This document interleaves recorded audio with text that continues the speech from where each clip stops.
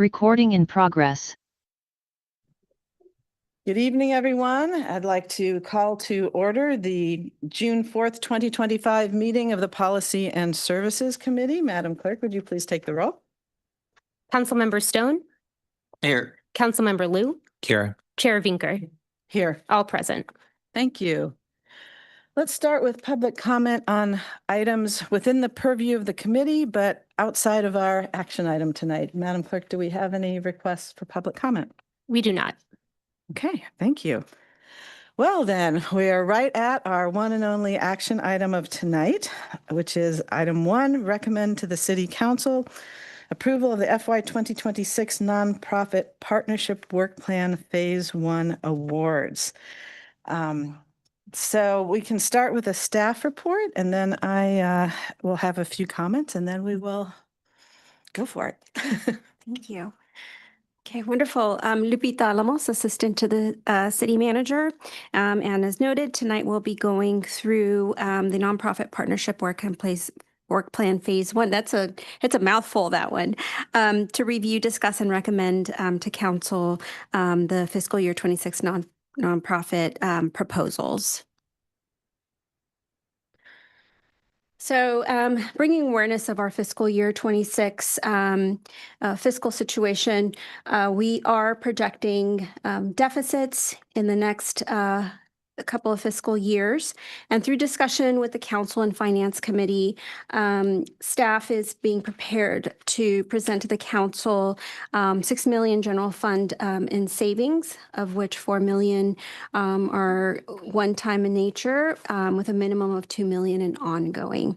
And to achieve this, staff is looking at alternative ways of functioning and operations, looking at suspending funding for or freezing positions for any vacancies for multiple fiscal years, and defer any suspended projects or programs with the least impact. And another thing is in the next couple of fiscal years is that staff will go through the exercise of increasing our revenues again in fiscal year 26 and 27.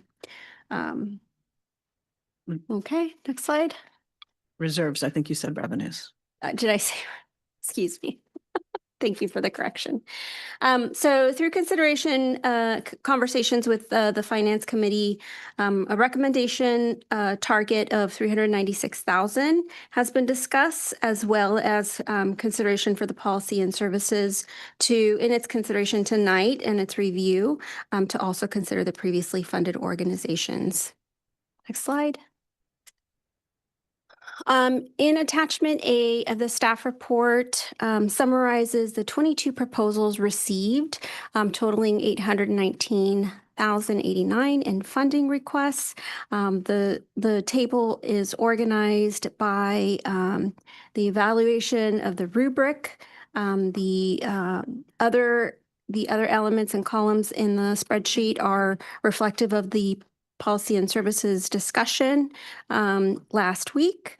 And those are reflected in area of service, any funding received and source in the last 2 fiscal years, as well as staff comments.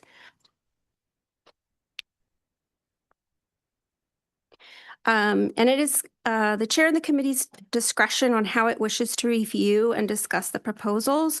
One way to do so is to review the rubric results. However, it is, again, the discretion of the chair and the committee on how it wants to approach the exercise tonight.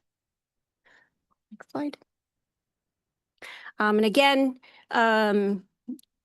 tonight is the phase 1 is really the implementation of this phase 1, which is to develop the method to receive, evaluate, and award nonprofit requests made during the budget process. And staff's recommendation is that the Policy and Services recommend the nonprofit work phase 1 awards to the council for approval. Noting that phase 2 of the nonprofit work plan will begin in fiscal year 26, beginning with the review learnings from phase 1, seeking to align existing programs audit recommendation, and development of policy and program adjustments and communication as appropriate. So with that, back to you, Chair. Thank you very much. As I said last week, this is the best and the worst council assignment that we could have.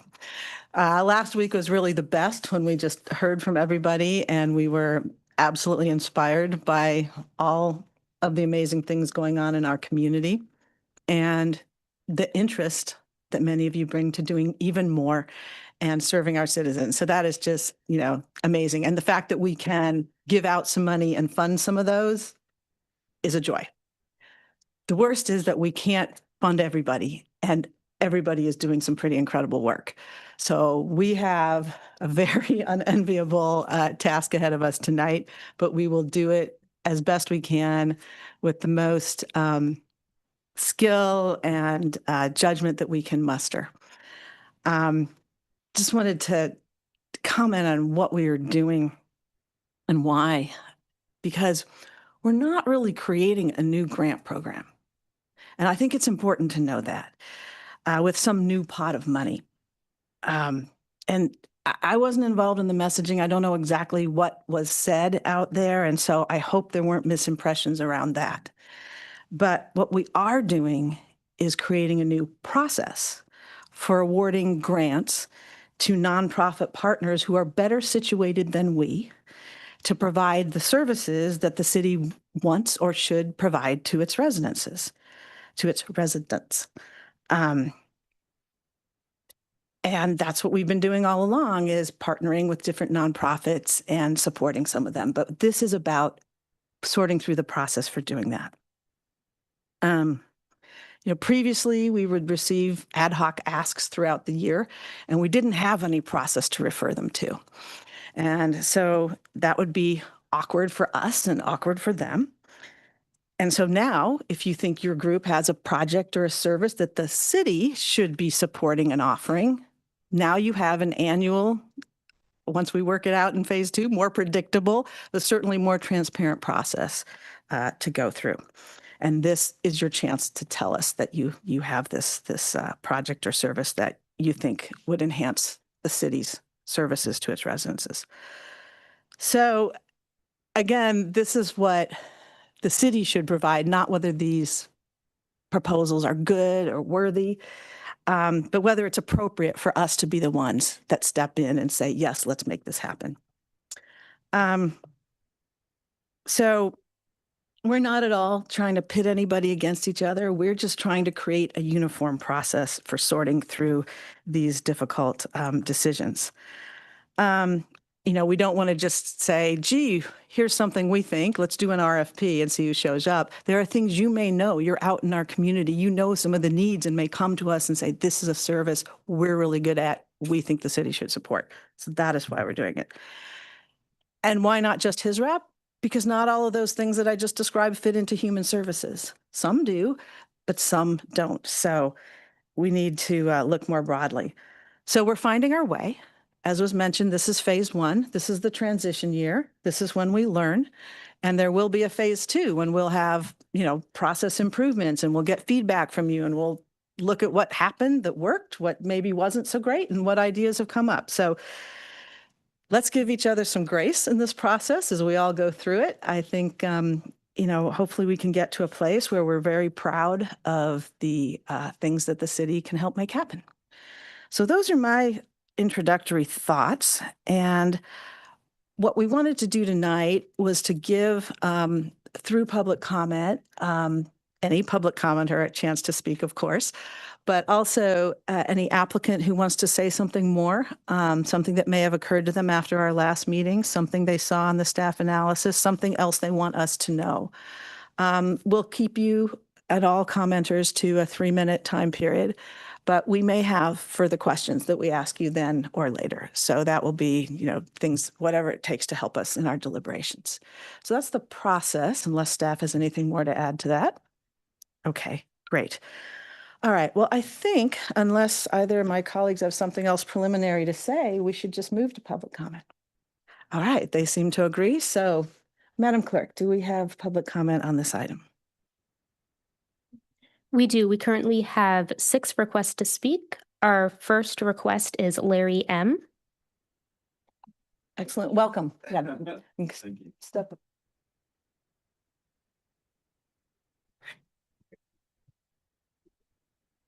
Good evening, Chair, Vice Mayor Vineker, Councilmember Greer, and Councilmember Liu, and welcome to the world of public service, right? My name is Larry Moody. I serve as a Government Affairs Community Liaison for Job Train. You have heard from one of my colleagues last week, C2 Lau. I was out of town and he came to speak for us. I also heard he spoke at your city council meeting. And so the word job train is finally starting to resonate in the chambers of Palo Alto. And that's always been our goal. We just want to move our organization closer to the workforce opportunities that exist here in our neighboring community of Palo Alto. We are physically located and have been for 42 years at 1200 O'Brien in Menlo Park. And presently, we are scheduled for a groundbreaking within the next 2 years on Pogus Avenue in East Palo Alto to build a 4-story state-of-the-art facility. We are a nonprofit organization that helps train individuals in a wide range of areas, building and trade, culinary arts, medical assistants, certified nursing assistants, IT support. All those services and all those graduates have an opportunity, first and foremost, to look towards Palo Alto as a place to work. We all know the importance of having opportunities that are within your reach of where you live. We firmly believe that many of our graduates and our alumni presently work in the Palo Alto community, in your hospitals, in your restaurants, at your universities, in your public works department. And they're very proud to say that they came through the corridors of Job Train to get that training and get their confidence to know that they could pursue a career. We all know that housing is the big issue. And it affects all of us. And even those who work as employees in industry are really trying to find a way to have some economic mobility where they can compete for affordable housing. That's our North Star at Job Train. Our goal is to really help identify and provide enough support services and partnerships, not only with our graduates, but with the employers who are within our borders, to be, again, talking to them about what would it take for you to really consider local talent, give them an opportunity, right, and allow the endorsement of a certification from Job Train to be their form of recognition, right? And knowing that we will stick with them for a 5-year period of time, providing them supportive services. Time is up. Okay. So thank you for your time, but most importantly, thank you for your service.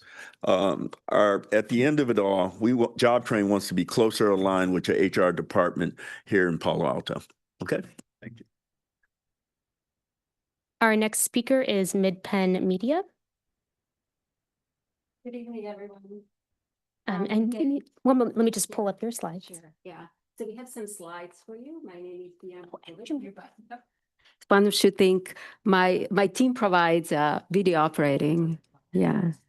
Yes. Yeah.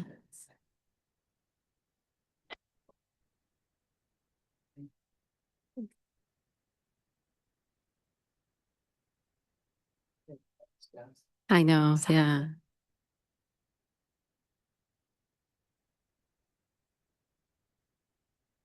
Okay, ready. Thank you. Thank you so much. So good evening, everyone. My name is Biana Kovic, and I'm Executive Director of Midpen Media. And this is our building. As you can see on the slide, we were very fortunate to do a mural recently, and we hope that you're all going to come. This is actually a studio part of the building. And as everyone working in the media, you know, we strongly believe with the ever-changing political landscape of our country that every voice matters. And I think that's why we are here for this community, for people to really come and express their thoughts, their feelings about anything that they feel that it's valuable to them. As a sort of a little bit of, we can go to the next slide, a little bit of a refresher. We've been around since 2002. We have a full-scale TV studio. We have a editing suite. We have a podcast studio. Everything that community member from Palo Alto can really come and create a show that we can put on our channels. So we have 6 channels, 4 community channels and 2 government. And tonight, one of these channels is actually being seen through our website and through the Comcast. We have a channel that's right now it's running, and community members can actually see me talking a little bit about Mid-Penn Media.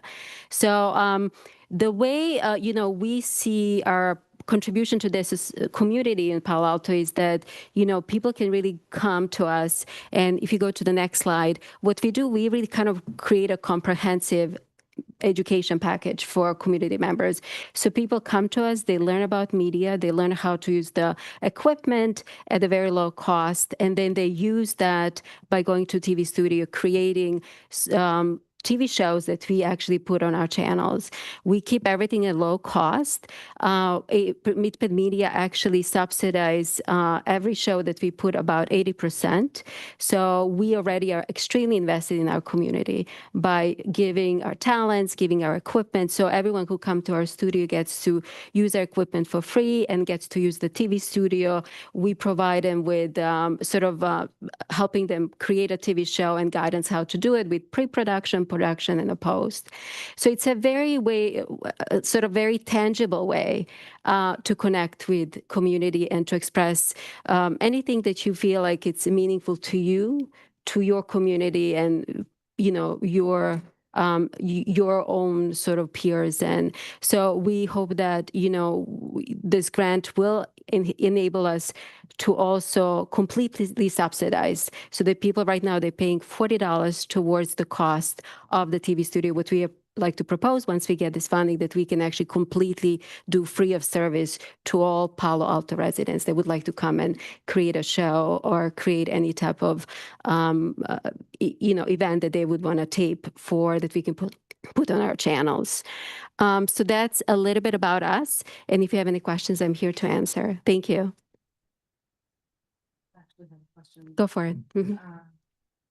So in the application, it talks about. Chair. Thank you. All right. I actually have a question. So in the application, it talks about the strategy being free or low cost workshops and membership programs, but you were talking about subsidizing the hourly fee.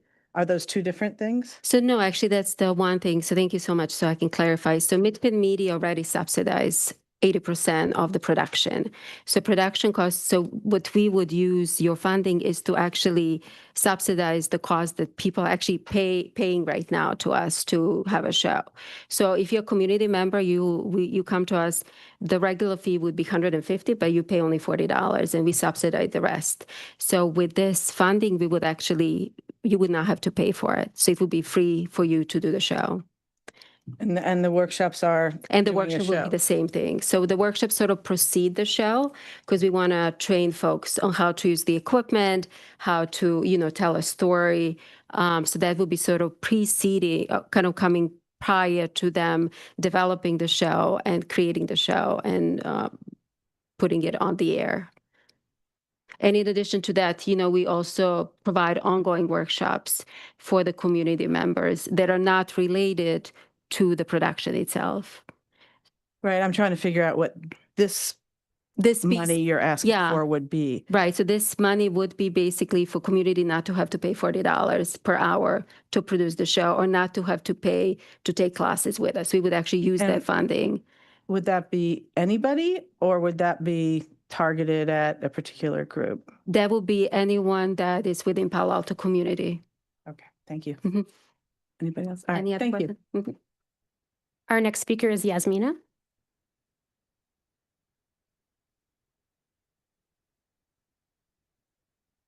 Good evening, members of the committee. You already know me, but it's Yasmina Boij, the founder and director of UNAV. You had a chance also to hear CFO of the UNAV last time, and he was talking about some international perspective. I would like to give you some updates and also to give you the message from the audience members that we are receiving. It's been for several months that we've been receiving and urging us to continue with UNAV because of this social and political situation that we have in our country. So one of the things I just would like to remind again, the relevance of UNAV was last December that we presented a documentary about PFAS, the chemicals forever. And this is exactly what our president is talking about to change that the change, actually, the politics about PFAS. The other thing is about, he's talking about Panama. We are going to screen a documentary about Panama in our, for seniors programs next month. And then the largest thing that we are doing is actually screening the documentaries about fires, and not only one, but there's going to be 3 screenings in the community because, again, of the request of the community to learn what's happening with the fire seasons. We are partnering with the Embarcadero Media Foundation with that, and it's the largest organization dealing with our local journalists. So it's extremely important, again, to emphasize it. Without your support in the same levels as we had last year, we won't be able to continue to have all these programs, and all these programs are for free. So the programs, of course, the film festival for 11 days, it's a part of the largest and the most important event in Palo Alto. So this is just a reminder of the relevance. And if you have any questions, I'd be happy to answer. Yes. Go ahead. Great, thank you, Yasmina, for being here. I saw on the application you said that you would be able to work with partial funding. How would that impact the services that you're hoping to provide with the grant funding? So this grant, I mean, that what we're receiving from City of Palo Alto is crucial. The same, as I said, the same amount as last year.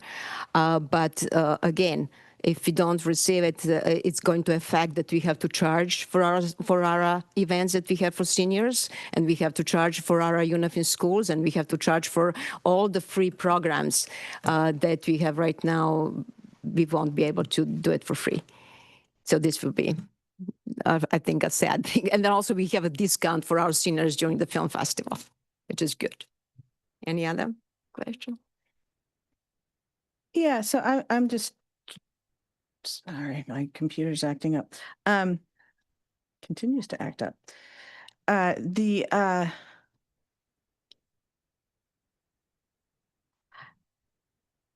I'm just trying to understand. So in the application, again, I sort of like the last one. I'm trying to understand what this money goes to, whether it's just a part of the overall operations or whether it's like a thing. So it mentions in here 25,000 for the 11-day festival in October, and then mentions 20,000 for year-round special programs. And you mentioned the fire ones. So Yeah. Can you talk a little bit more about? So exactly. So the 2020 is supporting the ongoing series that we have. We have 8 different series of presentation in the senior centers, in the UNAV in schools, for the veterans, in the libraries. So this 20,000 is going to support that part, just to have free events. And then for the film festival, it's 25,000. So that's actually ongoing operation what we have for the film festival, and this is 11 days for all the screenings that we have and organized.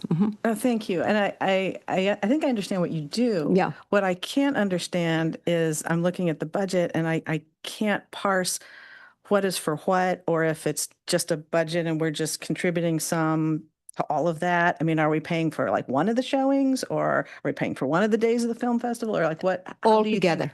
I mean, all for because obviously City of Palo Alto is helping the year-round programs. So it means it's not just the one program, and that's the key. So basically, it's just a quarter of your budget. You just Exactly. want. Okay. Exactly that. Okay. Exactly. Thank you. Our next speaker is Sarah B.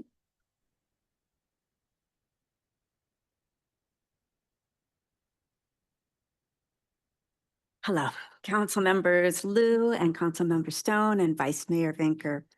Thank you for being here. I'm sorry I couldn't be here last week. We had a delegation in from our new friendship city of Norwalk.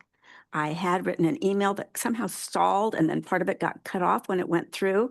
So I've given you a written copy that just talks a little bit about the process, which is what I understand I missed last week, and kind of the concerns that I have with our part in where we fit in the process and why our application was late.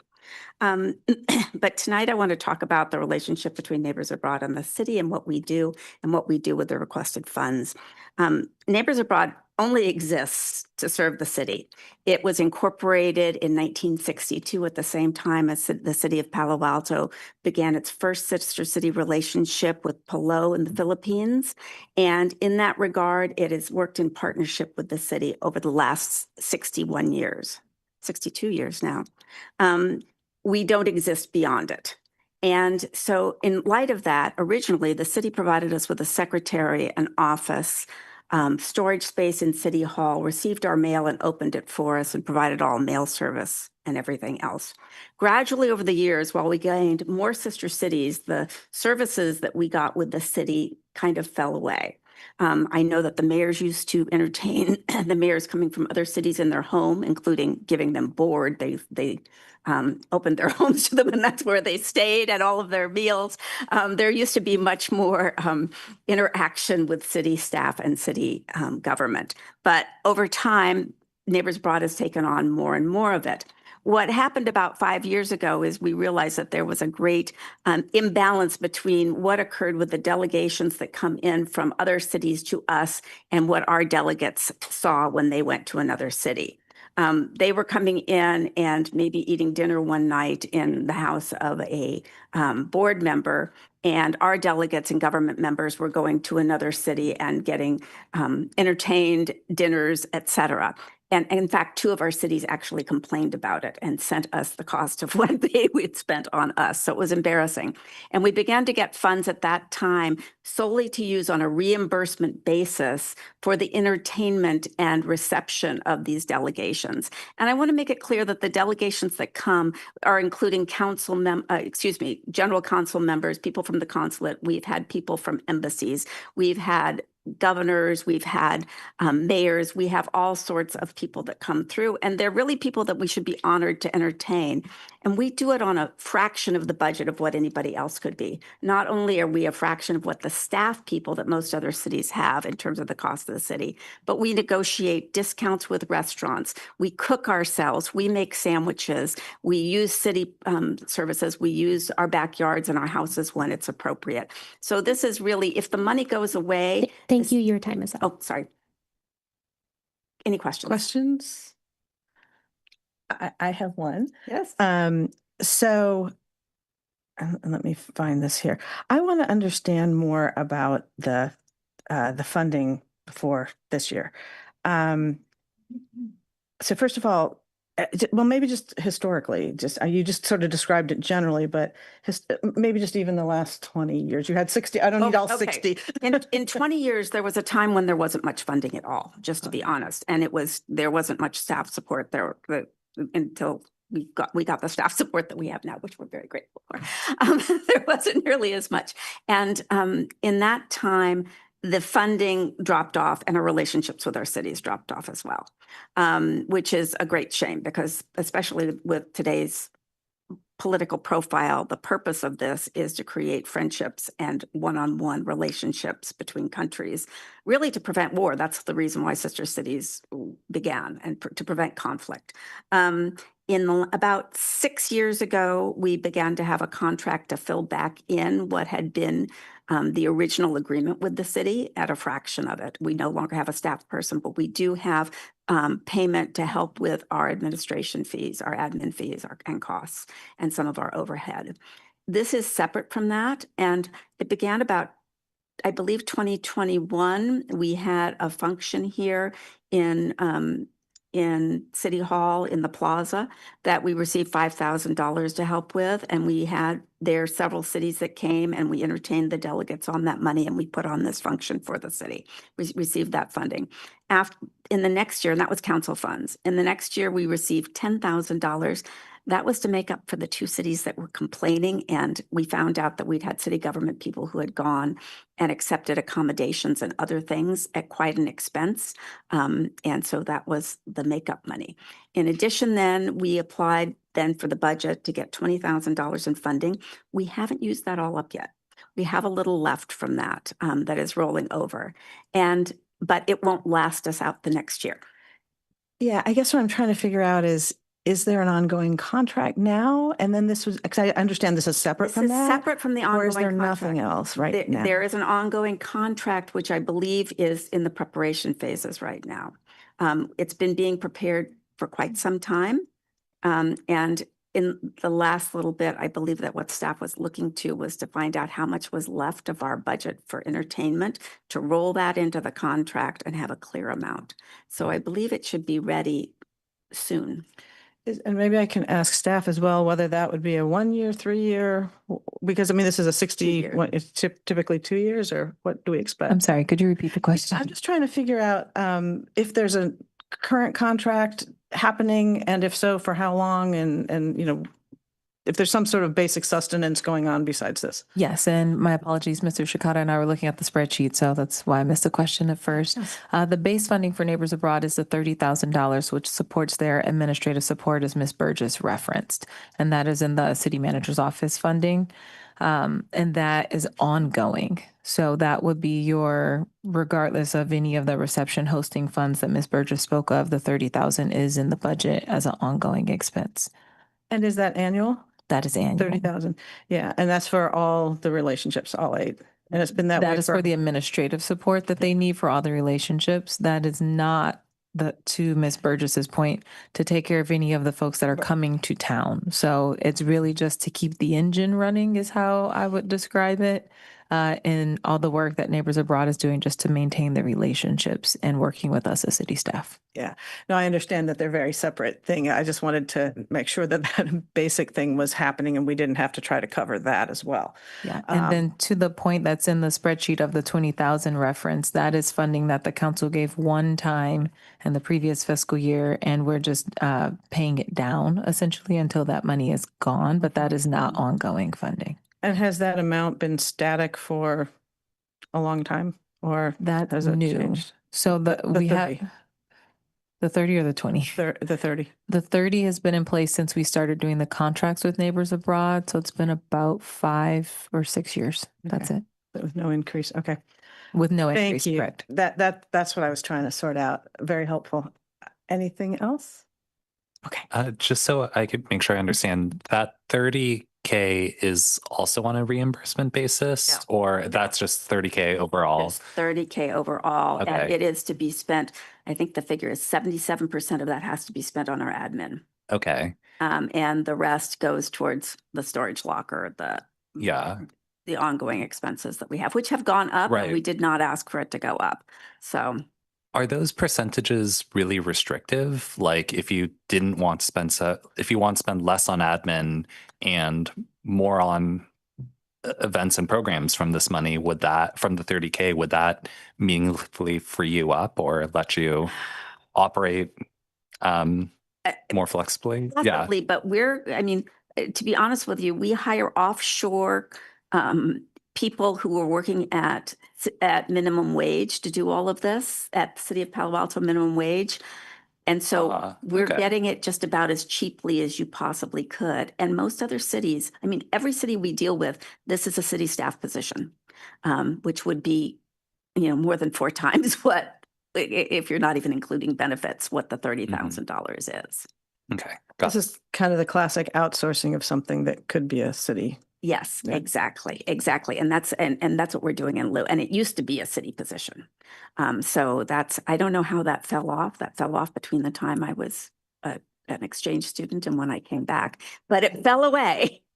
It was way before everyone here's time. And I might be the only person that remembers it, but that's the case. I also wanted to, if I could just say also, it doesn't the money that we have also goes to things like last year it funded the Calenda, which is outreach to underrepresented members of our, it's the parade. And we had to pay for like the city, the street planning and all of these things that normally if somebody in the city government were doing it, the city would just be picking that up. And we had to do that instead.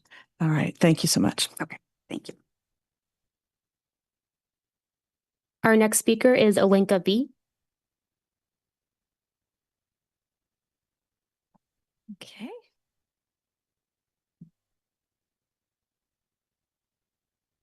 Good evening, everybody. Thank you. Nice to be back.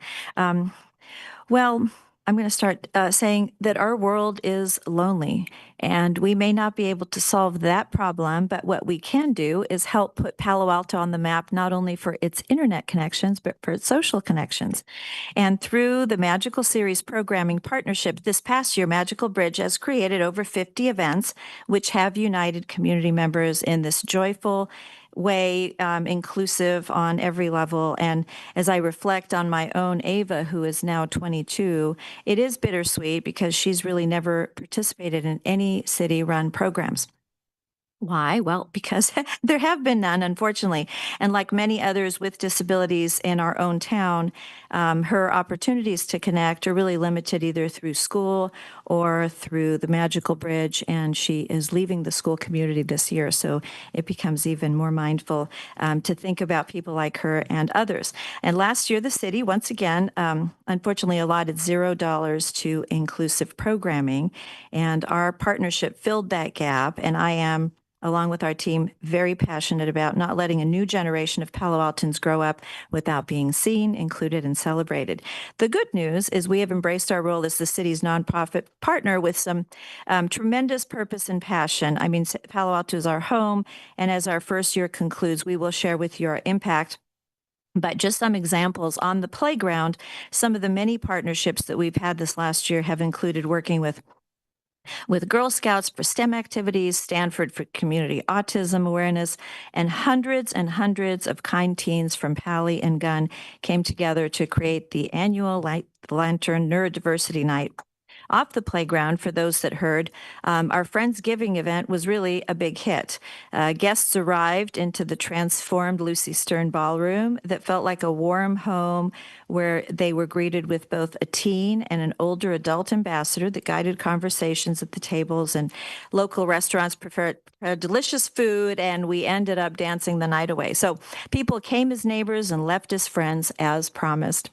The community has also come together over the last year for Relaxed Theater, fantastic open mic night in partnership with the Palo Alto Players.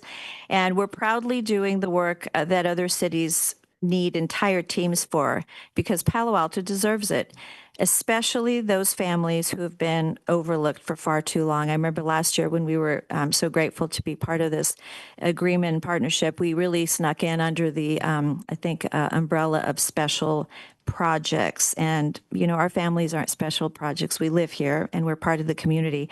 And so we're honored to serve the community. Would love to do it for many years to come. And together we feel we are really building a more kind, inclusive Palo Alto, one magical event at a time. Thank you. Questions from my colleagues? Hey. Hi, Lenka. Thanks for being here. Thank you. Just a question as far as the 150,000. What specifically does that go to be? Yeah, can you speak more to that? Oh, absolutely. Yeah, so we end our one-year commitment with the city at the end of June, and I really do hope for the opportunity to share with you the whole spreadsheet I've been sort of bringing to city's staff's attention over the last year. But that covers, we had committed to 22 activities on and off the playground to engage community. We're well over 50 now, and that allows us to provide these programs completely for free so families can enjoy it. We've done adaptive art in the libraries. We've done stuff on and off the playground. We buy everything, of course. We pay for the music. We organize everything. Any added insurances, I will say Friendsgiving was a little bit of a tough financial investment, but it was worth it. So it just allows us to not only pay for our staff to take on these events, keeping a little bit of our lights on, but it does pay for everything. And then it also, every event we do, we always have the little tagline. So the city logo is there, and people really celebrate that this is a city-sponsored event. So, and you received 150,000 last year as well? Oh, this is our first year that we received it. We've been doing the events magically free for 9 years until we realized our board said, okay, well, we can't keep doing it completely for free. And that's when the city and the council were kind enough to bring us in as a paid nonprofit partner. Sorry, that's what I meant. So this current fiscal year that we're in. That is correct. You're receiving 150. That's correct. We received it, and we are nearing the end of our year this month. And about, can you guess how many events you were able to put on this year because of that funding? Oh, absolutely. I mean, we have put on 51 events on and off the playground. And well, sadly, I did not print out my my little chart, but I've emailed it to everybody, and we'll resend the summary. But ultimately, we have a beautiful kind of mix of on and off the playground events with concerts at Lytton Plaza. So all of these events would have been a financial and a staff burden for us to take on without the extra funding. So I would say probably maybe outside of a few community events that we do on the playground, most of those are funded in with gratitude from the city and serves the city in that way. So, and I see you I see you marked that you could do partial funding. I just assume that means essentially every dollar or so that is removed essentially means less events that Magical Bridge will be able to put on. Well, that is correct. However, I will say that this is the only funds that are allocated to provide inclusive programming, and there's a lot of people that have been overlooked. So we feel this is a very magically reasonable amount, or the amount of people that we're serving. But yes, we will oblige in that way if we need to. Good. Thank you. You're welcome. I just wanted to ask, I know you do programming in other cities and playgrounds, presumably with city support in those cases too. Can you talk about any other comparable city contracts just so we have some context? Yeah, so actually, I appreciate that question, because the reality is every other city that we have helped launch the programming, so typically when the playground opens, we help launch and activate programs. Every other city actually has a staff of at least 2 or 3 people that are specifically taking on community programs, and all the things really that we have found ourselves doing are really being done by staff positions. And they even have people in Mountain View that only do the Magical Bridge programming. And so as such, it is completely funded through full-time staff members that they're paying for. So this is the only city, because we live here and we love it here. And we have just started to do it here. So for that reason, we are a little bit of an outlier in that regard. All right. Well, Magical, thank you. And I thank you as well. Thank you for your service as well. Yeah, and before the next speaker, I just want to point out that I believe the partial funding column was at our request last time, that we asked staff to make their best guess. So this was not an applicant checking yes or no. This is us guessing. So if we're wrong, they should tell us. Thanks.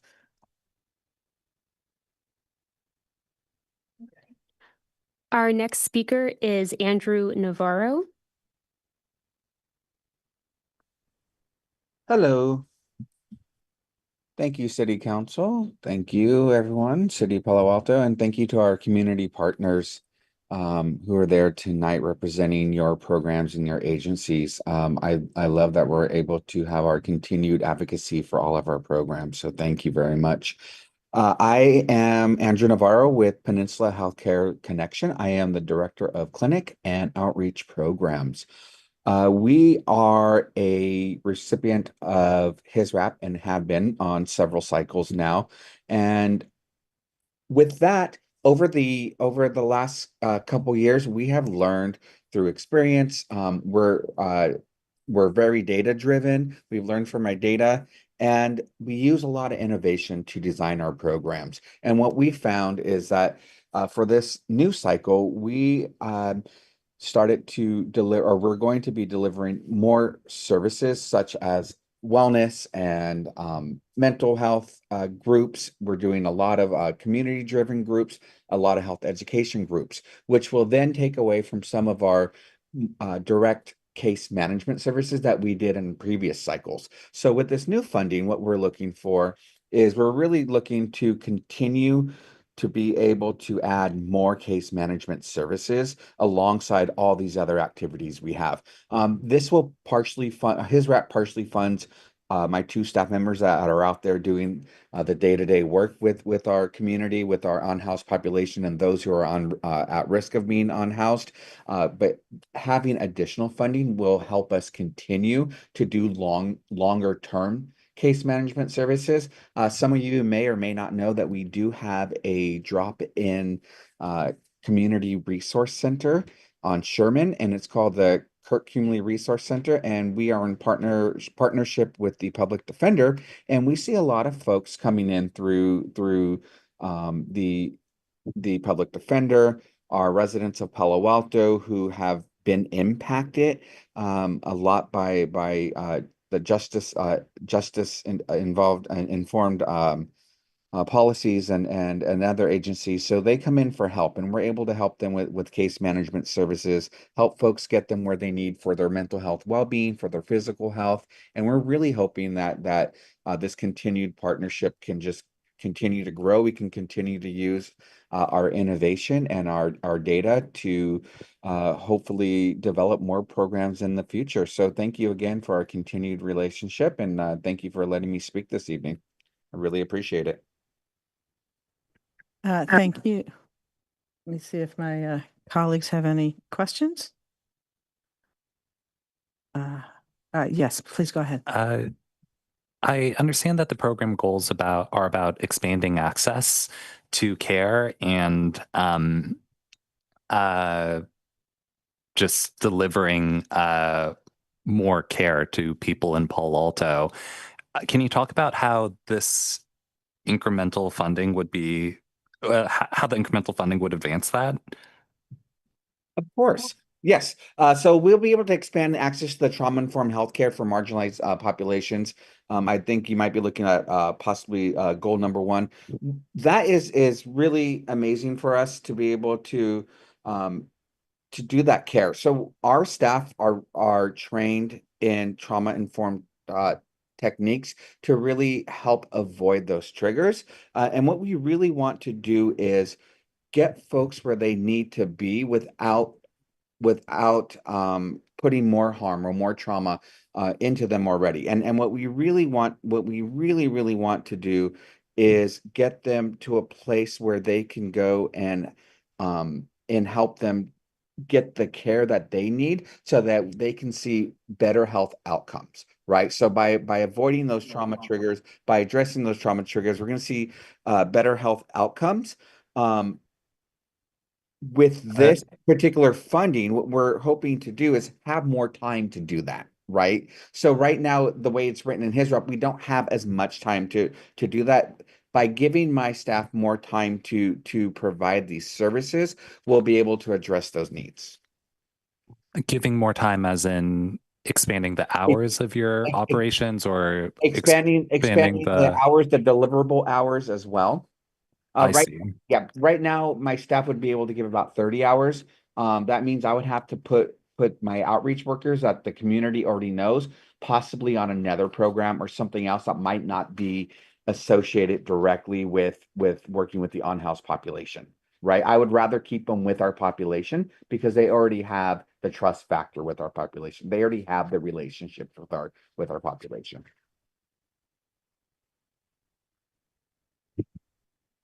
Are you done? Yeah. Okay. Thank you. So I wanted to ask where you deliver these services, but I think I heard you say you have an office near the public defenders near the courthouse. Is that correct?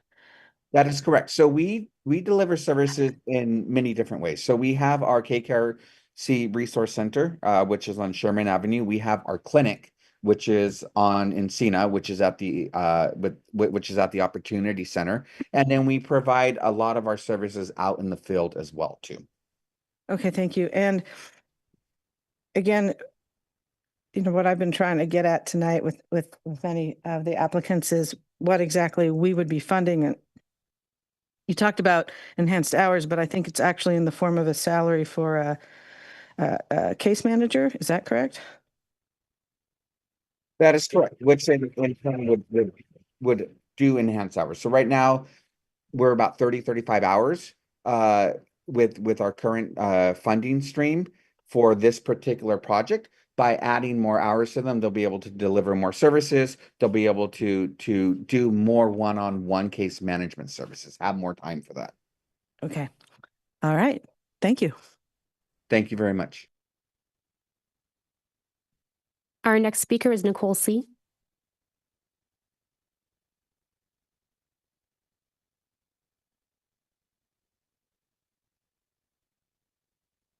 All right. Good evening. My name is Nicole Chu Wong. I'm the Executive Director of Dreamcatchers. As always, I want to start by thanking you for everything you're doing and acknowledging that we're all sorting through this for the first time together. And I appreciate the effort and time, especially these late hours and with everyone's schedules being crazy. So thank you so much. And especially for allowing us to have this dialogue. Well, Dreamcatchers works closely with PAUSD. Our mission and impact extend beyond the traditional scope of the classroom instruction, making city support both appropriate and essential. Here's why this belongs within the city's funding priorities. We address whole child and community well-being, not just academic gaps. Dreamcatchers support students academically, but our impact reaches beyond tutoring. We foster belonging, confidence, and resilience, key components of youth well-being. These goals align squarely with the city's responsibility to support youth development, equity, and mental health at the community level. We're a youth empowerment and social support program, just as much as we are an academic one. The city has a broader mandate for equity and inclusion than the school district, which rightly focuses on academic achievement within the school day, but equitable access to enrichment and support outside of school hours, especially for low-income families, is a community responsibility, not just a school one. The city is in a unique position to support out-of-school initiatives that level the playing field. And investing in Dreamcatchers is investing in long-term outcomes. From a policy perspective, the city has a vested interest in reducing long-term disparities in education, opportunity, and well-being, issues that ripple into housing, employment, and civic life. Supporting youth early through programs like Dreamcatchers is a proactive investment in a healthier, more inclusive Palo Alto. Dreamcatchers exemplifies the kind of cross-sector partnership that makes Palo Alto stronger.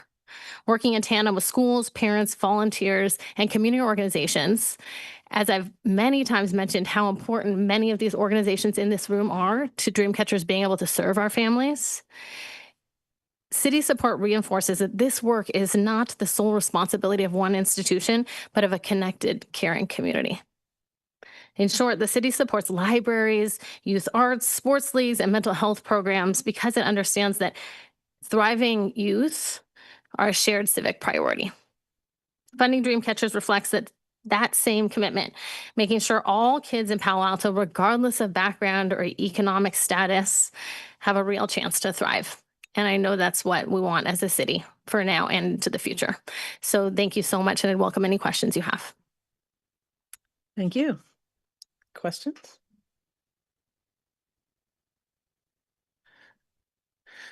Yeah, well, thanks, Ms. Chuang, for being here. So on March 26th, your organization notified the school board that you were terminating your expanded learning opportunities program contract with the school district. I know last night at the school board's meeting, the district said that the reason they were switching from Dreamcatchers to, I believe, YMCA of Silicon Valley was because Dreamcatchers did not want to continue with the contract for various reasons, but no other details were shared. And so I'm just kind of wondering, can you elaborate on why your organization gave up, it looked like up to $200,000 in funding from the district? Thank you for that question. It was up to $189,500 in funding, and that was a really major decision and one we took a lot of time thinking through. When you understand ELOP, or Extended Learning Opportunities Program, is run through the state, and it is from TK through sixth grade, providing an after-school program. Now, the reason it goes through sixth grade is because that's elementary school in some districts. In our district, sixth grade falls squarely in middle school. And so while certainly ELOP is not just to provide childcare in the sense that it's babysitting, there are certain, academic components that they have to reach. The intent, the hours, the non-school day commitment of 30 days of programming that's held on non-school days, meaning over the summer or spring break or winter break or holidays, that is really with the intent of providing childcare. And while that can be a need that sixth grade parents would appreciate, it was pulling us away from our program, which focuses on sixth, seventh, and eighth graders, for whom we'd actually like to encourage to not be on campus 5 days a week after school, because we would like them to also be taking part in amazing opportunities outside of school. And so while we want to have them and we focus our time, we traditionally, before ELOP, which was only a few years ago that it was implemented, we had a 2-day-a-week program. What we've seen is that because our students oftentimes, because of the child component, for sixth grade were coming more days, not only was the burden very heavy for us financially and was not made up by the increase in funding, but it was preventing them from doing other things that their more well-resourced peers are taking advantage of. So instead, we focused on finding scholarships for them so that they could participate in Dreamcatchers, but also take part in these other after-school activities that provide the enrichment opportunities that more affluent families would have access to. Additionally, the funding we got through the state, which is what ELOP funding comes from, was equivalent to $2,500 per student. But then when they became seventh and eighth graders, and we have an incredible amount of return amongst our students when they start with us in sixth grade, they finish. And the funding from the school district drops down to less than $1,000 per student for seventh and eighth graders. And so you can see that even $2,500 only funds a student for about a half a year. So then when we dropped down to 1,000, and now we have more sixth graders and they were doing more days, financially, it didn't make sense to do that, nor was it really in alignment with our mission. And so it was a really hard choice, and one reason why we are even more dependent on ensuring that we're really being collaborative with other organizations within our community and with the city to make sure that these students are supported more than academically. No, I appreciate that. I mean, you kind of mentioned, I guess, that Dreamcatchers goes beyond just don't know exactly how you phrased it, but kind of just watching the kids do a lot more. I mean, I was looking through the contract that the district just entered with YMCA of Silicon Valley, and we discussed a lot last time. We're trying to avoid various redundancies and trying to understand kind of what they do compared to Dreamcatchers. I'm looking through what they're offering. It's like math, service learning, homework support, workout programs, leadership development, global learning, arts education, nutrition, literature, quite a bit. And so I don't know how familiar you are with YMCA of Silicon Valley and the programs that they do. Could you maybe walk us through a little bit how Dreamcatchers is differentiated from that? So that program, and I want to say that the requirements of ELOP are great. And I believe I have every intention of working with the YMCA to ensure that our students are fully supported, whatever their family's needs may be, and each of them are different. And I think the YMCA is going to be great. I'm really excited they're coming to our district for our sixth graders. And Dreamcatchers wasn't designed to service ELOP. Dreamcatchers was designed to really be more than academic support, to provide wraparound services. And so what that means is that a lot of our time and resources go into parent education, go into, like I said, securing scholarships, and not just securing them, but then walking families through how to gain access. I don't know if you know this, but the city funds scholarships for students to take classes at the Art Center, which is amazing and really expensive. And those processes to get the scholarships are really cumbersome and hard, and especially for people that English is not their first language, even though there are wonderful people at the Art Center that are happy to help them. We hold their hand and we walk them through that and make sure that their students are able to participate. So it's also about accessibility. It's really wraparound support. In addition to the fact that we are also building civic leaders in our high school students who volunteer. We have over 200 high school students that signed up to work with Dreamcatchers with our youth. And part of the funding we'd like to have to use this next year is provide even more training for our high school students to deepen the impact that it has on them as well as the students that they work with. So that makes us inherently different as well. And then you're asking for $28,643 for staff salaries. So could that ELOP funding from the district not have been used towards staff salaries? I think we're getting away from, what I'm trying to answer is why We could take ELOP funding. That is true. What it has done is forced us to create two different programs, one for sixth graders and one for seventh and eighth graders. And the program for sixth graders, we felt wasn't in service of our families. We actually surveyed them. We actually have more sixth graders that are signed up for our 2-day-a-week program next year than we had when we had 5 days a week. And so this is actually the mandate of ELOP is 5 days a week, and that comes down from the state. When you actually look at what our families want and need, the program that we have and have historically had long before ELOP is what we're offering. And so you're right, ELOP funding, everything goes to salaries because that is the vast majority of our funding goes to salaries. We're grateful not to have to pay rent, which would be another huge suck of funding.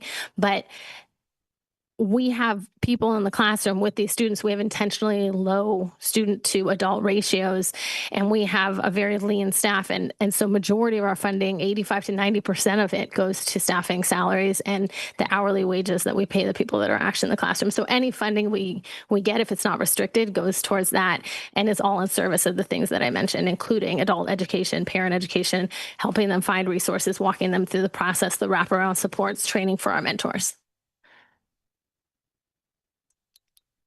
So I'm going to try to recap to make sure I'm following.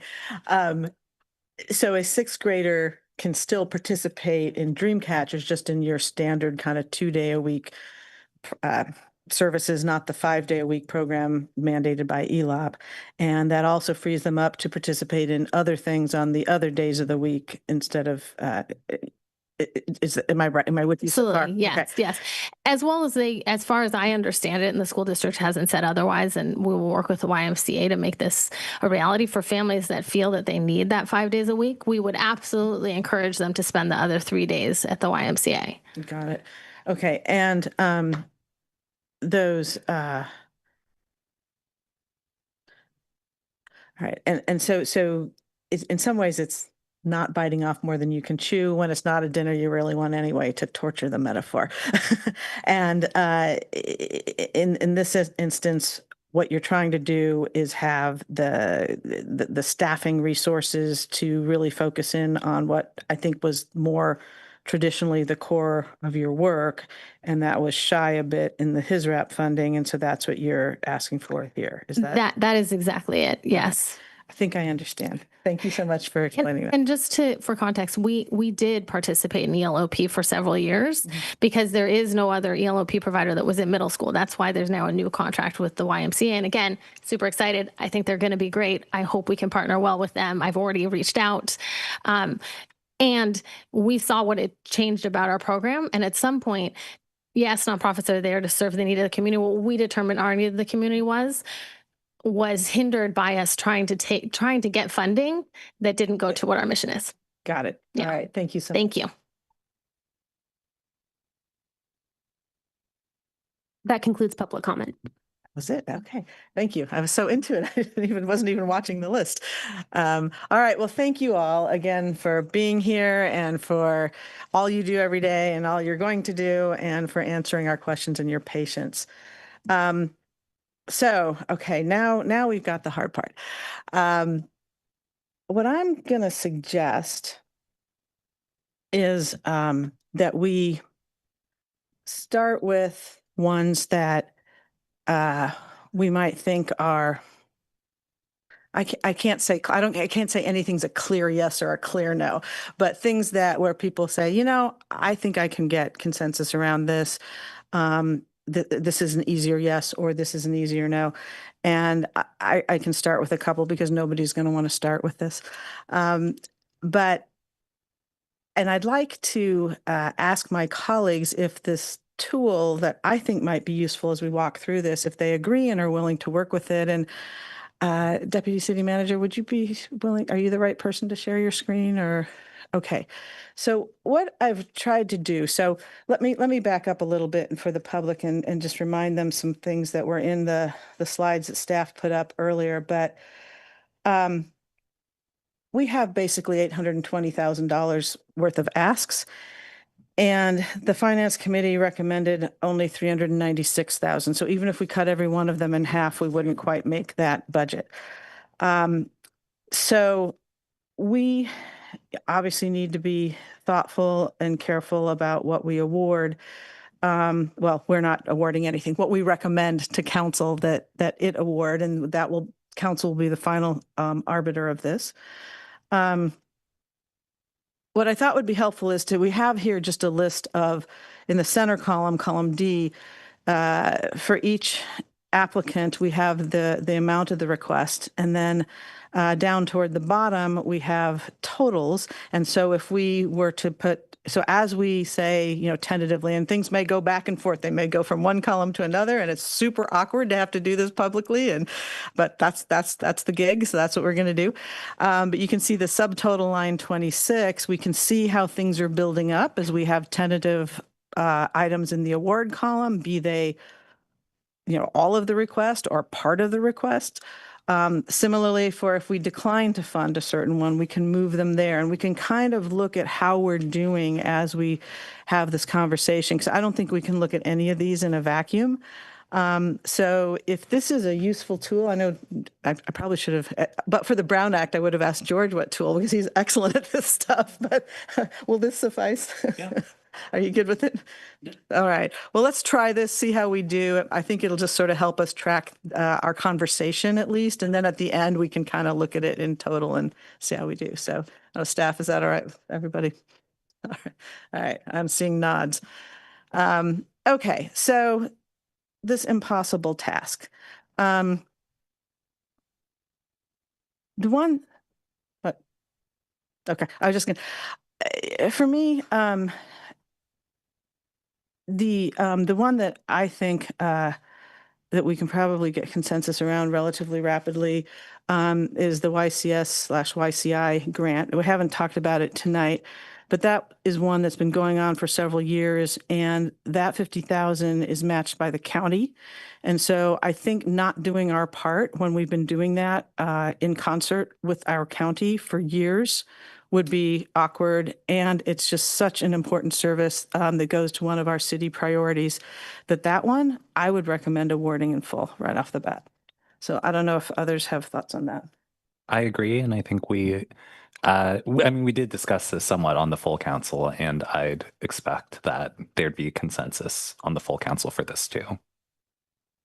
Yep, no question. I expect it to be a 7-0 vote.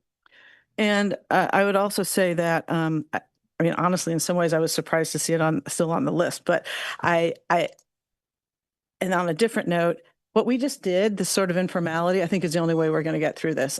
We can kind of take turns, but I'm not going to call on you all. I think we're going to just have to respect each other's comments and just take turns. So let's proceed.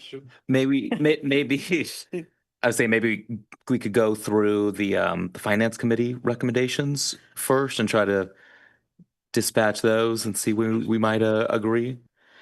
Perhaps we could. I was actually going to give you all a decline, but I will hold off on that because none of us want to go there. But I was going to break the ice on that one. But why don't I ask George, do you have any different preferences on process? I think we could start with the finance committee, but at some point I would like to just revert to going top down instead of maybe skipping back and forth between our favorites, because at some point we will need to go through all of them and give them some level of some due consideration. And not that there's some issue from kind of skipping around back and forth, but it feels like middle school team captain sports selections or something if we do it that way. Well, unfortunately, that's kind of what we're doing. Well, at some point, do we want to just go top down? Okay, so my personal thought on that is that we should really talk about the ones we want to fund, because one of the things that you learn from doing tons of interviews, whether that's for job applicants or anything, is the ones who go first and the one who goes last tend to be preferred. And I think here our job is to make qualitative decisions and I think lifting up those that we most want to fund, we should do. until we kind of run out. And then I do think we have to go through every single one. Every single one of these applicants has put in a good, credible application that's thoughtful, and they're doing good work out there. And I've read them all, every word. And I think that we owe it to all of you to talk about each one. It could be a very short conversation, but I absolutely do not want to just name a few and call it done when we hit a number. So yeah, I don't know. Do you have a different thought on that? I mean, I brought my sleeping bag, so I'm ready to go. I feel like we could be here for a while. And I completely agree with what you just said. I guess my thoughts on kind of going through what I sort of see as the kind of the heavy hitters, given that we already had 3 colleagues on finance make a recommendation on how many are here? 5 or 6 of them? 5. Thank you. On 5 of them, I think it would be good to be able to indicate early on whether we agree, disagree, think there's another number, because I'd like to then be able to kind of move forward with the rest of them, having just a better understanding of what's the remaining budget. So that was my thought. I'm all right with that, but I would note that they made that recommendation without any ask in front of them, like literally 0. They had no idea what you all wanted. They just looked at last year's numbers and plugged them in, as far as I know. And so they didn't read the applications. They didn't know if the number was going to be different, which some of them are a little bit different. So that was not an informed number. It was sort of we want to keep funding these people broad brush. So, but nonetheless, it was a recommendation that came from them. And so I'm happy to have that conversation first. But I think we need to bear in mind that they did it without the benefit of the applications. So with that, I've already pulled one of them out here. Do you want to talk about one or more of the others? Sure. Well, I mean, I start with Magical Bridge Foundation. I think we should do the full award there. I mean, it's a large amount of money, but I wonder if staff can clarify. I mean, is it true that the city gave nothing for inclusive programming in the last year? As was stated, beyond, I guess, funding for Magical Bridge. And then that might also be up for interpretation. Oh, wonderful. That's fabulous. Thank you.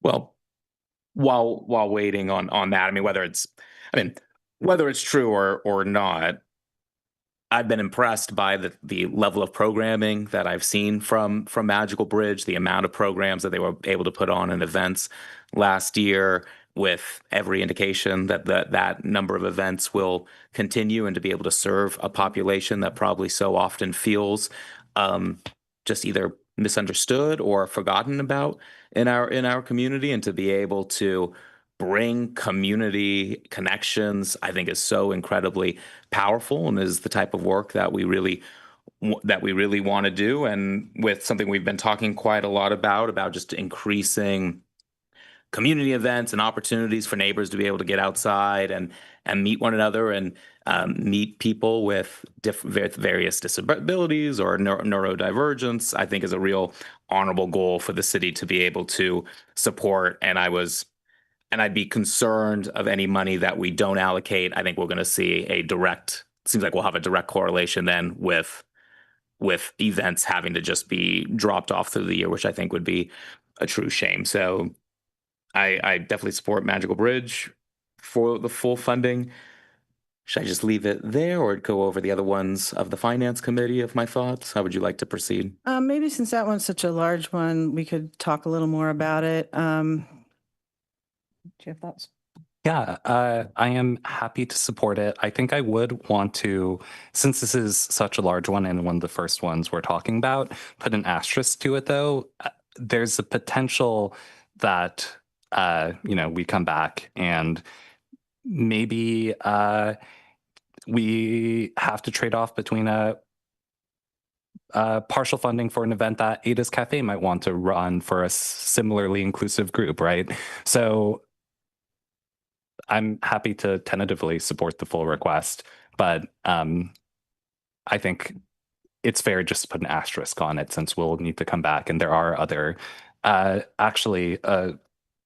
several other programs like Ada's Cafe, the Special Education PTA, and the Partners and Advocates for Remarkable Children and Adults that are proposing inclusive and accessible events. And I mean, I know other events are also meant to be inclusive and accessible too, even if they aren't directly targeted and marketed in that way. Yeah, I have several similar thoughts to my colleague in that, and in fact, I had thought at one point about organizing this whole discussion by groups served, but there's no identical groups served between things, but there's a lot of overlap. And I had noticed as well that we have, Ada is wanting to do additional events and programming is what their grant is for neurodiverse and mission-oriented employees. And we have PARCA, we have the Palo Alto Special Ed PTA. And so there's a lot of these that, so it may not be a zero other dollars to this community. Although it is a magical community. I do agree with that. We all love them. And this is where it gets impossible, right? I want to find where I took a note. There was something you said. I really took note when you said, Alenka, last year we were special projects funding, and we're not just a special project. I very much agree with that.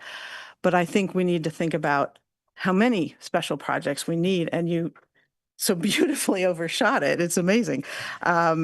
With instead of 22, more than 50 programs. I guess what I would be comfortable doing at this point, and just because this whole thing is impossible, would be to make it 100,000. We agree, and then let's see what happens, and maybe put a bracket around it and say we may come back with the whole 150, but I just don't know yet how the rest of it's going to sort out. And there's a lot of attractive things here. We have more than twice what we can do. So, that's not a decision, but that's kind of, so I think we all agree up to the 100. And then the question is, they get the whole 150. I'm sort of need to see more before I can get there. That would be my thought. So we didn't really make a decision. I think I don't think we can start that. Sorry. I mean, I think it's the same difference. I think we want to substantively or completely fund this. And we know we'll need to come back to everything we do in this first round in the second round anyway. So I don't really actually have a preference how we mark this, as long as it's clearly marked that we'll substantively fund this. Okay. All right. Do you have one you'd like to raise? And I'm sorry, on that, Ms. O'Kane is online if you wanted to ask her the question again about previous funding spent on inclusive programming for this population. And also let me know if you would like me to demarcate what's on the screen differently after that. Good evening, committee. Kristen O'Kane, Community Services. So with respect to inclusive programming, I will say the city has not provided inclusive programming directly. We have funded Magical Bridge in the past to do their summer concert series. And I will say we recognize that we are behind compared to other cities in providing inclusive programming. So you may recall last year we added a therapeutic recreation position to the community services department, and that position is really the start to building a bigger program that will probably take some time to get fully to where we think we should be. Thank you. You're welcome. Can you tell us the therapeutic services position, what all is within scope for that position? Sure. So that position, it's a 0.75 in this fiscal year. FTE. And what that person does is a lot of intake calls from families or individuals who are looking for programming that is suitable for their needs. So right now we're getting quite a few calls related to summer camps. So if a child needs certain accommodations to help them participate in a class, we would assist with that. We've provided ASL interpreters, and that's all done through this one point person. In the past, we would have people who weren't necessarily qualified to have those conversations do their best to assist our customers and our participants, but this person really is leading that effort. In addition, and I will say this position is vacant at the moment, but when the person was here, they did work closely with the Magical Bridge Foundation to identify what programs might be suitable in our different facilities, and also are putting together a lot of documentation that staff can use and trainings for staff so that we all know what is the proper way to have a conversation, what is questions we can't ask, things like that. So again, I would say that we're pretty far behind in compared to other cities, and even in comparison to where the school district is in their special education programming. That's really helpful to know, and I'm glad we have that person, but it sounds like that person isn't involved in any programming direct. I mean, they're connecting more to others and not doing it on behalf of the city. Is that right? That's correct. Yeah. We're Okay. hoping that we'll get there someday, but this was the first step in just sort of elevating what we do. Got it. Thank you. Okay. Now we can move on. Anyone have thoughts on the other three here? We've got environmental volunteers, UNAF, and Third Thursdays. I think Third Thursday is worth funding in whole, in that I can see a very direct correlation between our funding and their ability to host events. I mean, I think partial funding is always an option. But it is a medium large, but not maybe extra large request in the context of this sheet. So I'll pitch that one for the committee's feedback. Okay. I have some thoughts, but do you know? Yeah, no, I'm fully on board. Full funding for Third Thursdays. I think it's one of the most successful newer events that the city's done. We've been trying to do additional events like these for years, and I think we're very fortunate to have so many community volunteers who are making this a reality, or some doing it on a real shoestring budget. So excited. I think the potential that this event has, in addition to the success it already has had, I really don't want to cut any funding from that. I think at a really critical time in its development. I just celebrated its 2 years. So yeah, I'm fully on board for the full funding for Third Thursdays.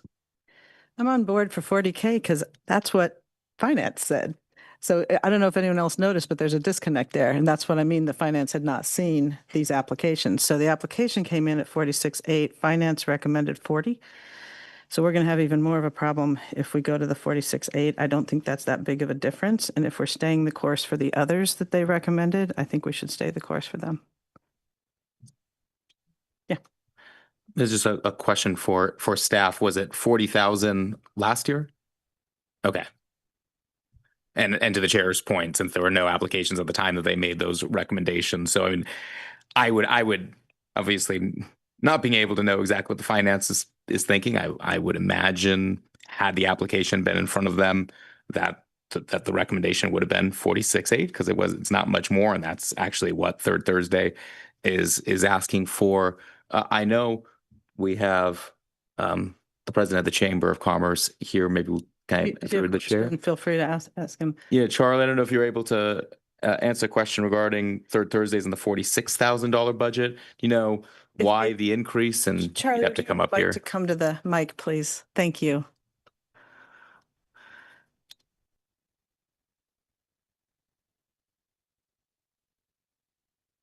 Thank you. Last year, through this process, Third Thursday was awarded $40,000 for Third Thursday. There was a supplemental $5,000 that came through in additional funding for a total of $45,000.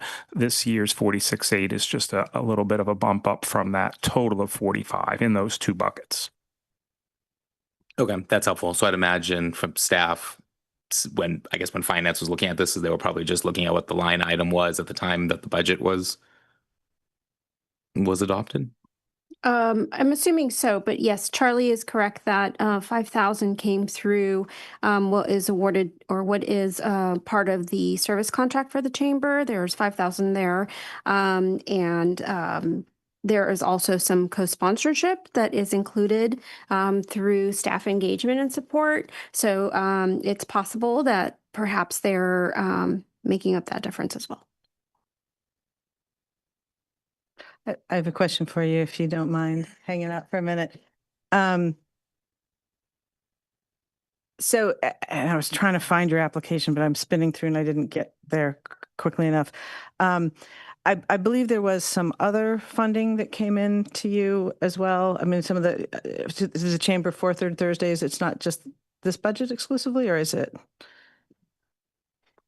In other words, what are there other sources of funding for Third Thursday in addition to the 45 from last year? So in this budget, there's, I believe, an additional $18,000 that the Chamber Foundation and Third Thursday are looking to raise above and beyond so that we can do more. So the 46.8 is the request through this process, almost last year's 40, or a little bit more than last year's 45, and then 18 from us to try and help grow the program and make it more sustainable on our end as well. Yeah, I found it. So I think it's 64.8 that you're aiming for the whole thing.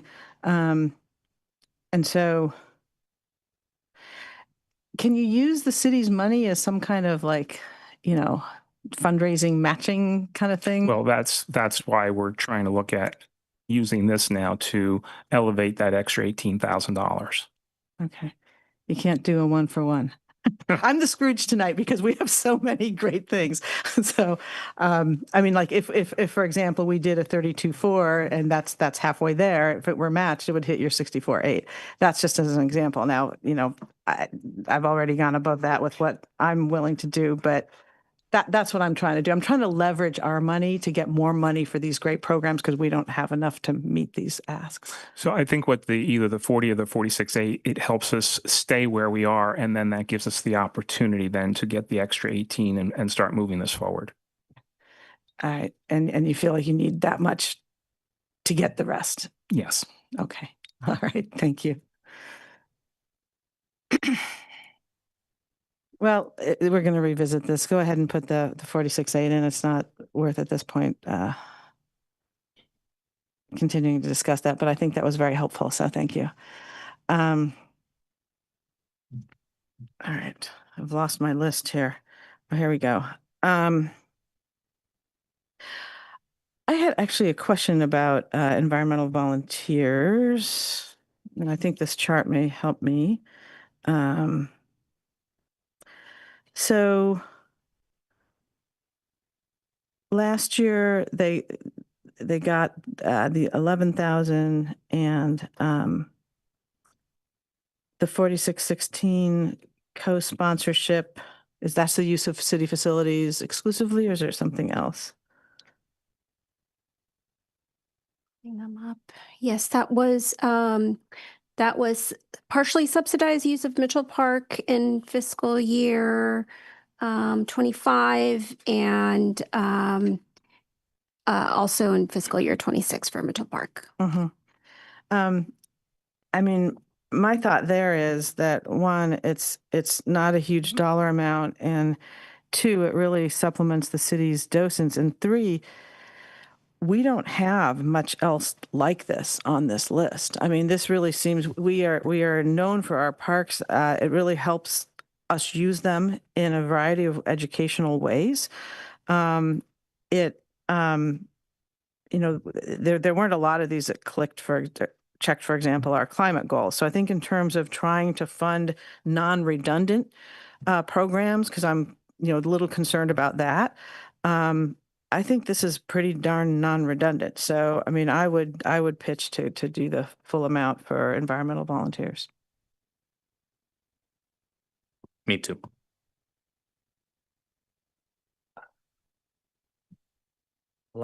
Give me a second as I pull up the environmental volunteers actual ask.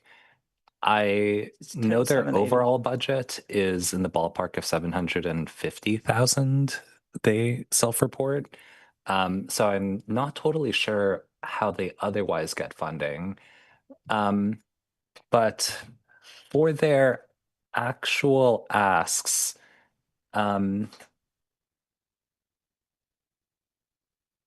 okay, maybe I'll ask a silly question. Does anyone here know what EV stands for in the context of EV info table at Baronda Lake, or manage and coordinate delivery of EV information and activities at Foothill Nature Preserve? Environmental volunteers. So Okay. Okay, so it's a self-referential thing. I believe so. Okay. I mean, And it might be helpful if I could, because I don't think it was explicitly called out, to provide a little bit of background on really the origin of this program. And Director O'Kane may also want to chime in. This was actually established when Foothills Nature Preserve was open to the general public. And there was an original partnership with the city that we did supplement funding on a one-time basis for the establishment of this when we, as you may recall, anticipated new visitors to Foothills that had not previously experienced it. So Director O'Kane, anything more or correction you want to provide there? Thank you, City Manager. That's exactly right. We experienced, as you know, a real increase in visitation to Foothills, including people who just weren't familiar with our open space preserves, people who had come from other countries who weren't familiar with the wildlife and the plants. And it was really a great way to educate individuals on what they might find in the nature preserve, and also proper etiquette. For example, things like poison oak and ticks. If you're not from this area, you may not know that those things exist. So it was a great way to educate folks on that, but also introduce people to the different wildlife that exists in Foothills. That original contract amount that Mr. Shikata was referring to, I think it was around 20,000. So we have reduced it in half the last year, but they still provide a valuable service for, as our rangers are busy with other tasks, they can do more of that docent and nature education work within the preserve. Okay. Yeah, I don't have a strong opinion on this one. I haven't encountered them before when I personally have gone to Foothill Park, but that's just very anecdotal. So I'm not sure if the 10K here potentially makes the biggest difference in a 750K budget, but don't really have a strong take, understanding that 10K is a relatively small request. yeah, I think they do an awful lot of other programs, like out at Baylands and other places around town. And the note here in the packet that no additional funding has been secured for the Foothills Nature Preserve program makes me want to keep this, because I think that, Foothills is such a unique and amazing thing we do, and it's hard to manage all of it, and to I should say, I don't mean that way. I mean, it's hard to take full advantage of it because it is this massive place. It isn't contiguous to the city. I mean, it's part of the city, but not contiguous to the main part. And I just think it's nice that we have these folks augmenting how residents can take advantage of it and really understand the natural environment out there. But so it sounds like two of us are on board for it. Are you comfortable putting it on a tentative, or do you want?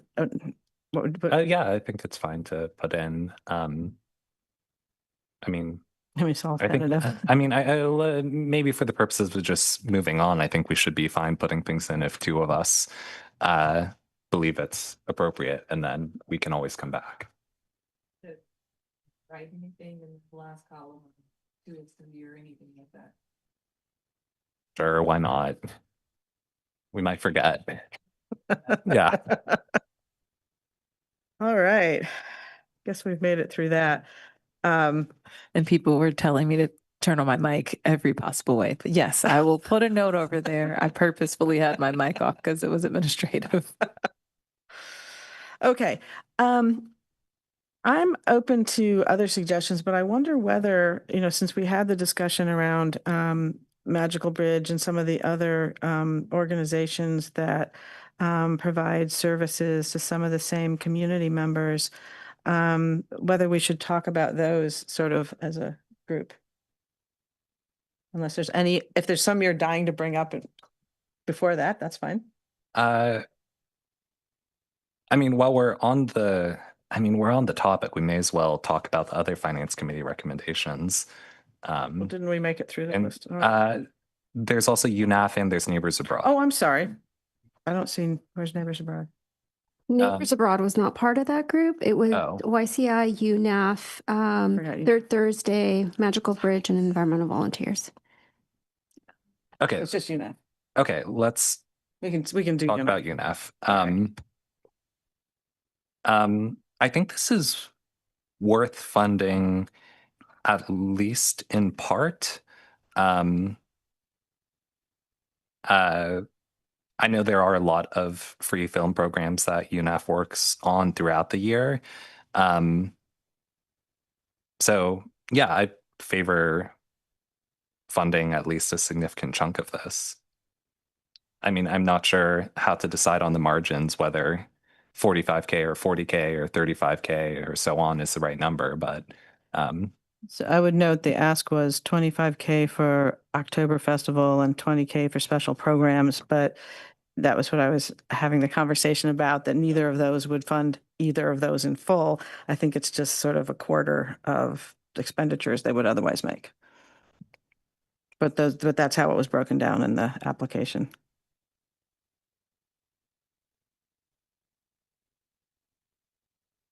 I don't know if that gives you a different. No. Thoughts? Yeah, I mean, I'm a big fan of UNAF. I think their film festivals have been great, and the type of programming that they put out, especially now, I think is really critical. Though I agree with Councilmember Liu. As far as trying to maybe find a partial number that works, I'm fine with. I mean, in my mind, I'm really kind of coming into this with a recognition of where we're at as far as federal government and various grants that we're going to see and what are the type of services that I want to make sure that we are prioritizing, especially that are protecting people's lives and homes and health. And so that's why of these of the ones that are finance committee recommended, I'm fine with a partial amount. So I was waiting for a number that I mean, I don't know. 25 out there because that's one of the two that they asked about. That's the October Festival. And it may go up. It's fine. Sure. I think. I doubt it would go down. So. Yeah, I was going to give a slightly different number, but I think 25 is good since we need to come back to all of these numbers anyways. And it's just a reminder that we're substantively, but maybe not completely funding this. So I think we have three who want to fund it. We're just struggling with the level and we'll probably revisit that. So that's sort of a placeholder number. Okay. Okay. Thank you. I did not mean to skip ahead without that one. Okay, so I'm going to suggest we talk about Ada's Cafe. One, it's at the top of the list, and two, it does kind of get into the service group we were talking about earlier. Let me scroll up there. So Ada's had asked for 25K. 20K was for patio furniture. That's half of the 40K they think they would need for that. And then there was 2,500 for each of two events for their mission oriented workers. There are some kind of cool events. So again, that's programming. There was a dance, I think a Valentine's dance, and there was a night sky viewing with treats is what my best of my memory. And 2,500 was like for a DJ. I think they're supplying the treats. So I guess for me, I don't know where some of their events start and Magical Bridge, like those seem similar in a similar location. I don't know, but we all love Ada's. It's a 25K ask. So what do people think? I think the amounts are a little bit fuzzy, kind of going through their sheets. I think the events for each event they requested $5,000. So it'd be $10,000 for events and maybe $15,000 for uh um furniture, but then up above it seems to say that they also are requesting 20K for furniture. So if I'm not misreading this, I think the numbers are a little bit hard to grok. I mean, I don't know how they operate as a business per se, like whether they're close to profitable, but as a cafe, it feels like furniture is maybe an operating expense. I would be very happy to at least fund those programs in full, though. So that would be, I guess, 10K at minimum for me. So I'm just, where do you get the 10,000? I see 5,000 for the Right. for the program for the requested funding. They do say what it Right. costs them, but on the right it says what's the requested. Oops. No, you're right. Okay. So the 5,000 right, they're you'd be asking for comfortable with? 5,000 and then 20,000 furniture. Yeah, I think 5,000 I'd absolutely be comfortable with. I mean, I definitely sympathize. I know they've had theft issues and have lost important equipment that really furthered their mission and like let them go out into the community. But I'm not sure how much of the furniture purchase we should fund. Yeah, that's kind of where I came out going into this, was comfortable with the events, but it's a big price tag for the furniture when we have a lot of other stuff to fund as well. Can I ask staff? So, and one thing about that furniture is it gets used generally at a very popular city venue, Mitchell Park, and I think it serves a lot of community purposes, but it is theirs, not part of our capital. I don't know. Do you have any thoughts? This might be another opportunity to ask Director O'Kane to weigh in. I believe there is city furniture in the area, and so Ada's provides more unique furniture, and perhaps Director O'Kane, you could expand. Sure, I can provide some insight on that. So, as part of their lease for the space, they have the ability to use a portion of the outdoor area. So that is their furniture, and they try to restrict it to their customers only, which is part of their lease. So, and then we might have furniture in the courtyard, but all of that furniture outside the cafe, I believe, belongs to Ada's. And do they leave it out all night? Do they move it in, or I don't know where they would put it? We must leave it out. Sorry, Minka Vandersog. If Kristen doesn't know, I've seen that they Thank lock you. it up every night. Yeah, but leave it out. They do leave it out, but they lock it up. I see. Okay.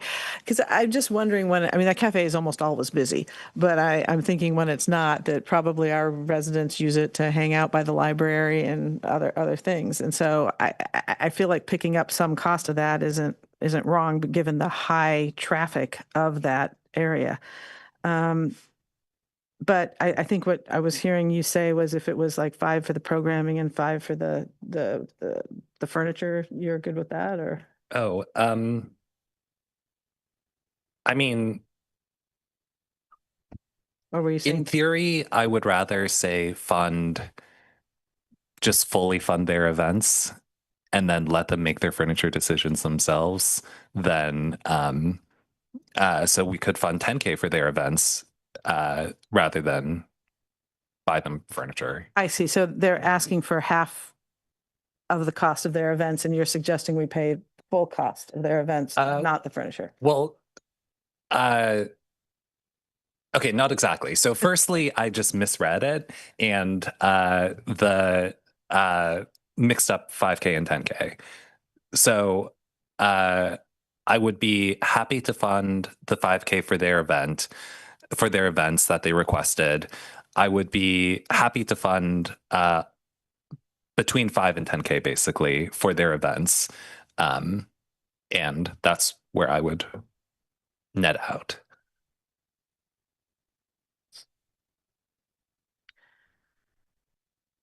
I mean, I personally am good with at least 10K. I think that whether we call that, fully funding the events, or we call it 5 for the events and 5 for the patio furniture, I don't know that I have a strong difference. I could actually go up to 15.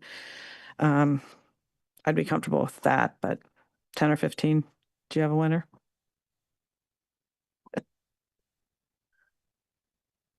No, I'm happy if we want to start at 15, recognizing we might have a 5,000 buffer then at the end, since it's a good chance. I'm comfortable with 15. Okay. Let's do that. I would like to just comment that as the committee comes to an agreement on how it wants to fund things, for the purposes of developing service agreements, it will be important for staff to know the distinction between how much is awarded for events and how much is for furniture, so we can set it up. Okay. Thank you for that. All right. I'm actually more comfortable with that number. Okay.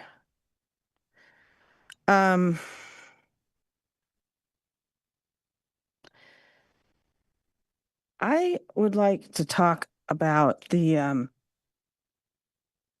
Palo Alto Special Education PTA request for 5,000. It's not a big one, but this is one where I get a little confused about jurisdictionally whether this is something a city should do or it should come out, whether the school district should be talking about it.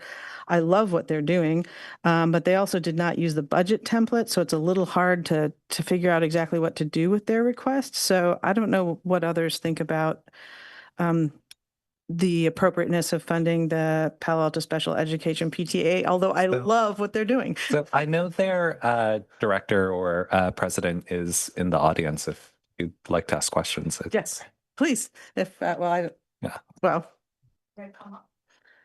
if people have questions or if that was meant as a question. Not yet.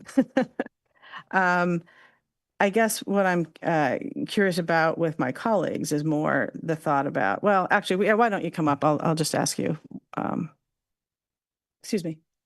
Actually, if you, yeah.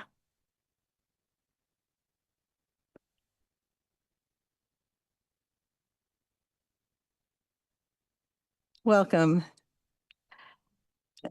So, yeah, my question is more, if you can tell me a little bit about your relationship with the school district and whether they are or could be a source of support for you with some of these programs. So generally, PTA are independent nonprofit organization. As far as I know, I've been involving in the PTA level in the council as a parliamentarian and vice president. There's no funding tie related with the school district to actually give the PTA. It's rather PTA raise fund and then actually support back to school district. And yeah, it's vice versa. Sort of the other way around. Yeah. Yeah. No, I appreciate that. We generally try to kind of stay out of the school district's business, but it's obviously school children. You know, we talked earlier about having needs beyond just those of education in the classroom, and I know you serve a lot of those. I'm trying to find in our packet, I should have put page numbers in all of these. Yeah, go. Yes, please. While I find my. Just a follow-up question. I'm not exactly sure how that works. Can the school district fund a PTA program, or is there some sort of limitation there where they're not allowed to? I think that is usually the case. Like, for example, the school district, in a way, they fund the third party through the MOU. And I know, such as Dreamcatcher or YCS was the case, but I don't realize any PTA would do that. Yes. And obviously, I have to mention there's other program that is owned by like a nonprofit. I mean, you may confuse by being our name of PTAs, but obviously we're just same as nonprofit. So I hope that make sense if I try to explain. I like there's a other program like a Dreamcatchers, YCS. They all do school program. Like YCS offer school-based service learning program, and Dreamcatcher obviously mentioned about. Although they dropped out, I just found out. But those are the different cases. But nonetheless, PTA usually not the case. That it's again usually PTA will fundraise and then they supply for other way of the school fundings. Well, we would not request funding from the school district. And we are aimed to do this as a extended hour of support for our student with a disability, especially more onto the secondary grade level, because I'm also a mom of my own child with a special needs, and I'm involved in this regard many years, and I've been involved in the PTA level and the other organization which we were proactively and very thankfully, obviously, partner with the city program.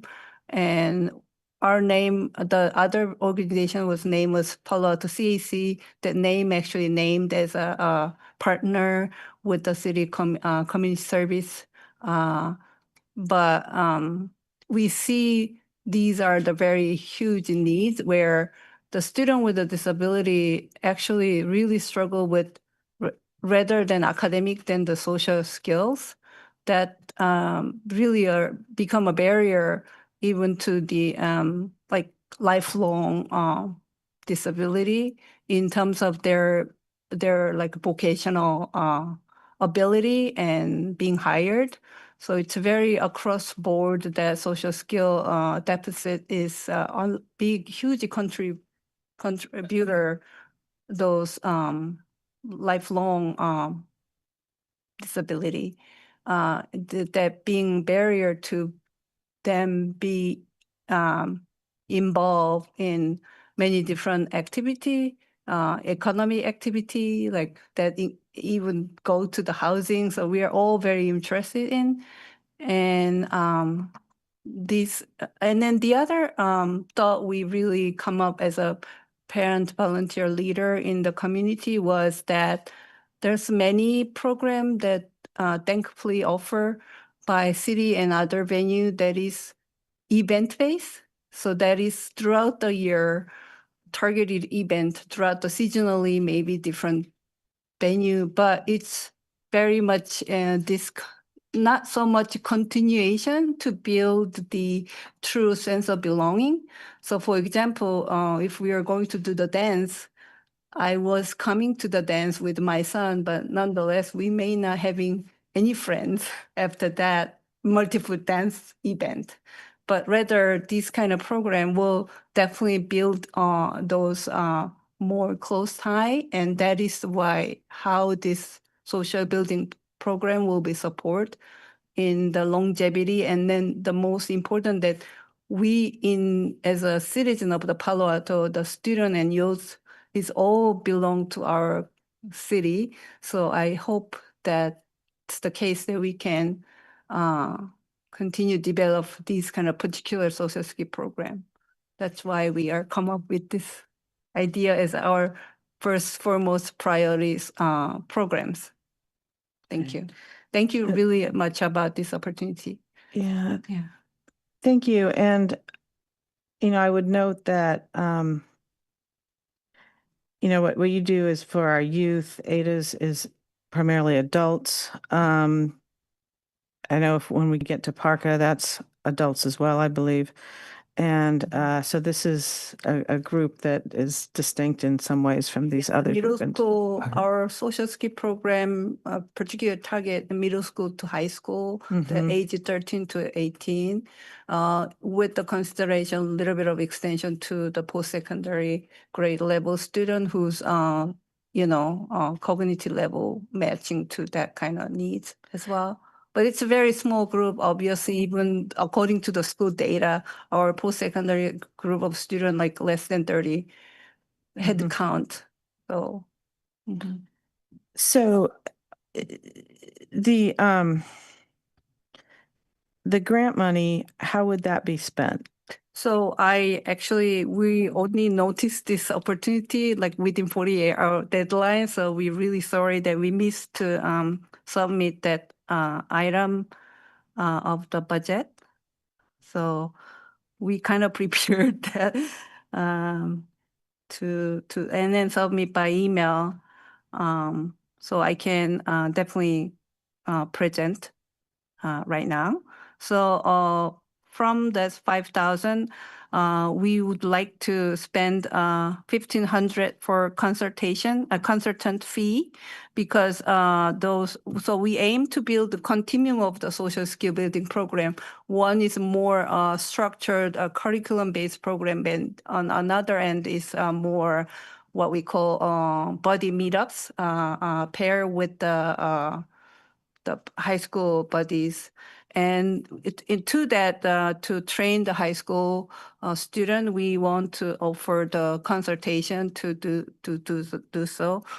And then also we want to have 1,000 for the development training for our members, so we can get trained and further certified. And I actually myself is already certified offering peers program, but we hope we can build the sustainability around our members. So we hope we can do more training. That's 1,000, and then material and other things that we particularly wanted to offer accessible sensory and other accessible visual and all that. So that's $1,000 and include others, and just direct subsidy, which we want to offer, hoping to offer financial aid, that is 650, and other facility fee is 850, hoping that we can award it the co-sponsorship program, because we already submit for that as well, for hoping to have some facility access. And yes, that's our composition of 5,000. Okay, thank Yeah. you. Thank you. And I think you said 30 youth roughly you expect to be served. Is that right? In one cohort. Oh, So okay. hoping to continue the cohort. So the one highly structured program, which is peer-based, goes by 16 sessions. So that one cohort we aim to support 30, and then we continue to in January. So we aim to start in September, and then the next is, but we also have that little unstructured buddy meetups that should cover, and we aim to provide this as a free program, by the way. So it can be open to more number of youth and children. So 30 youth in a cohort, at least 2 cohorts, and then some others in the other programs. Yes. So, because I know that makes sense, because in your application you estimated 100, and I know it's hard to know. Yes. So okay, that was that disconnect. Okay, great. Thank you. I Be happy to move ahead with $5,000. I think it's the flip side to augmenting the Magical Bridge Foundation, which does wonderful events, and this one does more kind of recurring small group programs and builds a parent community that I think we also really need. It's a relatively small ask, so I think it's worthwhile. Yeah, I like it. This is why I was being difficult earlier. Is I think we're gonna have trouble saying no to anybody. But yeah, I think it does. We may have to use that extra 50,000 on ones like this. But at this point, I would be happy to put it in the tentative award category.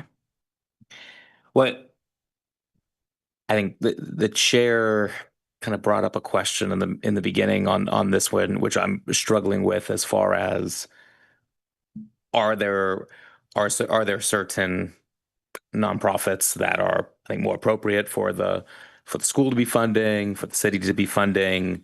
I think that's why I'm kind of wrestling with this. But the fact that there is no school funding, I think there will be no school funding given just kind of the structure of the PTA and it being a small ask. I think that makes sense, but I'm just kind of, that's my only hesitation is what precedent does this start? But Yeah, I guess my thought on that is this seems to be more on the social skills, which yes, there's some of that in the educational in PAUSD, but I think it's also extends beyond that and also to adults and people who are buddies. So I think it's properly outside of the core educational curriculum, but I'm curious what our staff has any thoughts on that if we're overstepping or something into a school district area. Well, and again, this may be one where CSD wants to weigh in. I would just offer the observation that the city does fund PAC on campuses, and so and as childcare, and so I think that precedent has already been established, and this would be another step in that direction. Okay. I think we also fund things like Peninsula Healthcare connection through his RAP and other similar programs. And you would think of the county as the healthcare provider of last resort, or, there's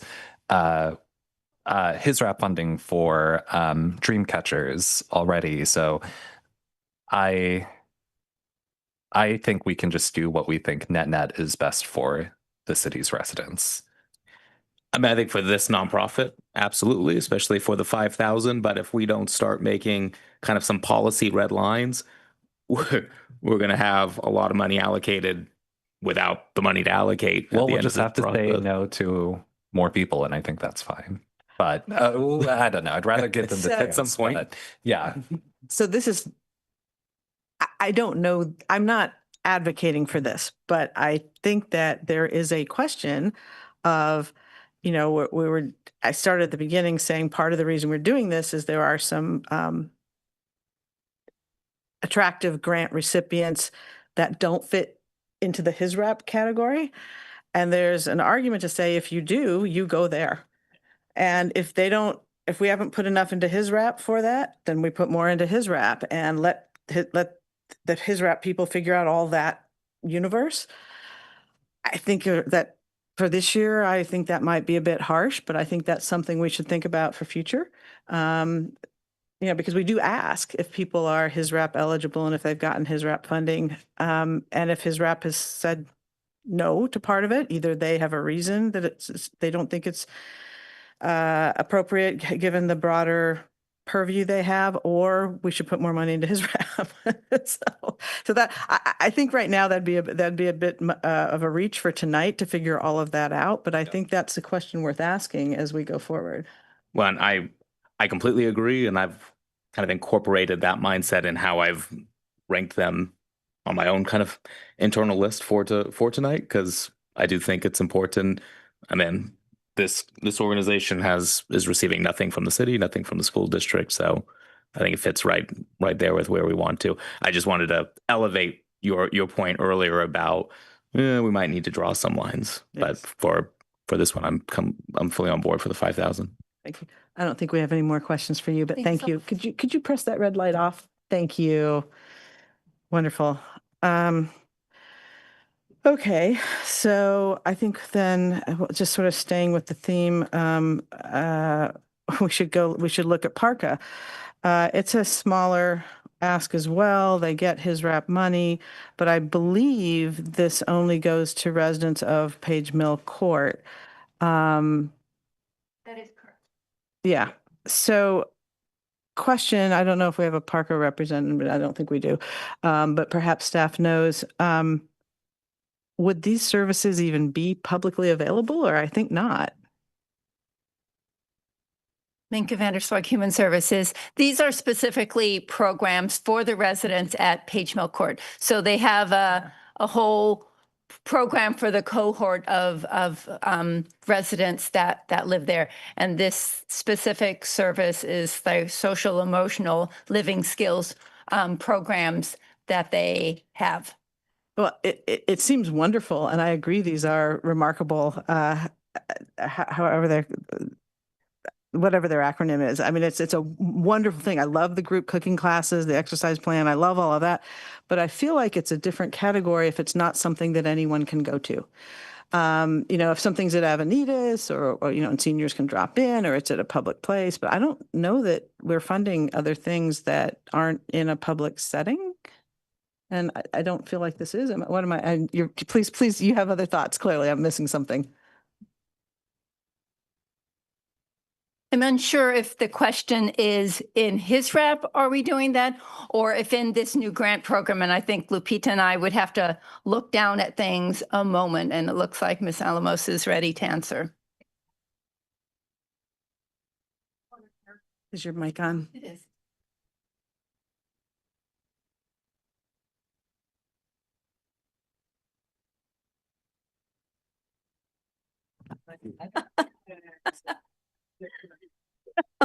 No, I think, Minka, I was just trying to communicate back that if I understand the question correctly, it's more of access, right? Does the public have what is the level of access to this home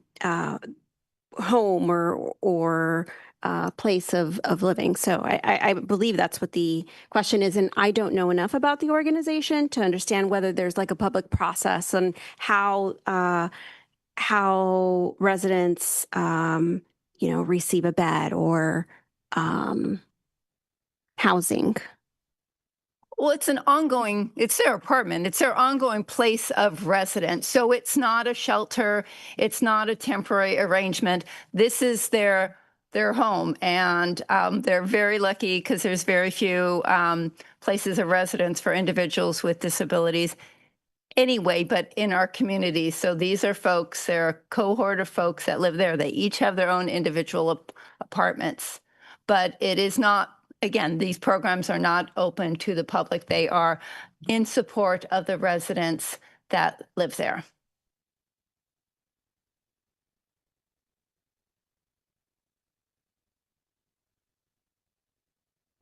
Go ahead. I think, probably unpopular opinion, but I think this is something that exists within his wrap, and CDBG funding seems like no. Okay, his wrap funding. Then, so yeah, I'm a believer we have to start making some tough decisions, especially given kind of where we're at in the process. Yep.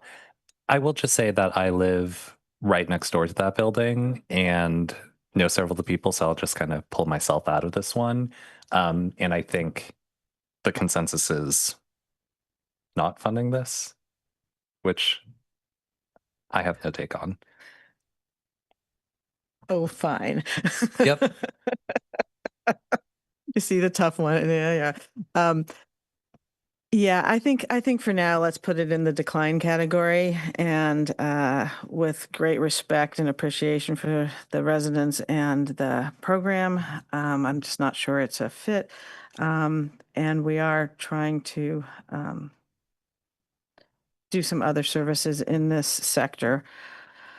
Okay, where to next? Do either of you have one you'd like to lift up next for conversation? Although we could talk about, go ahead. I think maybe. Oh, I don't think so. Are there? Well, there are other special needs programs like the Vista Center, but I mean, I think that's somewhat qualitatively different. Maybe one suggestion, and this is also a little bit arbitrary, but we could start with the programs where attendees are here in person to respect their time and give them at least some chance to answer our questions or hear about that, and then we can go down the list. I like that, and actually it fits because I was going to suggest we talk about Neighbors Abroad because it feels so close to the city, and I think that even though it wasn't one of the finance ones, I know why you thought it might be. I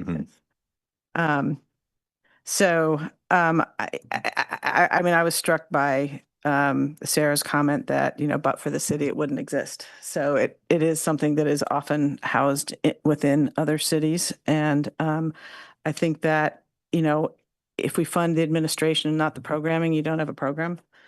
So I think we need to fund it, and I'm good with the amount, but I'm also know that we're in cutting mode. So you all let me know. I'm also a little close to it, even though I understand that does not present a conflict in the sense that under the various rules we have. But I don't think I should be the one that ultimately argues for the final number. I think I'm fine with the number. Yeah, and Neighbors Abroad is very efficient, seemingly, with the money, and we can always come back in a year and see what programs we fund for the next cycle and so on. It sounds like some of this is expected to carry over anyway, since some portion of the 20K also carried over. Yeah. Agreed. All right. Fully funded. So I think we moved that to the award column, and we made no progress cutting, but we're all good. And just to clarify, I know some of the questions asked earlier had to do with their baseline funding versus this grant request. This is only taking into account this grant request, nothing on the baseline funding, correct? Right. Okay, just wanted to make sure that. Baseline funding is separate. We're not touching that. Perfect. Okay, Yeah. thank you. This is separate. Okay. That was fast. That was good. We're picking up the pace. I would love to talk about that. I will just say I was wildly struck by your comments last time. And, for $5,000, I think that they're non-redundant. Like I said, I want to go participate. I'm not yet someone that would be your client, but, no, I've been close to those services through one of my parents, and wish that there had been something like you described. And it sounds like you could go to a variety of places, including if they wanted our senior center in various places. So I'm all in on this one. I will just say that bluntly like that. Yeah, I agree. We have a loneliness pandemic in this country, especially among seniors. We've been really struggling to try to find additional programming and events for our seniors, and this seems like a fun, innovative one, especially for $5,000 with, I think, unlimited potential. So really excited for it. Definitely support it.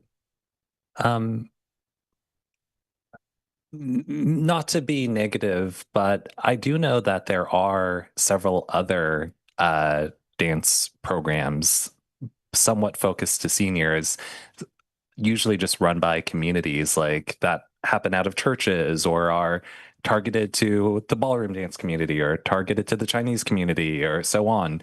I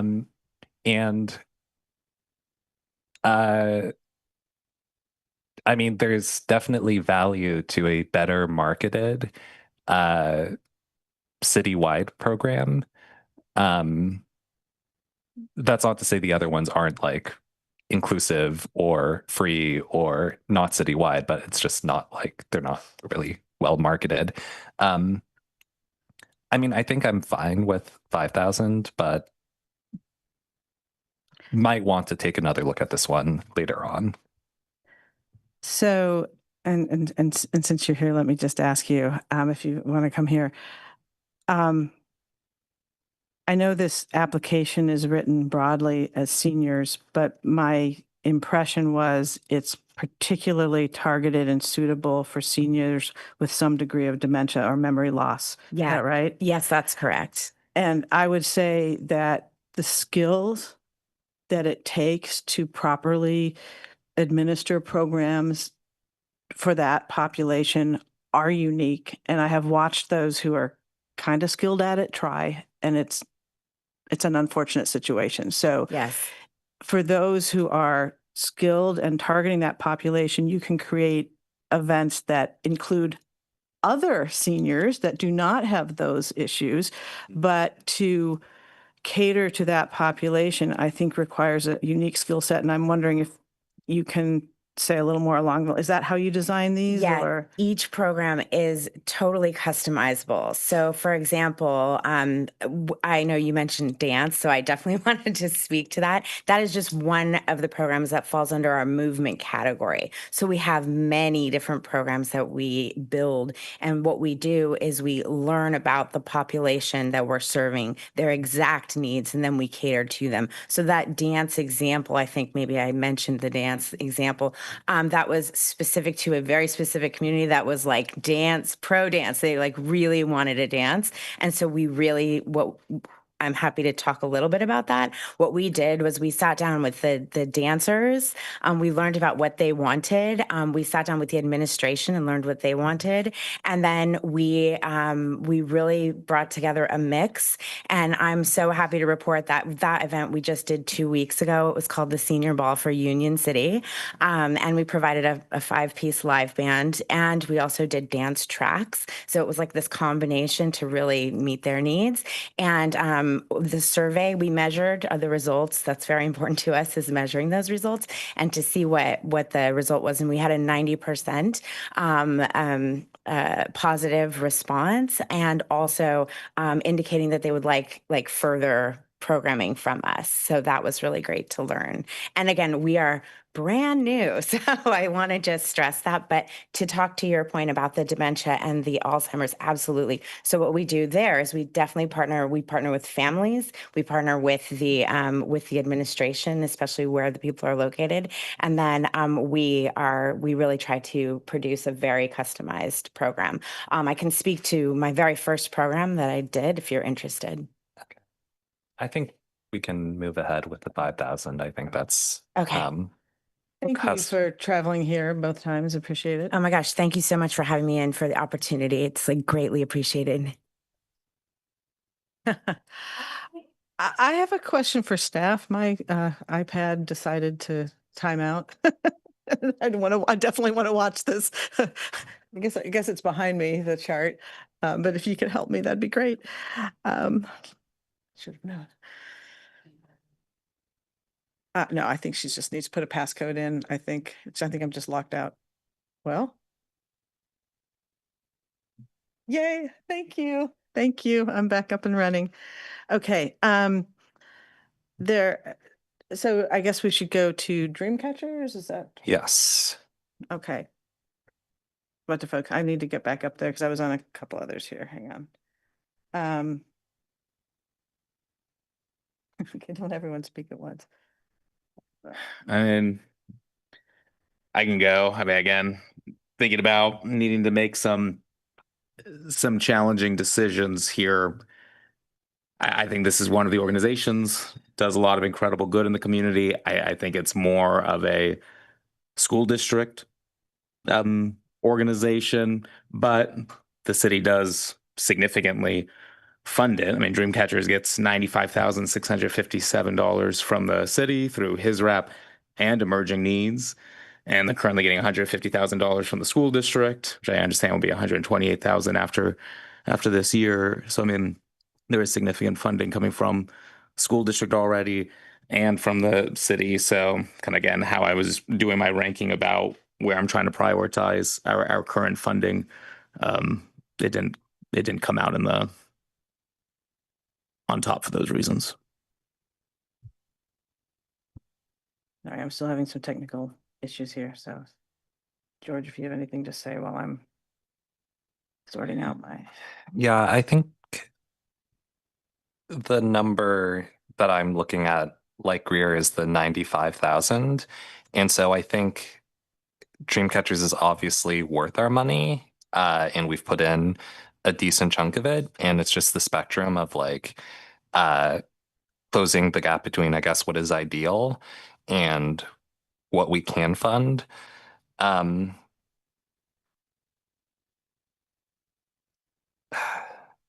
I don't know if I would say no, but maybe I would punt this one and come back to it at the end and see what we have.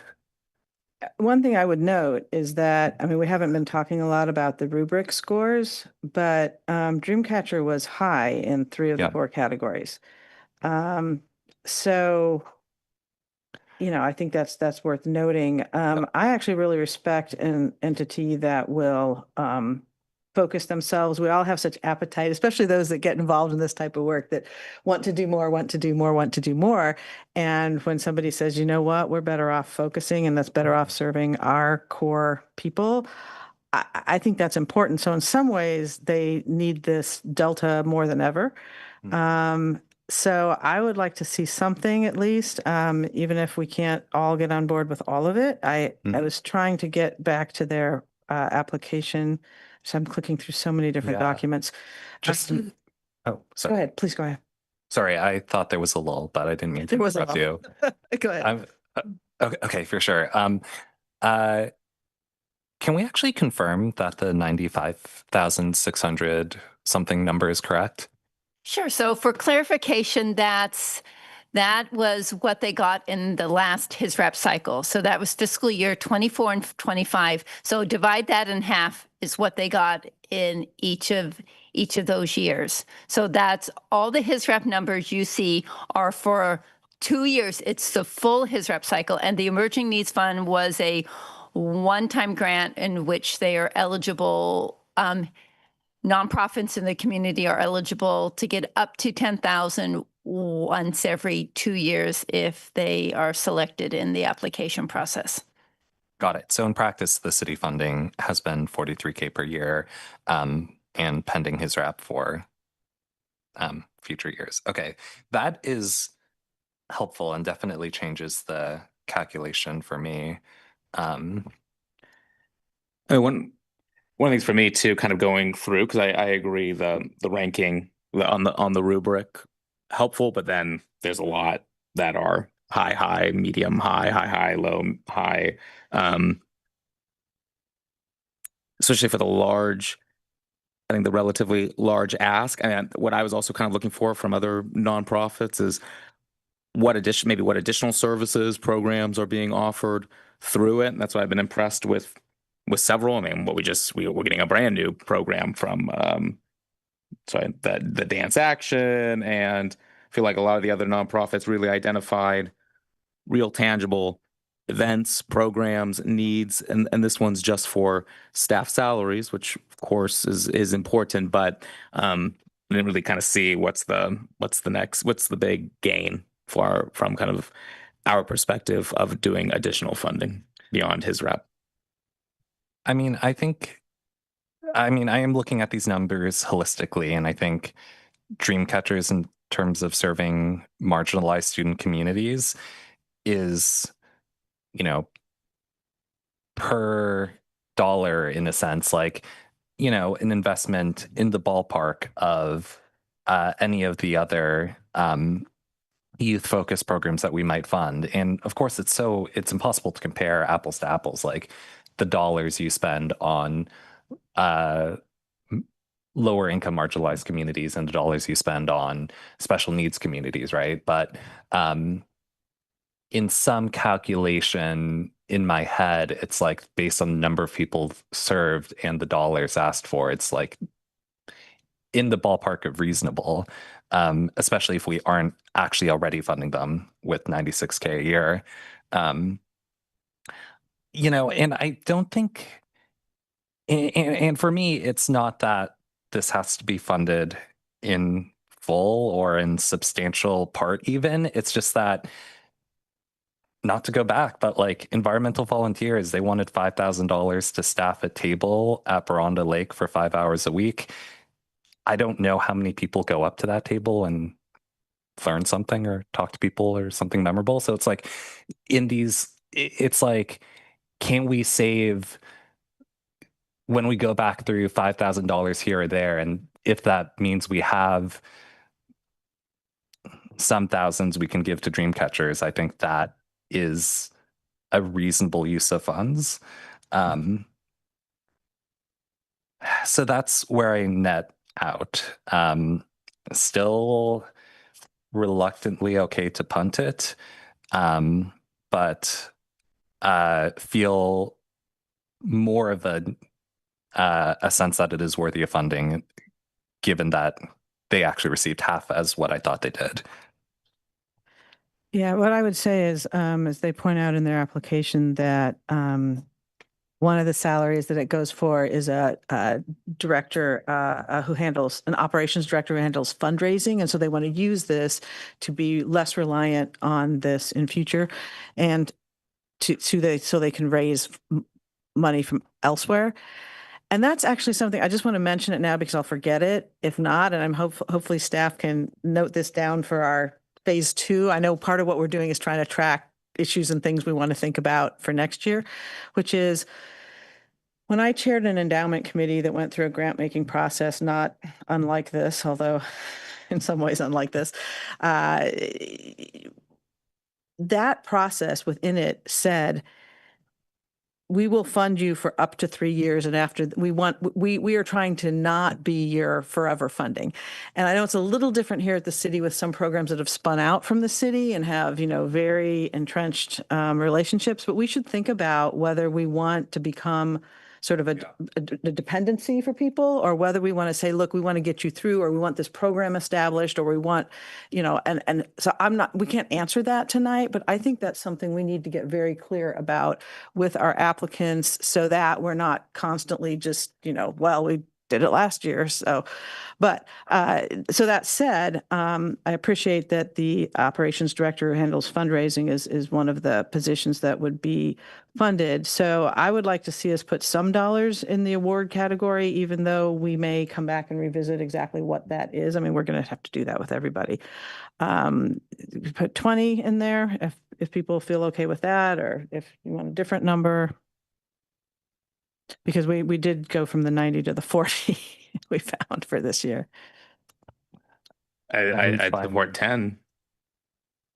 I hear 15. But not 20. I mean, I'm looking at some other nonprofits that are really critical coming up that I'm just seeing I don't even know where we're at right now on what's our award if we scroll down?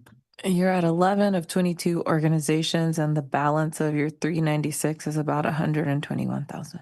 Yeah, but 100,000 of that was to one applicant, so we should remember that too. Correct. Your subtotal was 275 right now. Yeah. So how about 15? Sure. Can I sell you on that for now, or do you? To continue, I mean, just to continue the conversation. Yeah. Well, let's put that in there. We're going to have as 15,000 and 2 of 3. Yeah. Yeah, I think that's fair.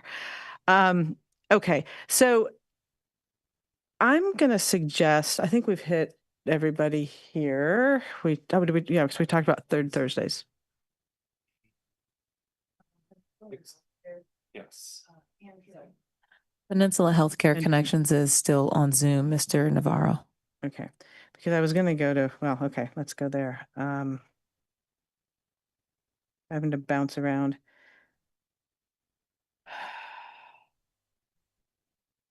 Okay, so just to refresh us, this was a $35,000 ask. They have some HISRAP funding, which I don't have in front of me right now. These are for services for the unhoused, that he was describing the various places that people can access those. And the ask is for a salary for a case manager to expand their hours of service delivery is my best recap in memory of their ask. I guess what I might ask staff is we don't have Project Home Key up and running now, but we will. And now for Project Home Key, are the wraparound services there only available to the people who are on site who are resident on site at the time, or can others access that? Off the top of my head, with Life Moves as the operator there, I think the intention is primarily for those that are on site, or maybe if they have some other connection and are trying to get someone into the program. But I would have to double check that information. More importantly, on the outreach necessary before Home Key opens, we do have 2 caseworkers, a contract with Life Moves, to do some outreach services, which we will want to do more intensively before the shelter opens so that we are sort of making those multiple touch points that are necessary. So by the time the shelter opens, someone would be open to going to it. And so any additional outreach that other community organizations can help us with in that regard would be definitely fruitful. And the county has also volunteered to help us in that regard over the coming months. So are you suggesting that the Peninsula Healthcare Connections could be that we could be one of the resources to which they could send people that they engage with? They are definitely a helpful partner for us, especially with our RV dwellers in the community. Their caseworkers have existing connections with some of the individuals living in our RV communities. And so they have proven to be a very helpful partner in encouraging folks to consider services. No, I love what they do. I mean, to actually connect people. And I know we have a lot of voices in the community right now who are concerned about RV dwellers dwelling in places other than the sites that we provide. And if they feel they have no other option, it's nice to have people come and walk them through, what the other options are, how they avail themselves of them and all that. But I guess what I was wondering was how much. So actually, I can either ask the director online, or if you staff might know, I know they connect people to services. Do they provide the services directly themselves as well, or not? I can ask Andrew. I'm going to phone a friend of Ms. Mika Vanderswag, who works directly with the organizations. Sorry, Vice Mayor, can you repeat that? They're directing them to what specific services? Sorry. Well, I'm trying to figure out, are they more connectors or do they provide the services? It depends. Are you talking about Peninsula Healthcare? Yeah. Okay.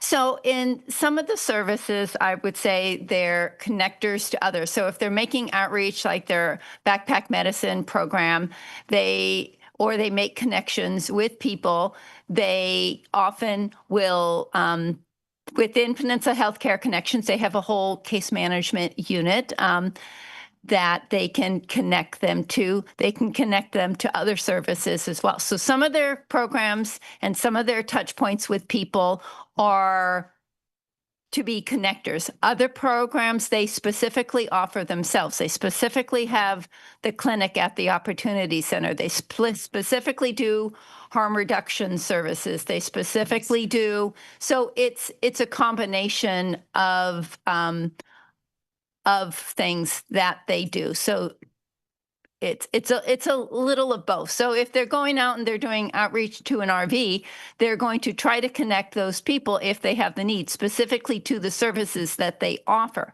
If they don't offer a specific service that someone needs, they're going to do their best to do a warm handoff. I see. That's helpful. Thank you. And Mr. Navarro also has his hand up for whenever it's appropriate. He can correct me if I said anything wrong.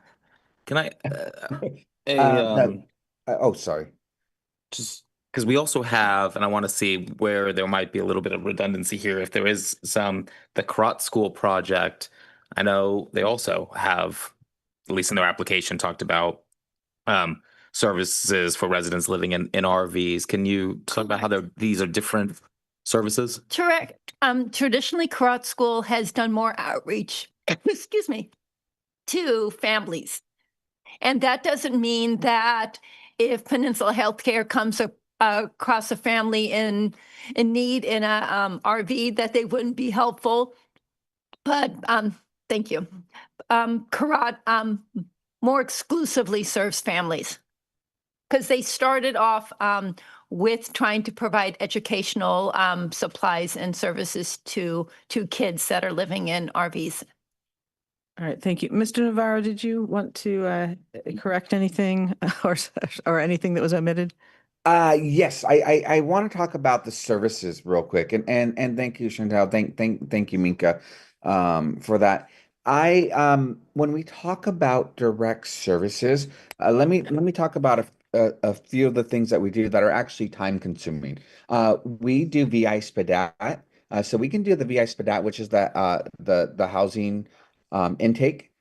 We can do that anywhere for our clients. So anyone that needs a VI Spadat, we can do that. Aside from that, we also do Medi-Cal enrollment. So someone that needs Medi-Cal insurance, we actually can do that on the spot. So sending someone who's on house down to the county to do that may not be realistic.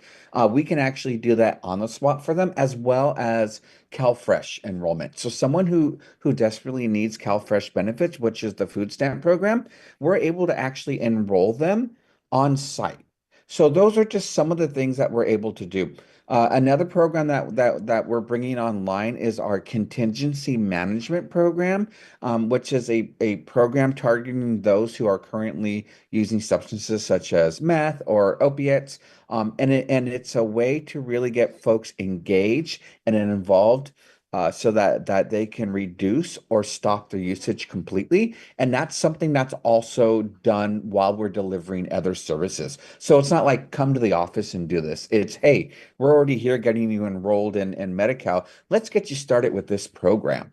So these are all programs that are actually a lot time, very uses a lot of time. So we want to make sure that we have that time for our staff to be able to do these programs and deliver the services. So it's not like we're just sending folks to the county for medical care or for behavioral health, which we actually have on site. We have behavioral health on site. We have we have our MAT program on site, our medication assisted treatment program, and then of course our healthcare team as well. But our staff, they are trained to provide these services. They're trained to provide limited counseling in the field and options to folks. So it's not, we're just not going out there and being a broker. We're out there and actually being a worker, and we're able to really get folks engaged. And that's really the benefit of our program. That's the highlight of our program. Is not, we're just not passing out a card and telling them to call a place. We're helping them get to that place. We're actually doing something for them that day. Yeah, no, that's fantastic and terrific. And I think actually my colleague put his finger on my confusion in all of these good works by all of these good organizations. I think I was confusing you with the Karat application. So my notes now say more what you just described. So thank you to staff and thank you, Mr. Navarro, for sharing that. That is truly wonderful. I think the question is, they are looking to expand and serve more. And I think we are looking to essentially expand and serve more. And we've committed to doing that with our city dollars, essentially through Project Homekey.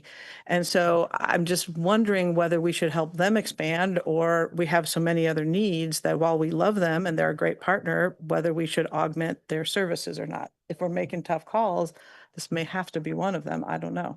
That's because they're getting his RAP funding. So I don't know what my colleagues think. We don't want to say no to anybody. So. Well, I think among the homelessness serving groups here, Peninsula Healthcare Connections ranks really highly for me. I believe they're exclusively focused on Palo Alto. Is that right? Mr. Navarro, I just want to confirm. Line, could you confirm, do you focus exclusively on Palo Alto? That is correct. Thank you. Yeah, so I think that's helpful in ensuring that the money is very focused. And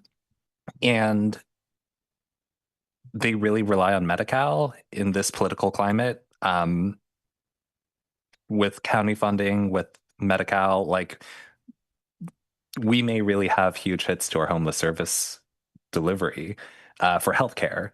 I know some of that is still to be seen, but I think they are a pretty worthy organization. And we see that in that they get his rap in CBGB, CDGB, BG. Um, so I personally want to fund a significant portion of this. Yeah.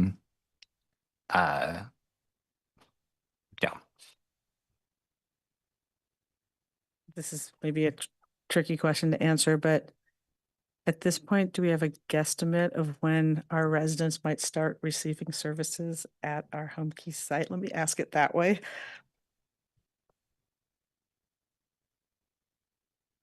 Our estimated timeline that we'll be updating on the website this week is late summer, early fall, but it would be in 2025. Yes. Okay, so it'd be fairly early in this budget cycle. Yes. In the budget cycle, yes. Yeah. Because the other thing was, relevant to my comment a few minutes ago, this could be one where perhaps we fund it now because we're not yet providing those services out on San Antonio Road like we will be more fully within the next year.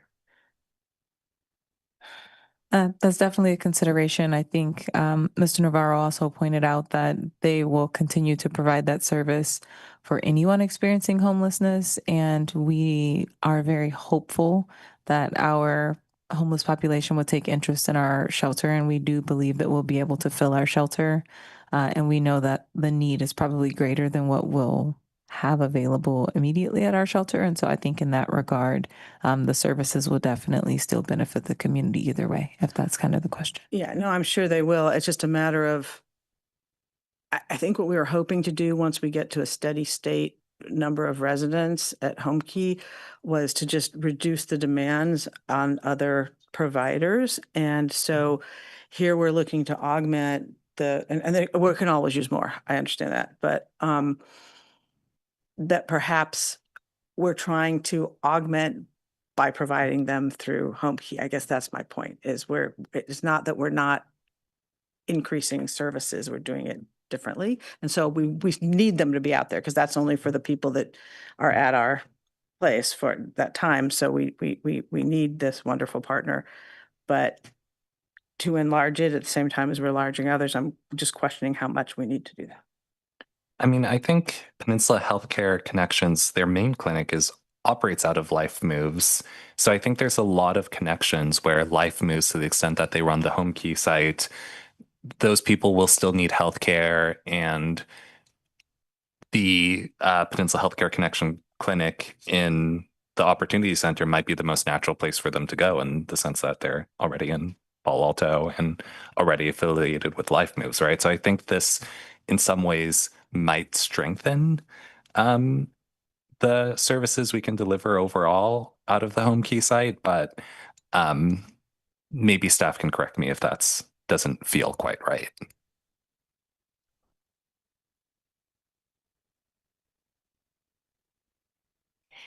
Every organization doing outreach in the community to the unhoused and getting them ready to and interested in being in the Home Key site is an asset.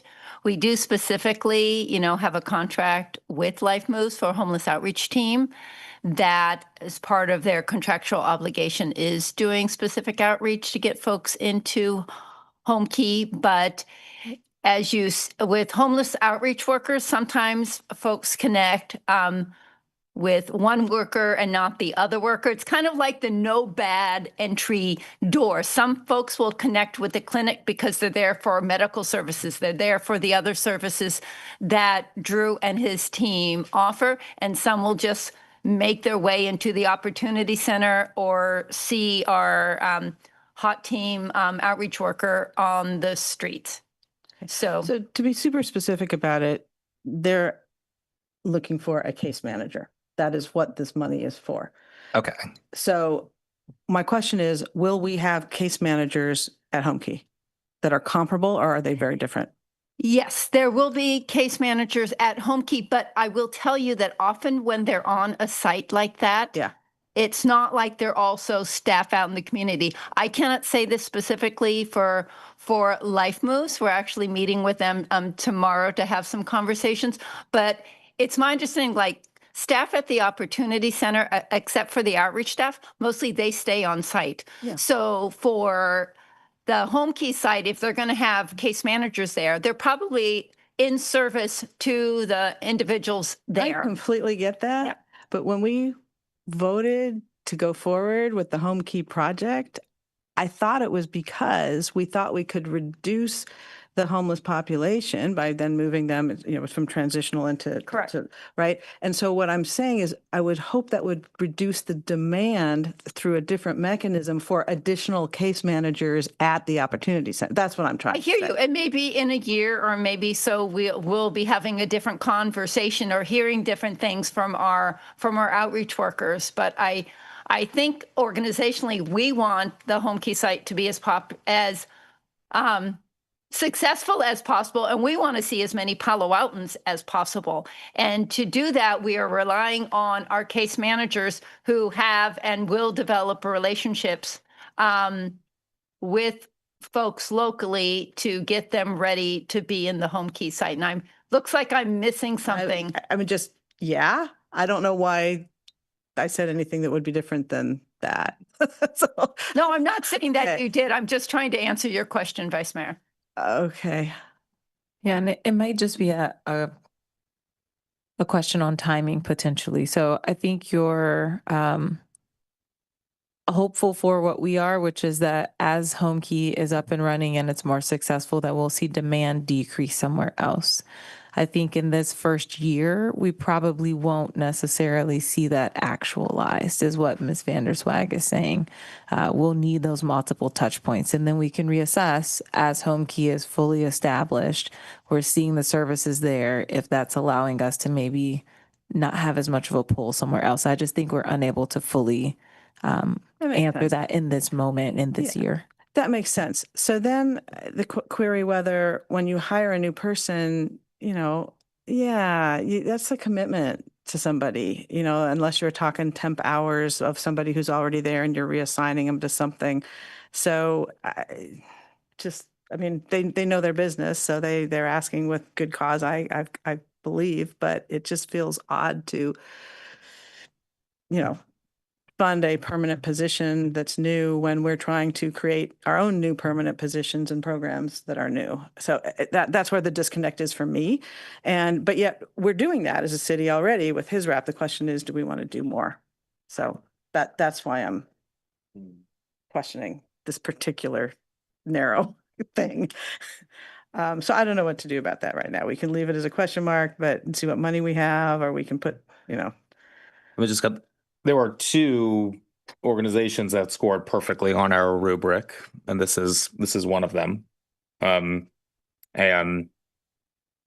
even though I do have a lot of hope for our home key project, it's not going to be a panacea for our homelessness issue, and I think it especially is going to take a few years, word of mouth and everything else, to be able to, I think, for it to really for us to see the success that we're hoping from it. I can't imagine 35,000 is going to be able to fully pay for itself, right? So I would imagine there's got to be additional funding it's on here. that they're relying on. So initially entering this conversation, this one wasn't ranked as high for me, solely because I was kind of really sticking with, if you're receiving funding from a lot of other areas of the city, and Peninsula Healthcare is getting it from 3 other sources within the city. That's why I didn't actually have it ranked as high. But since the committee has gone beyond that, I think this is a good one to fund. Do you want to? You want to put a placeholder number in there, or do you want to move on? What were you going to suggest? I was going to make something up and say placeholder 25K, 2 of 3 people supporting, just to plug a number that that maybe 2 of us would be okay If it was with. 20, you'd get 3. Then But let's it's just a- say 20. What, since we have, I'm sorry, I can't remember. Mr. Navarro? Mr. Navarro, thank you. On the call, since this money is specifically going to the hiring of at least half the hiring of a case manager, what happens if it's 20,000? What happens if it's 25,000? If it's not going to be able to fund it, then there's no point. That's a good point. So our motto is we're the little clinic that can, so we will continue to make our staff thrive, and we will make 20,000 work, 25,000 work, whatever we are blessed with, we will make it work. Oh, bless you for that. And I've been the one that's been the difficult one on this, but I will say, I know my husband works for the county and refers to you guys all the time. So we do have a lot of respect for you. So 20K to get you on board? Yeah. Okay. You find good. Let's go for that for now. And you still want it as a placeholder number, correct? Yes. Okay, thank you. I mean, and they kind of all are, but yes. Some more than others. I would like to talk about a couple that, again, we love all of these, but I'm not so sure we can fund. And I'm just gonna, let me find my chart here. One of them is, sorry, I'm just scrolling through here. Oh, it's not a big one, but the Museum of American Heritage. I love what they are talking about doing. I would love nothing. I would like be the first one there to go sit in their park with the water fountain and the bench and the being open weekdays and all of that. But I feel like our city already has a lot of parks. It's not a unique service. To some degrees, it's redundant. I love the people who run that museum, so I don't want to, lose friends over this, but I feel like the budget is kind of too tight to fund that request right now. Although I do understand how, in many ways it aligns with how the self-care and mental health to have a respite place to go. I get the positive attributes, but I'm not sure we have the wherewithal to fund them this year. So I don't know what others think. I agree. Okay, I think we're 3 for 3 on moving them. Okay, we have one. Move to the decline. Oh, we have 2. Okay. Yeah, with our apologies to them. I just don't think this is the year.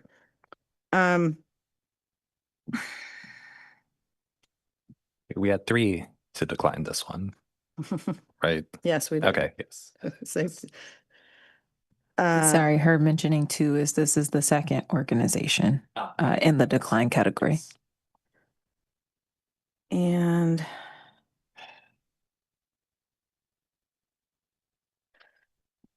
I mean, on cuts, should we talk about the Mid-Penn Media Center? I mean, Sure. I think it's a good creative outlet. I think we may consider alternative uses in terms of arts and culture and expanding really in-demand classes at our art center or other sorts of programs may make sense.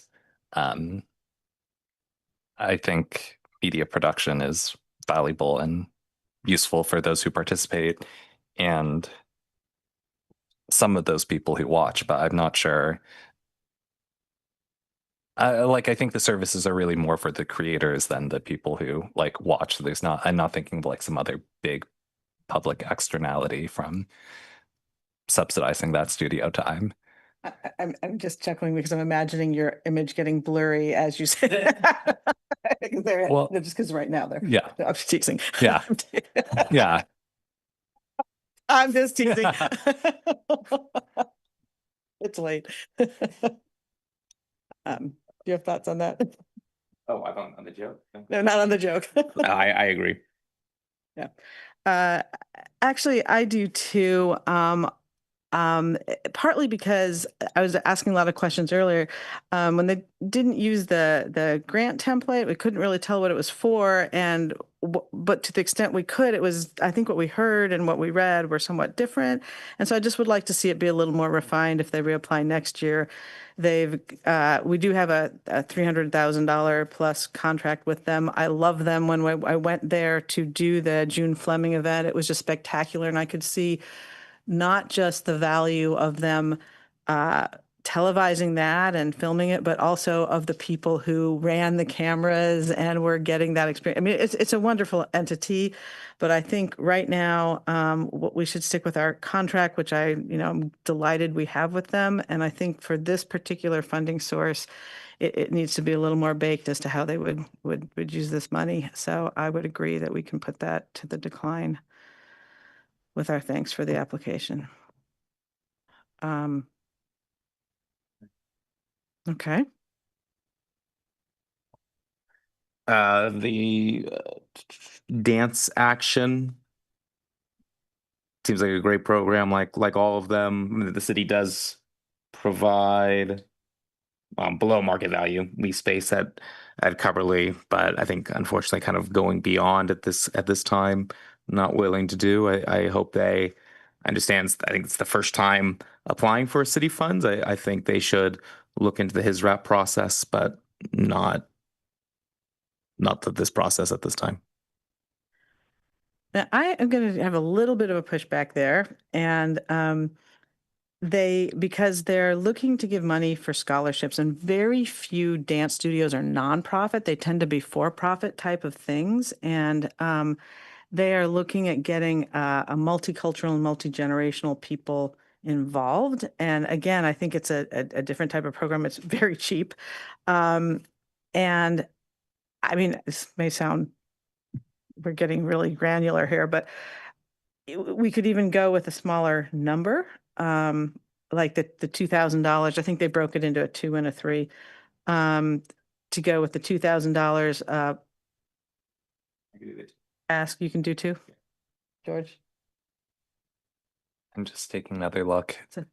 Women-owned nonprofit. I'm curious what their tuition is, because they say they can provide half or full scholarships, but it's not really, is it clear how many scholarships and whether that would be full, what the distribution would be between full and half? Because I'm just curious if their tuition right now is, I don't know, like $5,000 a year, which is not, I'm saying what it is. Okay, I found it. Their tuition is in the ballpark of $50 to $80 per month, depending on which dance class. Yeah, it's and I'm not sure how often that meets, but yeah. Okay, so a $5,000 tuition or a $2,000 scholarship over $50 a month gives 3 people full scholarships for 1 year.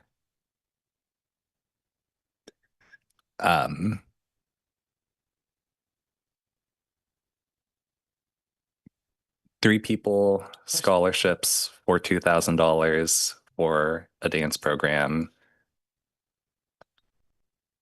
Or 6 people half, or 12 people for half a year at half. Right. Wait, am I looking at the right dance action? Probably. No, there's a different dance action. I was looking at the wrong website. Dance action Palo Alto. I found a dance action PA that is in Pennsylvania. So that is totally wrong. I mean, I think doing some quick math here is sorry, it's gonna be annoying and take a minute, but I think it's worthwhile just to confirm what kind of scholarship that is. And we should verify, but my understanding is you basically pay as you go. So it could be a lot of different people could try it if they offered, Chair, just when staff was reviewing this, I just wanted to add that when we looked at their budget sheet, the only way that we could try to gauge how much they were going to give for subsidy is just a $500 that was identified in the other category. So when we tried to match like the scholarship piece to the budget that they included, we struggled with finding, where that direct subsidy or where that was. So that we'll just share from the staff's perspective when we were evaluating this. And thank you for that. And do you know which packet page that's on, or of the nonprofit applications? Because that's my problem. I don't think it's tabbed, that PDF. So I searching around. Hold on.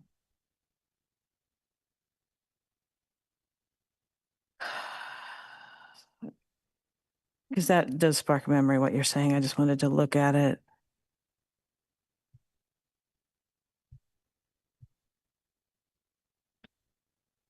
Oh, shoot.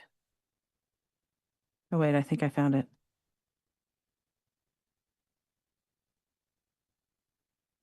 Oops. I see, because they have maintenance and repair and equipment, office supplies and materials. Am I looking at the right one? And then other is for 500. Yeah, so I think they didn't delineate super well how the, thank you, would be funded. So that could be an issue for them there. And the other was for the paint and the curtains, is that right? Yeah, and I don't know I mean, I don't see any like photos of what the state of that is or if it's a mess or not.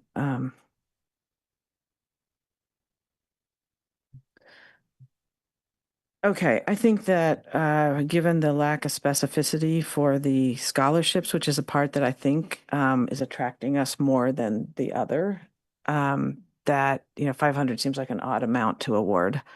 I think that this is a more substantial grant program than that. So without having adequate support for the scholarship piece, I don't think we have support for others. Is that fair? I think so. I think we can pass for now. I know Greer was originally going to pass, and I made a big argument for them, but I don't think we have support for that in their application for what I'd like to see and like to support. So I think we do need to pass and put them in the decline category. Okay. And I think maybe a good time to kind of point out we've only got about $85,000 left to allocate, and still a little over 315,000 on the table. I think we should talk about the Vista Center because it's a big number, and our 85,000 is squishy because our 310,000 is squishy. So, but I think that something like that is a big weight one way or another. So let me get down to my notes on Vista Center. If you all can access yours and have something to say before I can, please go ahead. I'm now having trouble even finding which tabs.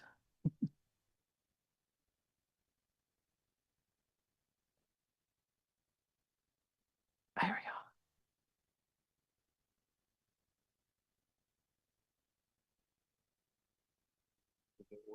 They were looking for a development professional that would help them raise more money. And it wasn't clear what the kind of direct relationship to providing services was. Yeah, I think it was a chief development officer. So this is similar. We've encountered this a couple times before. It's a chief development officer salary, and have some of the similar concerns about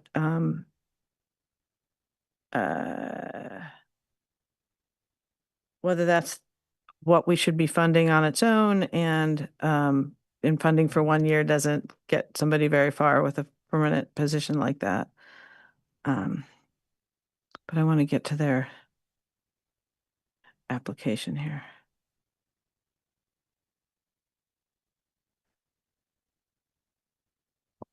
And this was the second agency that got the perfect score under the rubric. And we've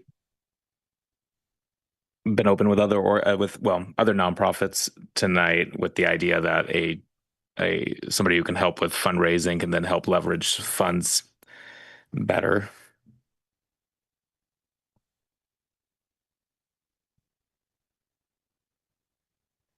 Yeah, I really appreciate all the work that went into the rubric. I have just two generic comments about that, which is, again, I'll forget them if I don't just mention them. One is that even though we had said last time we may not need the 1 to 10 and all the granularity that a 27 versus a 26 score would be, it did occur to me when we had the low, medium, and high that it's hard to just at a glance to see those. So I personally assigned a 1, 2, and 3 to the low, medium, and high, and then added up the scores from 3 as a low to 15. Oh, wait, 15 is 1, 2, 3 times. There's 4 categories. 12. Sorry. So the score between 3 and 12. That I should have asked for that, because that I think would be a way to compare. So that's one comment on the rubric. The other is that I noticed on REACH that there was a lot of subjectivity, admittedly added in it. In fact, it was detailed in the staff report how the sorry, it's getting late. I'm getting tired.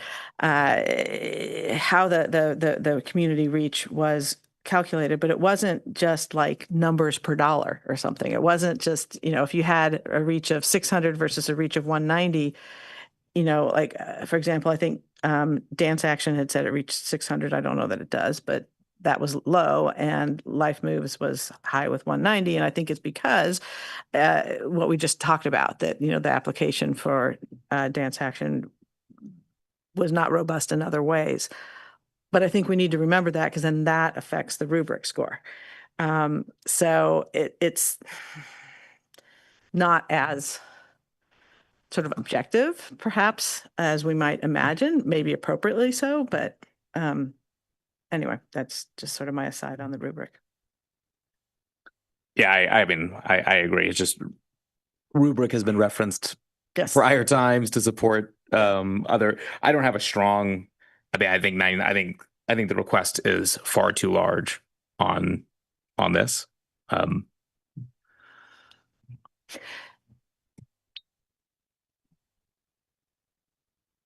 So And they there's- get. Go ahead. I was just say there's some other big ticket items that I'm far more interested in funding that we haven't gotten to yet. And they get I 90. agree. Go ahead. Oh, I agree with what Greer just said on 99 definitely being too much, and potentially other services that we should fund first. Yeah, and I think that, when we talked about development officers elsewhere, that was like one of several in a staffing group. And here I think it is that person. That is the one thing that this is for. So they get 90,000 from his wrap, and then they want the 99,000 here for the CDO. And so we're not getting any more programming. We're helping them raise more money, but that's the only thing we're doing, I think, here. Even though I love their mission, I mean, again, it's just, everybody's just doing such wonderful work. And I understand their conversation about the CEO and the fractional CDO not being sustainable, but I'm not sure it's our job to make their organization sustainable. So I don't know. It's a difficult one, but I think we certainly can't go to the 99, and I don't know. Partial funding on this one's kind of. Where would you put a mark? I'm fine going. Oh, good. Oh, I will also say that one factor for me is that Vista Center operates widely throughout the Bay Area.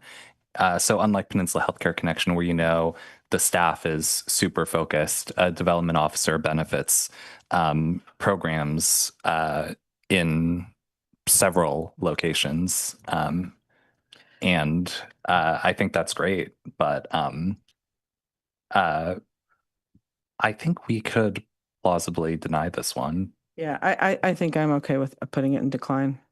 Yeah, I agree. I mean, as I said earlier, I'm not really a big fan of supporting just funding for staffing.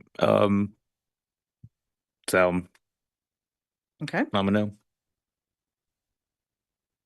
making some progress here. Okay.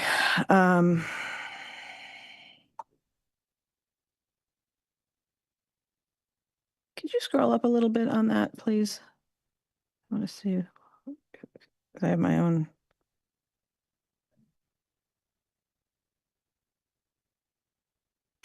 Scroll down just a bit. I want to see.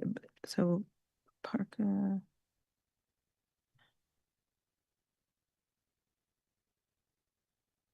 right.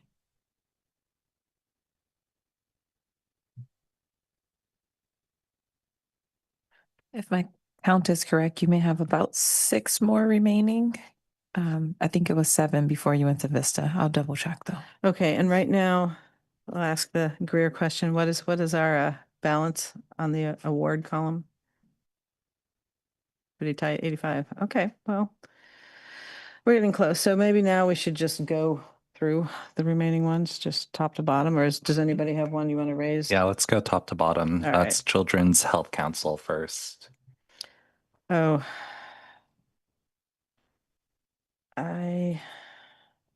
Hold on.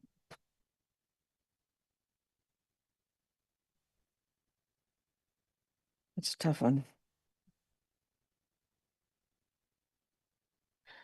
I think this one fits squarely within, our focus on youth mental health. They do a lot of work in that space, and I wish we had more partners that was doing that work directly.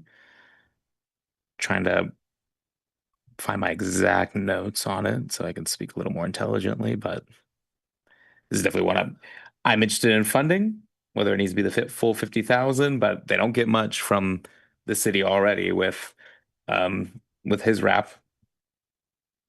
I mean, cutting that in half, it's a little over 6,000 a year. This is one where I'm curious about redundancy. I mean, what they do is wonderful and it's a priority, but if we have Alcove in town, we're partnering with the Jed Foundation, I'm having trouble understanding the uniqueness. I mean, they look great, but how can staff help us? How do we think about whether or not we're doing some redundancy in funding here?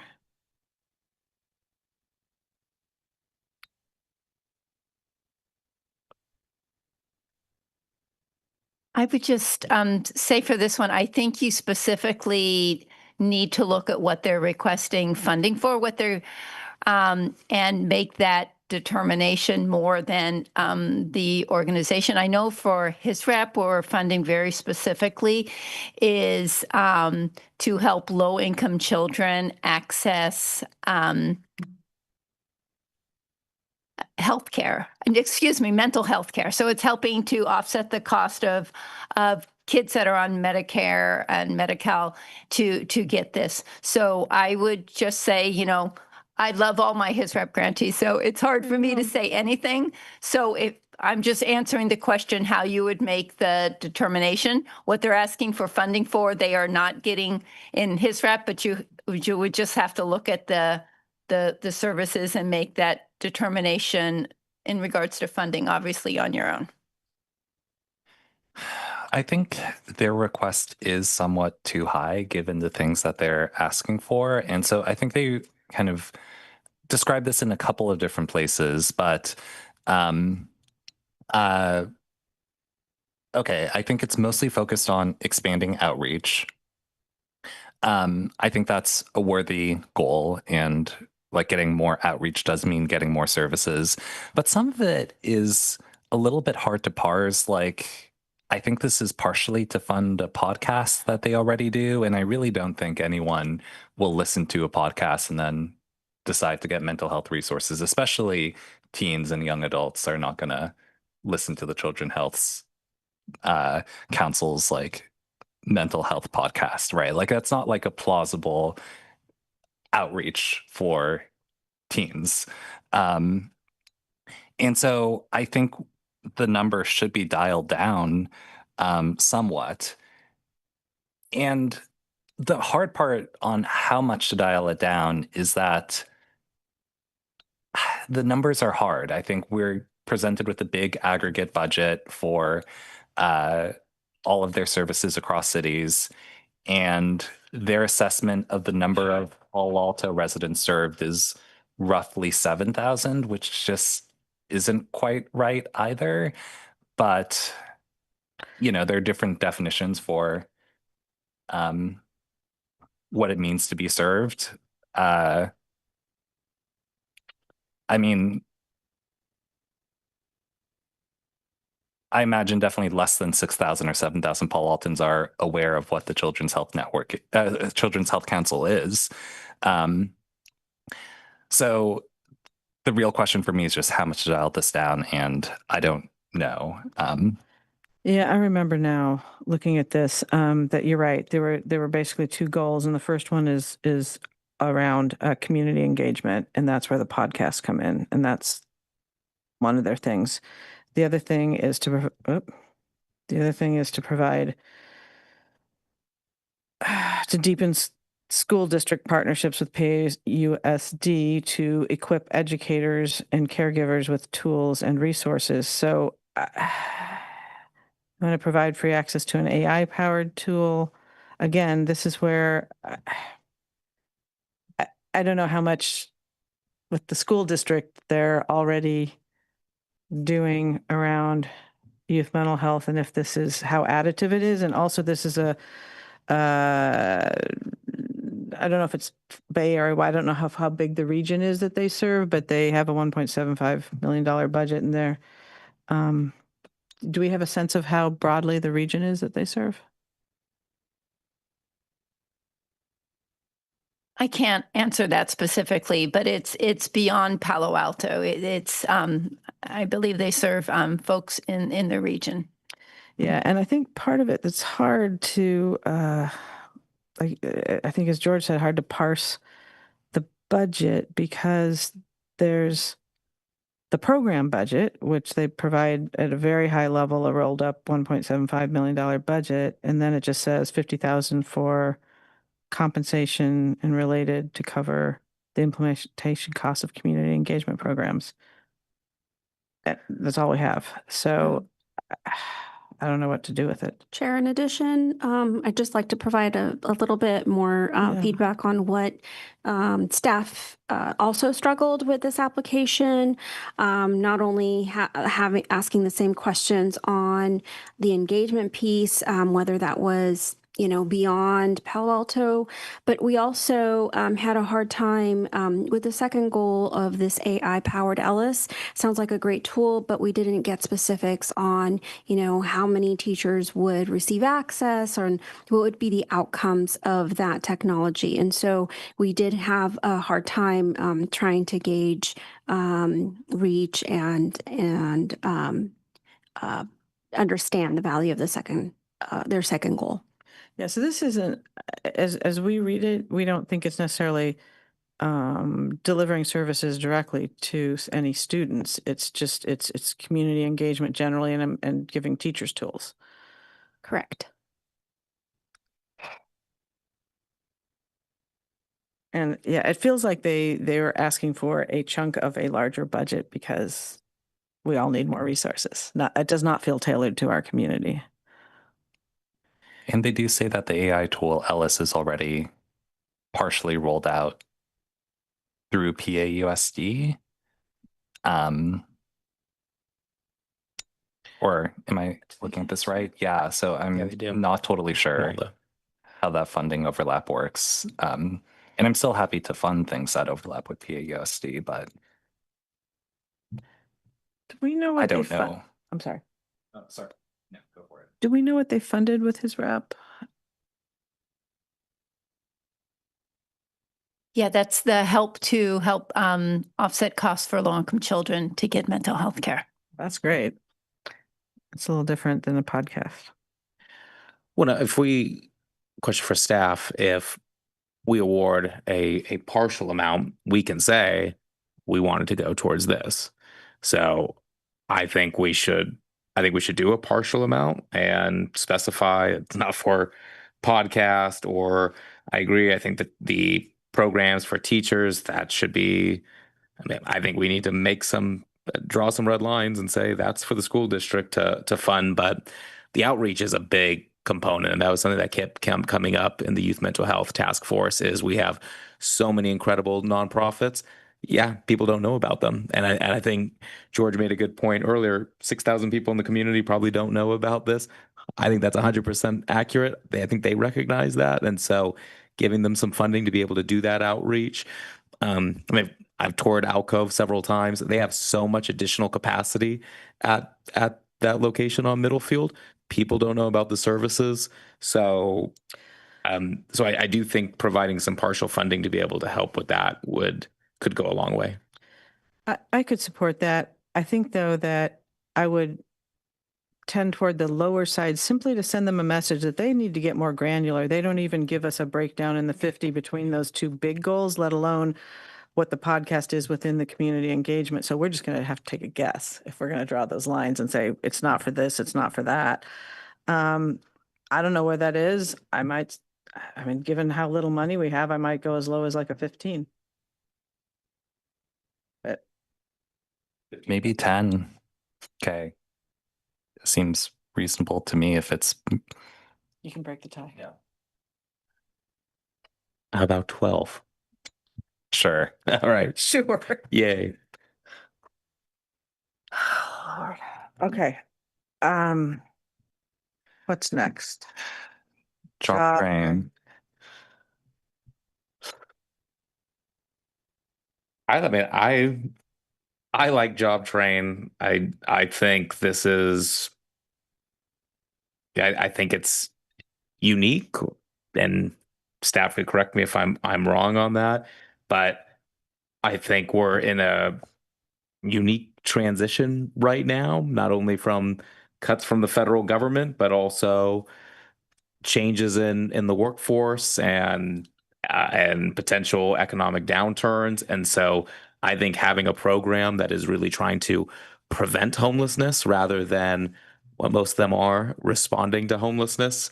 And this does as well by helping to unhouse people get off the streets by helping them with jobs. So I think this is a worthy venture. And as Larry Moody said earlier, it is directly helping Palo Alto residents. And I think all the funding request does go directly towards Palo Alto.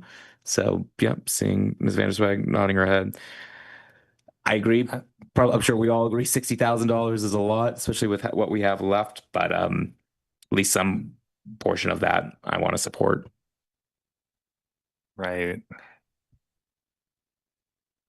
I think their programs or their objectives do reference serving X number of Paul Altons. And their budget request goes to salary and materials. And I think that's all fine. I think it's a little bit less clear to me how they would make sure that they hit those numbers for like the Paul Altons enrolled. But yeah, I think this is a really critical function that we need to support. Of the remaining options, this is pretty high up there for me. I don't know. Maybe this is like a $15,000 plug number and another one we explicitly come back to.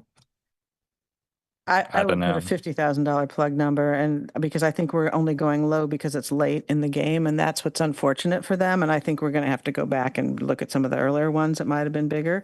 The reason I say that is this is non-redundant, right? That's been one of the things I keep trying to mention is like we have a lot of ones that are grouping into constellations, which is great because we have big needs, but this feels unique to me. Now, my only question is that they have these estimates for Palo Alto residents, and they serve a lot. They have this big budget of $11 million with $8.6 million in salaries.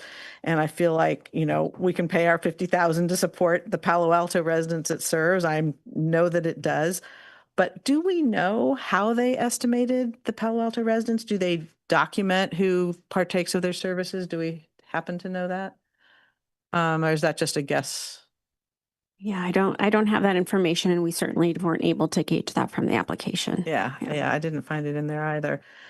Because by their estimates, it's like 350 Palo Altans, which is pretty good. And especially when we look at kind of the ripple effect of, to your point, if we can have people employed and, you know, help try to keep them, you know, out of homelessness, or I think it's definitely something we should support. I don't know what the right number is, but I would start, well, as I said, with a higher one. I would suggest 50, but I know we probably have to cut some things down. I agree with the 50. If we were, I think if we were earlier in this process, we would have been really considering a full funding on this one. So I think 50 is the closer to the right number. And just to confirm, I know there are offices in Menlo Park, but are there like career training programs adjacent or near Palo Alto? Like, for example, their kitchen program. I don't know. I know they serve the wider Bay Area. Like, would just want to check that some of the, if they have a carpentry program, it's not located in Oakland, or their cooking program is not located in Gilroy or something. I don't know. I don't know where I know they're local, but I don't know where they offer all their services. And I don't want to nitpick on that either, but I think it makes a difference. Yeah, I've heard Larry mention the Menlo Park. I think, is that Ravenswood in that part of Menlo Park? And I know they have one down, like, I want to say Cupertino is where another site is, but I know they have a few. There's also one East Palo Alto. It used to be in that Amazon building, right? Is it still there? That's when it first opened. It was there, I think. Maybe. I visited its grand opening, and I know it was in East Palo Alto then. I just didn't know if it still is. I drive past there every day, and I'm ashamed to say I actually don't know. I'm doing some Googling, and it seems like at least several of their programs are based out of Menlo Park, which I think is great and accessible for our community. So that's good. Let's go with the $50,000 plug. Well, I should ask you, are you good with that? Or we have Yeah, to put that's two? good. All right, let's put a 50K plug there and see how we do. Okay, the Karat School is another one that I like. Because we talked about earlier when I was confused that they are really focused on advocacy for RV dwelling families and navigating city-funded systems that are already there. It doesn't feel like this ask is duplicative of the his rep. I like it. I would, if it were early in the night, I'd fund it fully. I'm still tempted to do that. I know we're going to have to make some tough decisions. Yeah, I mean, I think this is in the genre of also Peninsula Healthcare Connections. And I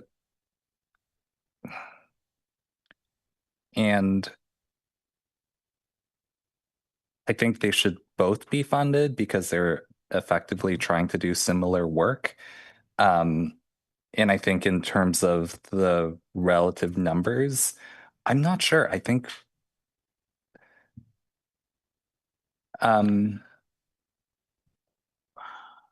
like I think Peninsula Healthcare Connection might, in relative terms, merit a higher number just in terms of the depth of the services they offer, and just that they're located right in the opportunity center. They can do outreach to a lot of people. So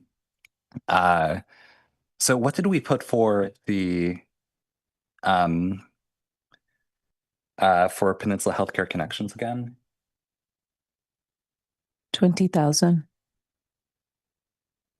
Maybe we put 10,000 or 15 for Karat. Well, I think we need to look at their specific program that they're asking for, because that one, healthcare was funding a case manager, I believe, Peninsula Healthcare.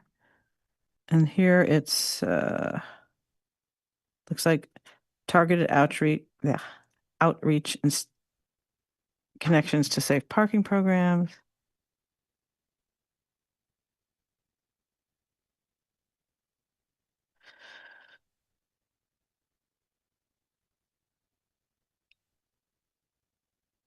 Or 15% of our youth network and sustain civic engagement. So one of their goals is directed expressly to youth, to families with families and youth. I think one of the things we're going to want to do next year is to tell applicants they really need to align the budget with the different goals, because we can't. If they want to get partial funding, we have to know how to do it. And so.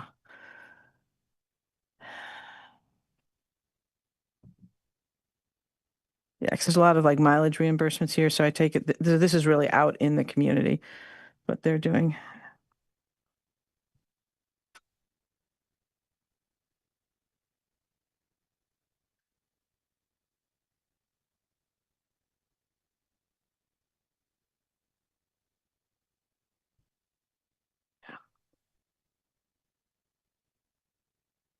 Should we go with 20 for now? I think we might need to come back and look at that and Momentum for Health and Peninsula Healthcare Connections holistically. And I'm not sure about that number. So maybe just say 22 of 3. All right, Life Moves. So one thing I noted, and of course we all love Life Moves. So this is one where they lost a meal provider, and so this is literally for food, for meals. This is very clear, very specific.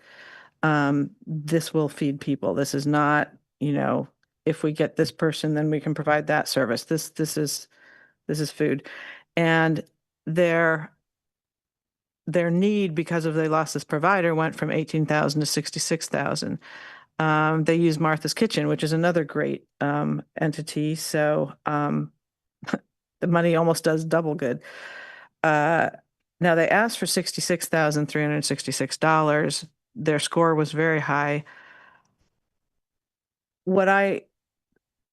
They previously had $18,000 that they somehow were funding, and it went up to the 66.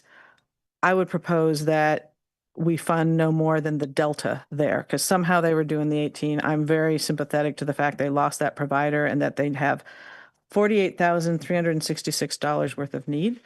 And, again, if we had the money, I would tend to fund that, because I think this is one that's really direct, really immediate, and will have a real impact. But I think we should fund what they lost. That would be 48,000. Yeah, 48,366. Yes, I think that makes sense to me. But we just made ourselves a bigger problem, but I believe in this one. I'm sorry, was that 3 of 3 at 48,366? Okay, got a thumbs up. Thank you. Loaves and Fishes, former Meals on Wheels program. I believe from the applications, it only serves 11 Palo Altans, but boy, is it tough to say no to, because these are folks that can't go out to food places. These are, I think, primarily seniors that are homebound. Is that right? That's why we're going to, I guess you would. Yes, Meals on Wheels is delivered to homebound individuals. But, 15,000 to cover 5 of the 11 seniors in Palo Alto. That's in terms of impact, people per dollar, it's expensive. But I think I don't really know how this works right now, because they would not turn away people for lack of funding. Like somehow they come up with the funding to support those 5 people now. And I think in their proposed budget, a lot of it does go to salaries and rent. um, which I mean, I think is perfectly valid, but does contrast a little bit with life moves, as we had just discussed that. I mean,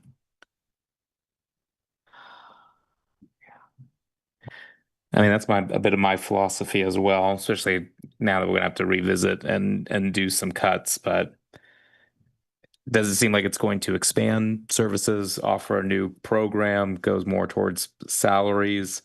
And I feel like we're not pulling our weight here by funding it, but unfortunately, I agree. I think if funding's not there, the services will be provided.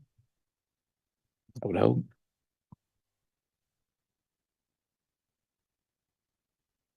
How many? Maybe, Go ahead. I was saying maybe we could give 5,000 as a I don't know, a gesture of goodwill from the city to show we support and we want to see these services continue. Might be a good way to start, since I don't think they receive. Sorry, I mean, yeah, a little bit. Yes, they receive his rep funding. This year, it's proposed to be in fiscal year 26, 23,000. And last year, they were a subcontractor of the Health Trust when they stopped doing meal programs and looked to other partners in the community to take those over. So we would already be funding them. Was that $20,000 per year or $20,000 plus over a 2-year cycle? That's $23,000 a year for 2 years is their proposed HISRAP budget, but that's not 100% till you all approve the budget on June 16th. So I feel like it's changed a bit, because it says now 22,000 for his wrap, but before our understanding was the number that's in his wrap column is really just is over a 2-year cycle. Correct. What you see on your table is the HISRAP total from fiscal year 24 and 25. What I just gave you is a proposed amount for fiscal year 26. Oh. And what was that again? And that is 23,000 for loaves and fishes, 23,750. I think that is a lot of funding per Paul Alto resident, and we can take this on in his wrap, and we can figure out the right number through his wrap. And I'm actually woefully ignorant in terms of like where the his wrap process is in terms of like finalizing these numbers. So the HISRAP process, as far as funding recommendations, is through the entire process. So the proposal from the Human Relations Commission is included in the Community Service Department's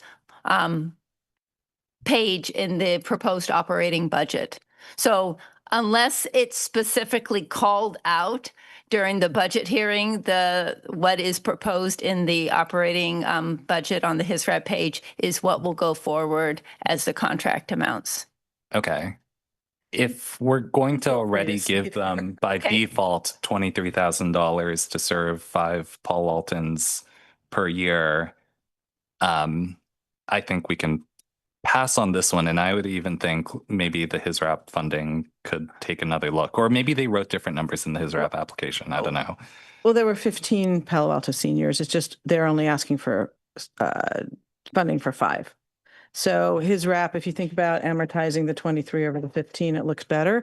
But I also feel like that may be enough. And I think to your point, and maybe we decline the 15,000 here, because if you consider the Life Moves money that for 48,000, they serve about 35 to 40 people a day. So I think bang for the buck. I hate to say that, but trying to make these tough decisions, I would tend to decline that. Yeah. What do you think? Yeah, that's fine. It's hard because I don't want. Yeah, I'm just looking at momentum for health, and so I'm fine skipping it for now. So we haven't talked about momentum for health, right? So should we do you have something to say about it? Yeah, Oh, I love it. I think it's one that we need to support. I think for the full amount, it's getting no city funding, correct? Yeah, no city funding. Gets money from the federal government, TBT, but hope that continues. And it just seems like the impact that it can have with 500 sleeping bags, 500 hygiene kits, school supplies for 96 kids. I mean, a lot of these are immediate survival needs. And we've seen, I hate to ask this question, but how many unhoused people have we lost over the last couple of years? I don't have that number at my fingertips. I'm thinking the person in Heritage Park, and then there was someone on Stanford campus. Those are the two that come to mind over the last couple of years. Yeah. So, I mean, we know this is an issue in Palo Alto, and this organization's trying to address it. So, I really see this as a real issue of that can actually save lives. Just for clarification on the federal funding, if I can jump in, the federal funding listed here was the earmark grant that the city received for supplementing and augmenting the county's trust program. So that funding was one time to the city, and it is no longer, we've completed that grant entirely, closed it out in terms of that work with Momentum. So they wouldn't be waiting for that federal funding right now. That's already closed out. So, at least as far as government grants, there's nothing incoming that we know. They are working with us on. No. Okay. So they have grants, Right. for example, with the county for the trust program, and we were augmenting that with our federal funding, but I don't know if they have other federal funds that are coming to them for other programs. Okay. And I would imagine I'd be surprised if we saw more in this climate. So I think all the more reason to fund them. I agree. I definitely agree. We need to fund them. I'm just debating whether we need to do 10 because of all of this. I'm okay putting a 15K number in now, but I think we're going to have to look at this. I really hope that, and actually, I mean, our staff probably sees this every day. We don't have the visibility to see I really hope they work together with Karat and all these others, because it's like they're trying to do the same thing to build trust to get these unhoused residents into shelters and supportive services. And so it's nice to have a bunch of different touch points. I realize they probably have different expertise and connections, but I don't know, can somebody tell me a little bit about that? I tried, there's a couple avenues in which we, a lot of the organizations that serve the unhoused just organically work with each other, and they refer clients to each other. Another couple more organized touch points is I organize a Palo Alto Homeless Service providers, and I invite the different providers to come together to be in conversation. And I know Life Moves also invites service providers to do what they call their Monday morning huddle, and they try to get them in the virtual room together to talk about issues that they're seeing and how they could possibly be a work in tandem to help situations and things that are coming up. So it happens in different ways. I'm so glad to hear that, because if they say, we can't get to, that block of RV parking, we're here, or we've got sleeping bag, that's wonderful. Right. Yeah. Yeah. We definitely try to do that. And like I said, they do a lot of it on their own that I will not take credit for. And there's also the RV Dwellers Collaborative that Stanford leads. Thank you. Have we hit everybody once, or is there some I can't see up above? My apologies. This is all 22 organizations. So I scrolled down to your subtotal and the balance so that you can see that number. Okay, so we're 59 over. And I can zoom out. Here's what I'm going to suggest. I am going to suggest we take a 5-minute stretch break, come back fresh, look at this, listen to whatever George has to say, and everybody else, and we're going to make some decisions. But I think we need to just stretch, take a walk, whatever, for 5 minutes. Are we good with that? I need to stand up. Thank you.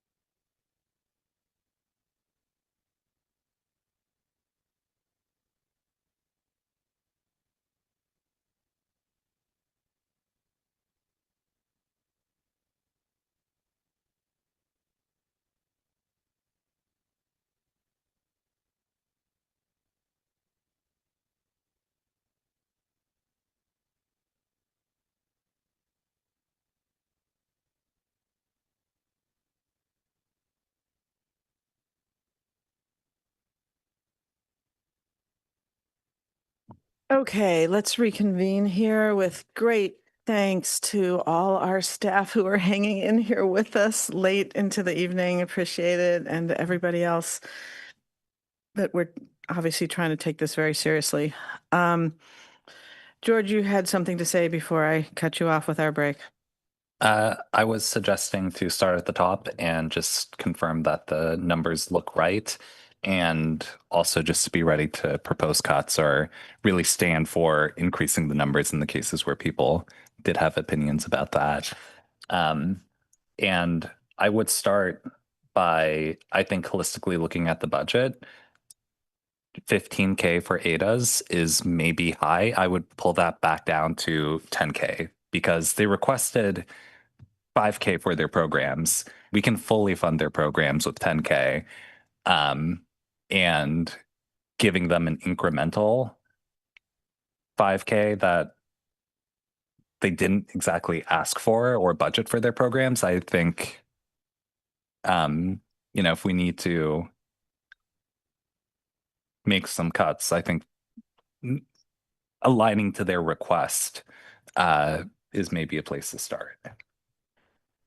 And again, we are 59,000 over our bogey right now. Is that right? Yeah, and I guess what I would say about that is that was the recommendation from finance. It is not a hard number. We could go below it, above it, but I think that aiming at that without it is the right thing to do unless we have a very compelling reason not to, and we're not there yet. But so I think we should try to meet that. I think I mean, we can run down them and just, a quick go around, or you can just tell us yours that you want to change. I think ADAs we could reasonably cut a little bit.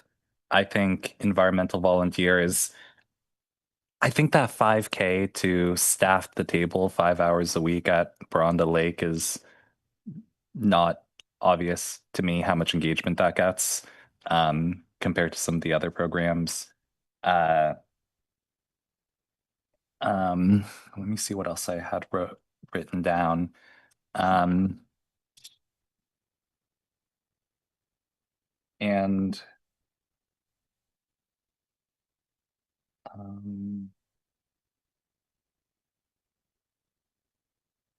okay, I think that I have some other cuts, but they're really at the margins and I would need to think more.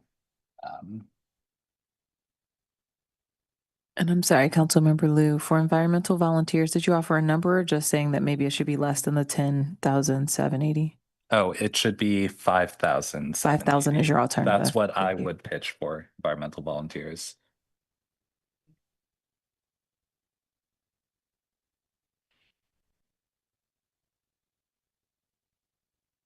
Are there any you would increase?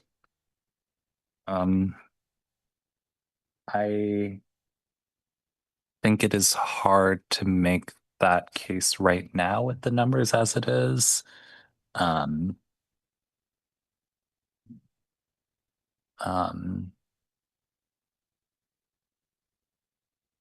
Yeah, I think most of the numbers are appropriate right now.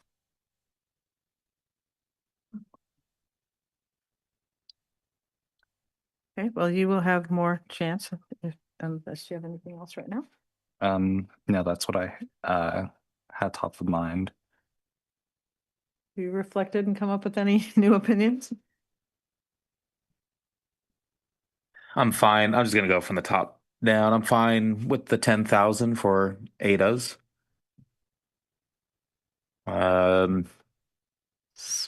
So we have 2 of 3 okay for 10K for ADAs. Would we be okay just updating that row, or what do you think? Oh, I don't know yet. Okay. Okay, it's still a proposal. Okay, so yeah, fine with the 10,000. I want to keep Children's Health Council there. Dream Catchers, I think 15,000 is too much at this point. We had subsequent conversations about funding just salaries and even salaries that might get somebody who can help with fundraising on other nonprofits that we weren't quite moved on. So again, good agency. I just think with where we're at and the real pressing needs for other areas here, like healthcare, youth mental health, and unhoused services. I think for me, those are going to be areas where I don't want to see cut, and so I think Dreamcatchers at I think either a full decline or bringing it down to 5 to 10,000. Environmental volunteers, I want to keep it there. And it's important. Job train, like the 50,000. The CROT, I think that's important. Life moves, important. Magical Bridge, I wanted it at 150. That's unreasonable, I think, at this point. So I will keep it at 100, but I won't support going lower. Momentum, yes. Use memories, fine. Yeah. Neighbors Broad, yes. For UNAF, we kind of did an interesting thing where right with the 25,000, that it could fund 2 programs. So they had, so in their application, they talked about 25,000 for the October 11-day film festival, and they talked about 20,000 for other events throughout the year. But when you look at their budget, it's like just a full year budget, and that just kind of works out to about a quarter of it. There's no specific delineation in their budget as to. Okay. So it's basically, you can think of it as a quarter of each program. And so what we did is we picked the one, we picked the film festival and not the throughout the year thing. Okay. And the film festival was roughly 25, we thought. Well, no, it was 20. I mean, I should say it differently. We didn't pick the film festival. We picked the 25, which in their application is correlated with the film festival. Okay. I mean, again, of just kind of looking at what are critical services that I think needs to be that I think we need to be funding. I think we could reduce the UNAF by maybe 10,000, bring that down to 15. Peninsula Healthcare, I could do a $5,000 reduction.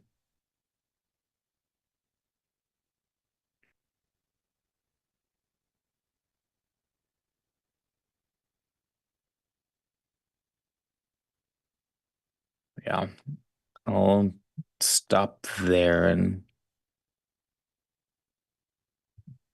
I'll stop there for now, but I know there's additional cuts we have to make. Thank you. I'm sort of playing around with mine because I had wanted my own thing like this set up so that I could play with it. So now I have it caught up to where we are. And so just bear with me one moment. All right. So now I have the same 59,446 overage. So the first thing I want to do is look and see if there are ones that I think, believe it or not, are too low. Um,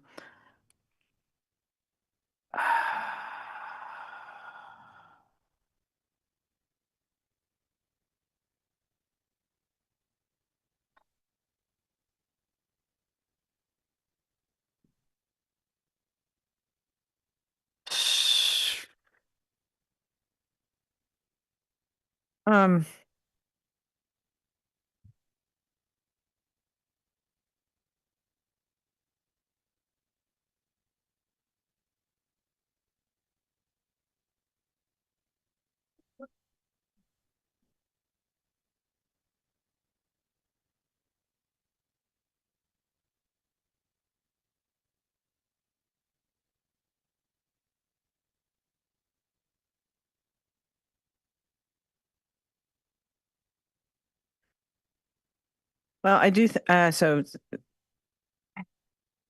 this is hard. I would take UNAF down to at least to 20. I don't know if we need to go to the 15 yet, but I think to 20. I think I'm sort of working my way the other way.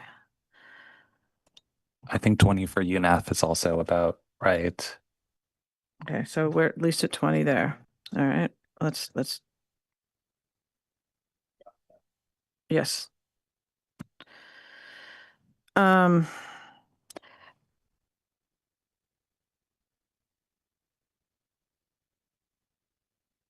If I get 3 of 3, is it okay if I just replace the number on the left?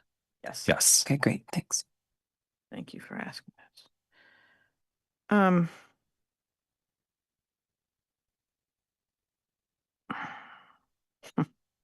Impossible.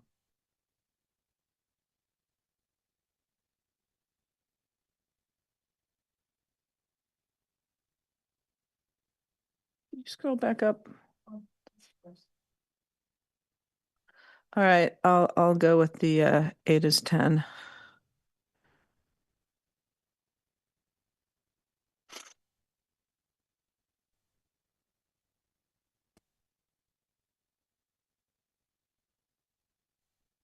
Um, 50 grand.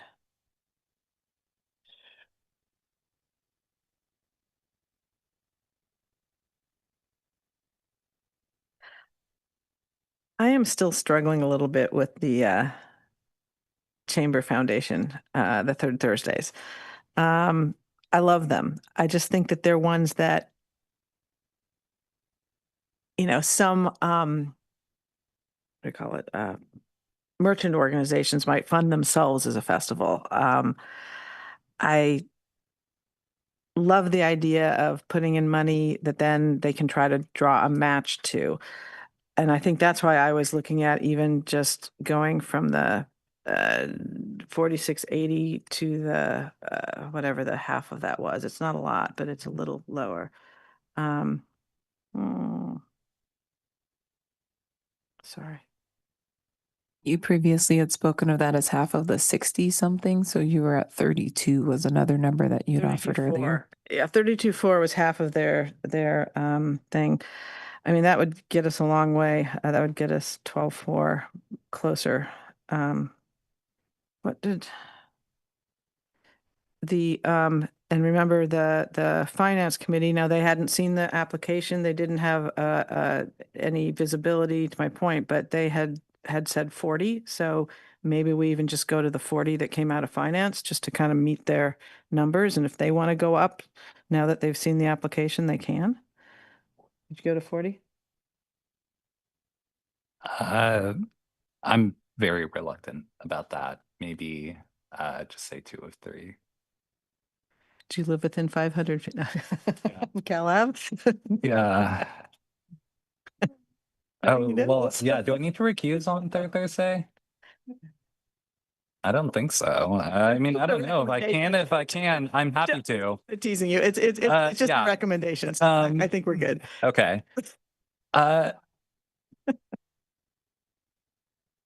Okay. So sorry. I have maybe 2 possible cuts for really good organizations that I think were just not as specific as ideal. And Job Train, I think, provides services locally. They're good services. They're important services. Paul Altons can sign up right now, and they will be able to continue to sign up in the future. I'm not sure if Paul Altons would be kind of directly prioritized or exactly how that works. I think $50,000 is not far off, but I would think like 40,000 or 35,000 is also reasonable. Given what we know. So do people have thoughts about Job Train?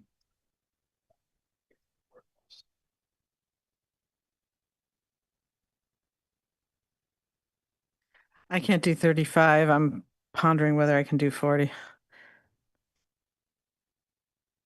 I'll do 45. I think there's other areas we need to cut from more.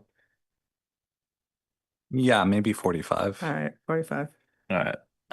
The second good organization that was just not very specific was Children's Health Council. I mean, we're already only funding $12K, and I wasn't sure how much to realistically nitpick here, like 10,000, 5,000, I don't know. It's not clear either way what the impact would be at any dollar level, honestly. But they are an important part of our community.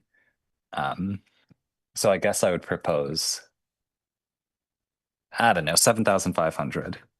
Are you talking Children's Health Council? Yeah. I wouldn't support that. That 12,000 was as low as I was willing to go. Okay. We already did a huge drop from 50. Yeah. What is our shortfall right now? 37,646. That's what I have. So Okay. I may have put some in that you didn't. Yeah, I did not put anything in the proposed award amount if it wasn't 3 of 3. I see. So the ones that you have consensus on, you're at a whole bunch of 4s remaining as your overage. I mean, we could plausibly present this and say, if you would want to stay in budget, do a 10% haircut on everything.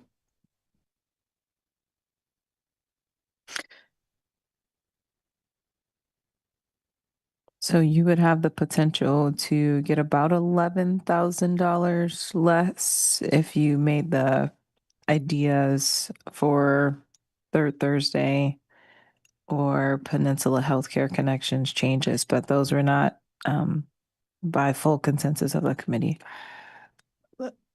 Can we look at the Third Thursday budget? What page is that?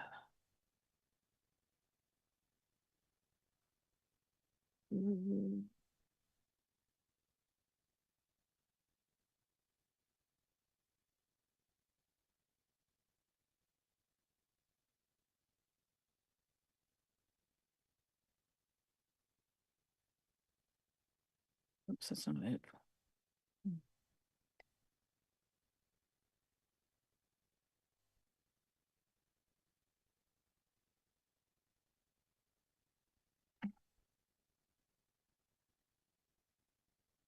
Okay. Page 104.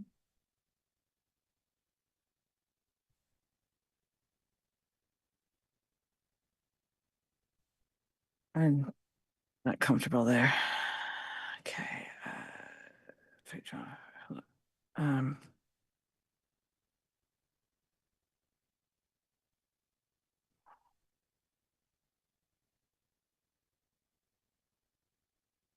Trying to get to 3 of 3 on 40 for Third Thursdays.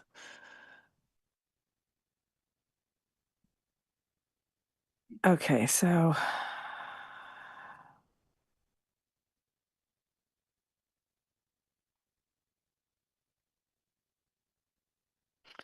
why did they have 2,500 for audit and 6,000 for rent? Am I looking at the right thing?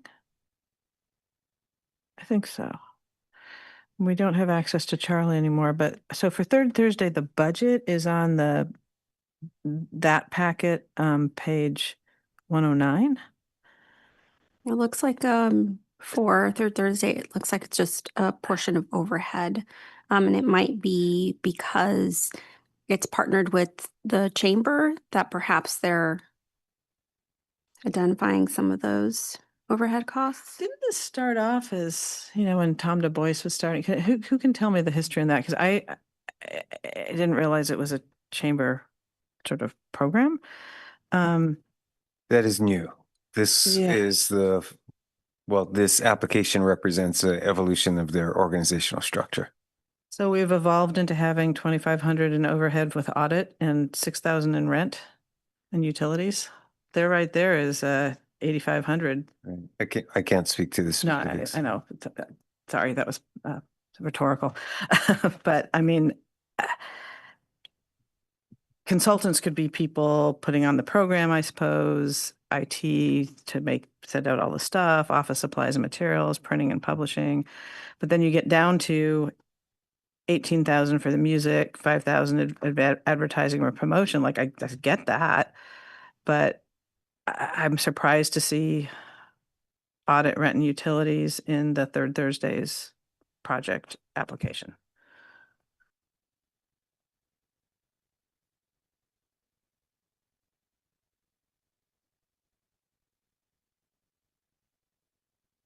So last year, when this came in, who would have submitted, I guess, so, Application last year. yeah. And the funding actually was channeled through the chamber. Okay, so last year's 40K was part of that special projects. Well, we didn't call any of them special projects. This year we've referred to them as direct allocations. I see. Okay. So it was a direct allocation last year through the chamber for the project. Okay. I can't get you down to the 40. 40. No, I'm trying to get him to 40. I'm trying to get him. I don't know. I don't know.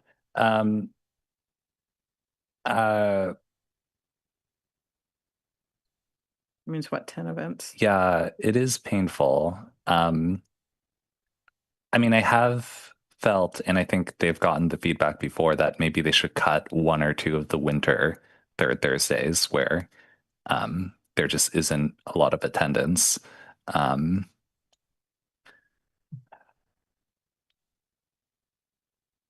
Yeah, maybe we could do 40K. Yeah, I can buy that. Thank you. I think that's why I was at 37,646. I think I already put that in. So The bad news I is do we still have- have 37,646. Right. I do have one question actually. So on Life Moves, on their current HISRAP award for FY 2025, they're granted this 95,000 to provide critical food services for individuals experiencing homelessness. So they're already getting 95,000 specifically for food programs. But that his rep contract ends on June 30th. Right. So, And what's their 2026 food? their program? 2026, I thought I called that up. Oh, sorry. Yeah, you might give me a second and come right back to me on that one. Okay. The issues with their 2026, there was a discrepancy in the application. It wasn't completely, a complete application wasn't submitted. So okay. In the end, what the HRC recommended was a portion of staff salaries. And what those staff salaries will do is to help with some of the, a program they call Radical Hospitality that draws in and works with the case managers that work with people in the drop-in center. And in the past, the HISRAP funding has paid for the food service worker, but not the food itself. Okay. Okay. Then I think Life Moves is appropriate as it is.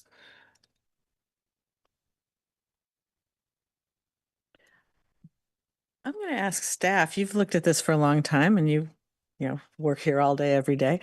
Do you have any, I know this is ultimately a council decision, but do you have any observations about our observations where, or noting any redundancies or just factual things you want to point out to us about services the city offers or just anything helpful? I guess one of the only things that I have on my note here is just with the Children's Health Council and your discussion of wanting to allocate for a different purpose that the application didn't represent. It just felt like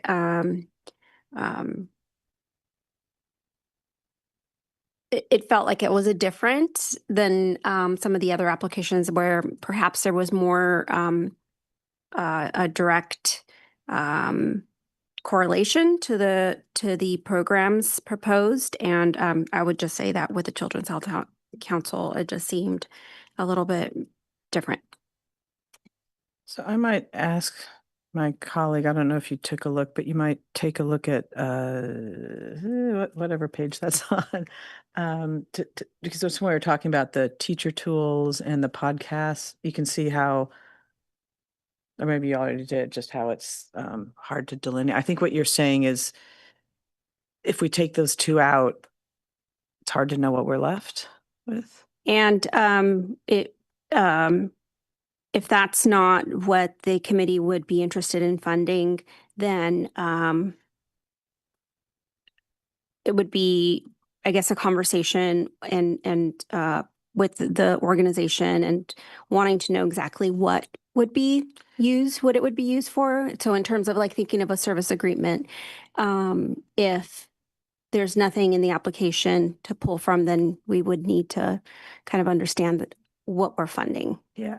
And I wouldn't necessarily say it's nothing. I think that as I look at it here, so I'm looking at page 18 of the application packet. Goal 1 has like outcomes. They have 40,000 to reach through community engagement efforts, 14,500 podcast downloads, more than 500 parents and caregivers participate in support groups. So there's 3 things under that goal. I think what we would say is we're supporting goal 1 with the exclusion of the podcast. I think there's still things there to support. And I think that's what I heard you say.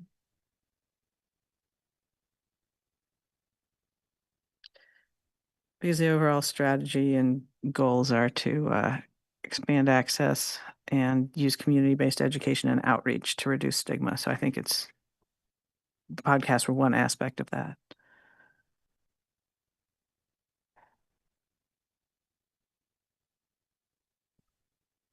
So I just argued for not cutting.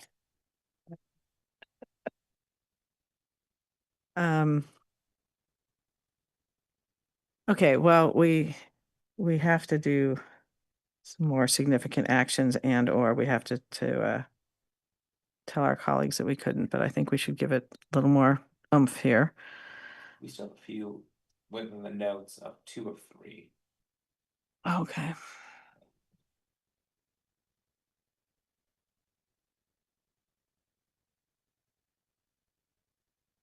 Well, but the number's already in, so like for environmental volunteers, I guess we need to find out if George can go there or if you and I would move more.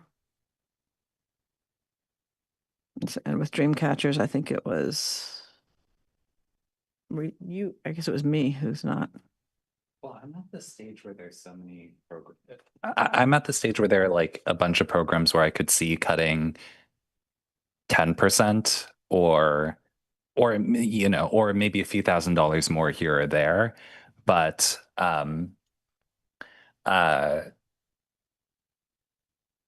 that might feel like a cop out in some sense, but that might actually be a reasonable approach. We may need to get there. I'm not quite there yet. There's one I want to ask about. The Karat School project, 2 of 3 in a place. What was the 2 of 3? I can't remember. I think I was not sure about the amounts because between Karat School, Momentum for Health, and the Peninsula Healthcare Connections. They're all good organizations, but I just wasn't sure where the relative numbers go. It seemed to me that Peninsula Healthcare Connections was, I mean, if I had to put them like a slight tier above the other 2. And so I was suggesting that in terms of dollars, like it should reflect that. But again, it's at the margins where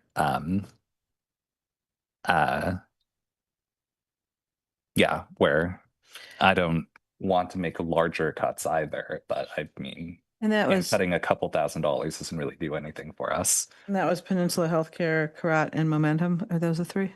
I think those are 3 comparable ones in their class. Yeah.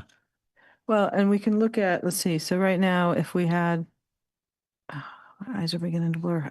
Peninsula 20, Karat is 20. Um,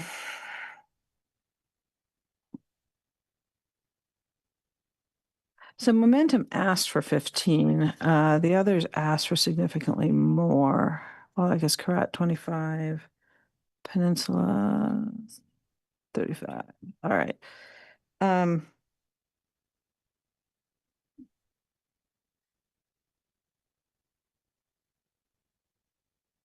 I guess if we look at it collectively, we've got 55K going there plus our life moves at whatever that is now. Where is it? 48. So we have over 100 grand going to these homeless services and as we try to stand up our own. I don't know exactly what to do about that because they all have different pieces of that puzzle and we love them all and we need them all, but I wonder if there's something to be done there.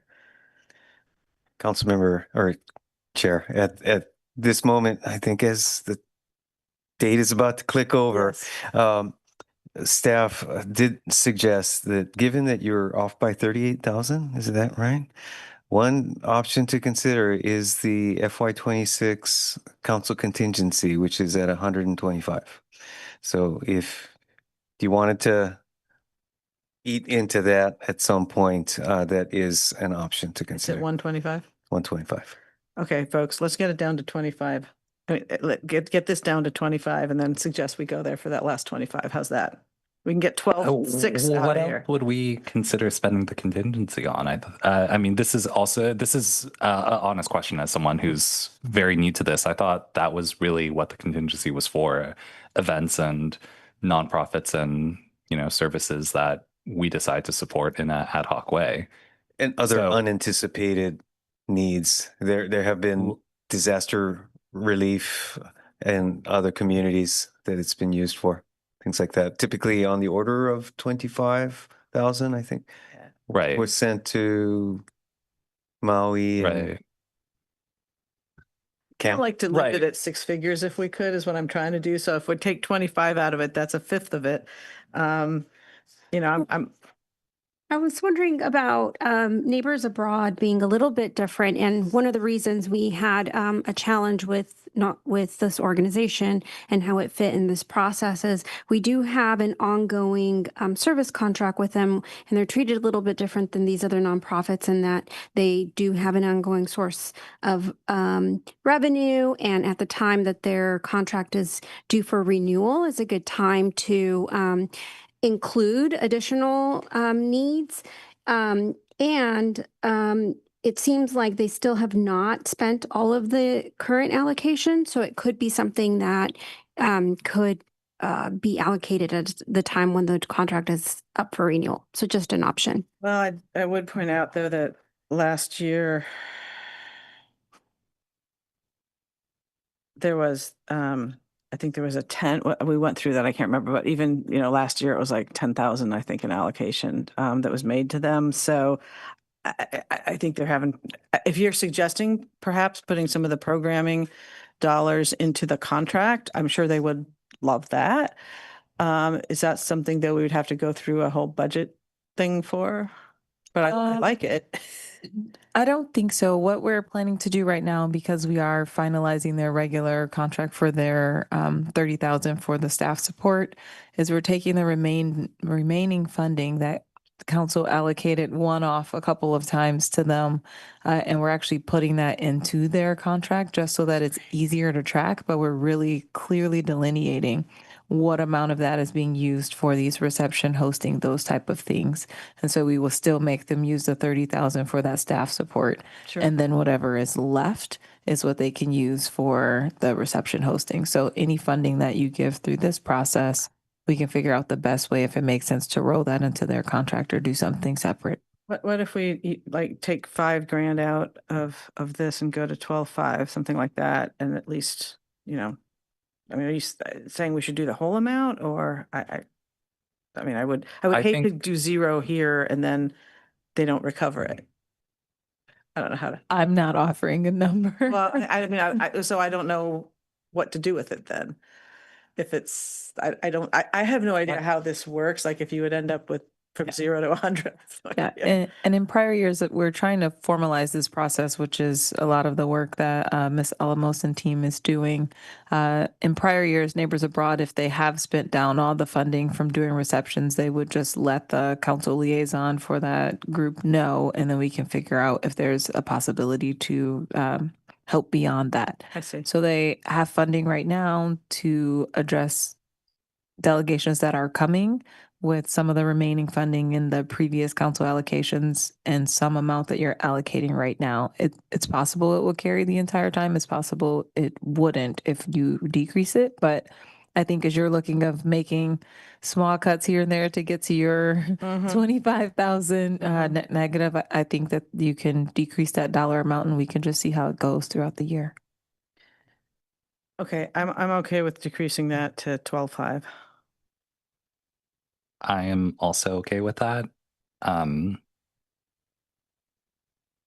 realize Neighbors Abroad is a benefit that most city residents will not encounter or benefit from. So there's obviously value in hosting delegations, but 12.5 is good for now. Do you have a packet? Yeah. But you'll see why. Or I can pull it up. Hold on a second. I want to show you something. I mean, I'm willing to compromise, but I think we need to compromise on other areas as well and do some reductions. So I'll say yes. Thank you.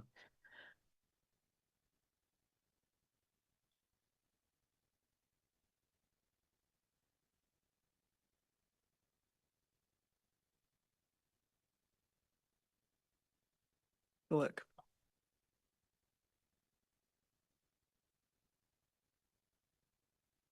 Can you scroll Page back up a 90. little bit? How close are we?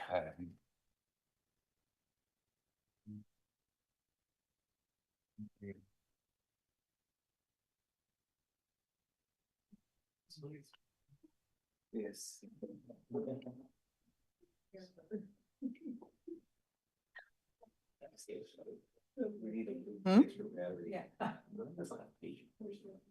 Oh, mine doesn't need, I'm just doing the PDF pages.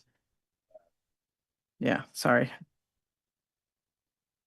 Should we consider potentially reducing momentum for health and Peninsula Healthcare Connections by 2,500 each for Then we're there. 5,000? Then we're there, aren't we? Because I think we're just $7,000 over right now. So, Yeah. I mean, I'm conscious that Momentum for Health does have a relatively large budget and staff size, and they do a lot, but that should be able to get them started on distributing these kits. And as painful as it is to lose some money on Peninsula Health Care Connections. Okay. Yeah. We'll talk Yeah. about Let's also get back to that. Wait. Okay. On what? So I'm very interested in that solution or that suggestion. Because I also am concerned about the degree of overlap, and I know there's funding from others. But we haven't gone back and talked about dream catchers, so let's do that. Where's the? Okay, so you are saying up to 10, and right now we have 15, and the request was 28. And this is salaries, not just for the development officer, but including it. And this is to make up his wrap, what they did not allocate pursuant to the prior request. So, George, How much total do we have to cut? at this point, about $7,000. What if we do 2,500? Sorry, you have. 25. Oh, I took the 5 out for Neighbors Yeah, I was Abroad. gonna Did you say, not do that? Yeah, you haven't done that yet. If you move, There was 2 of 3 on that. I didn't get the third from oh, I think Mr. Stone. he was willing to, but he wants us to. So I didn't want to be ahead of the entire committee. No, I think we didn't catch that. Yes. Okay. Oh, so wait, Neighbors Abroad is going to Everyone is okay with that? The 12.5. Okay. We have a great. And then nice. Fair Connections, everyone is okay with reducing that by? No, not yet.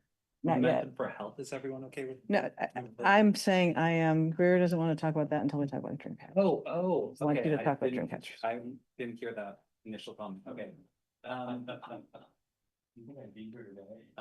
you scroll back up? What if we? Have you done both committees? What? Oh, yeah. Would it make sense to just?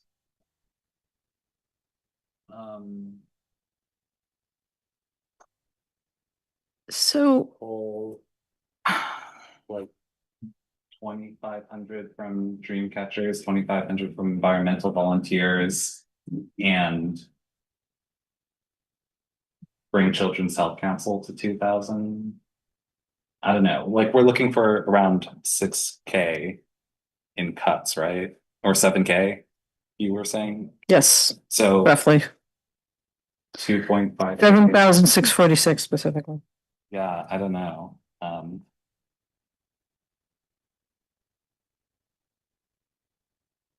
We do the 5 on dream catchers and then I'd be willing to do 2 on Children's Health Council.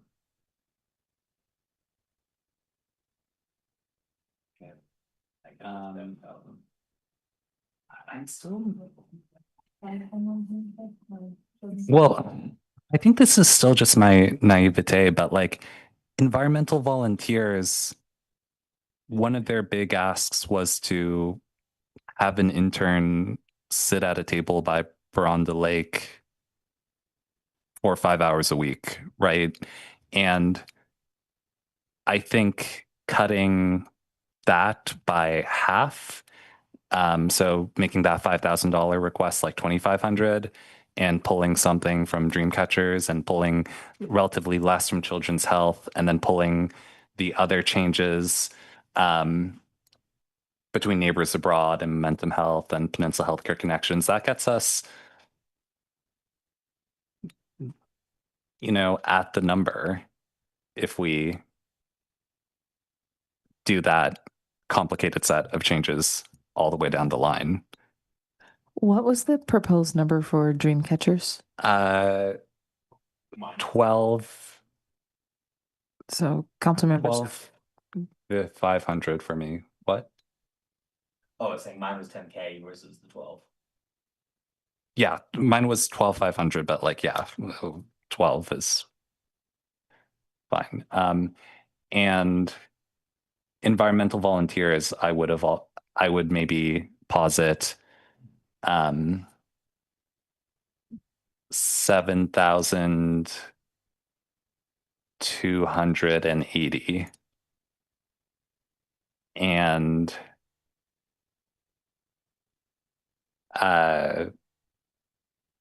yeah, for the 1 of 3 on Children's Health, I would maybe just say I would change. I was the 1 of 3, and I would say change that to like 10K.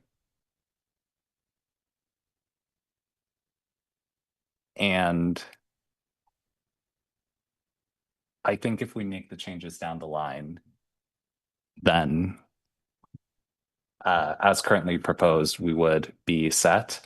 And so maybe the chair can break the tie on dream catchers, and then I think it will be balanced up and down, or at least to that 25K figure.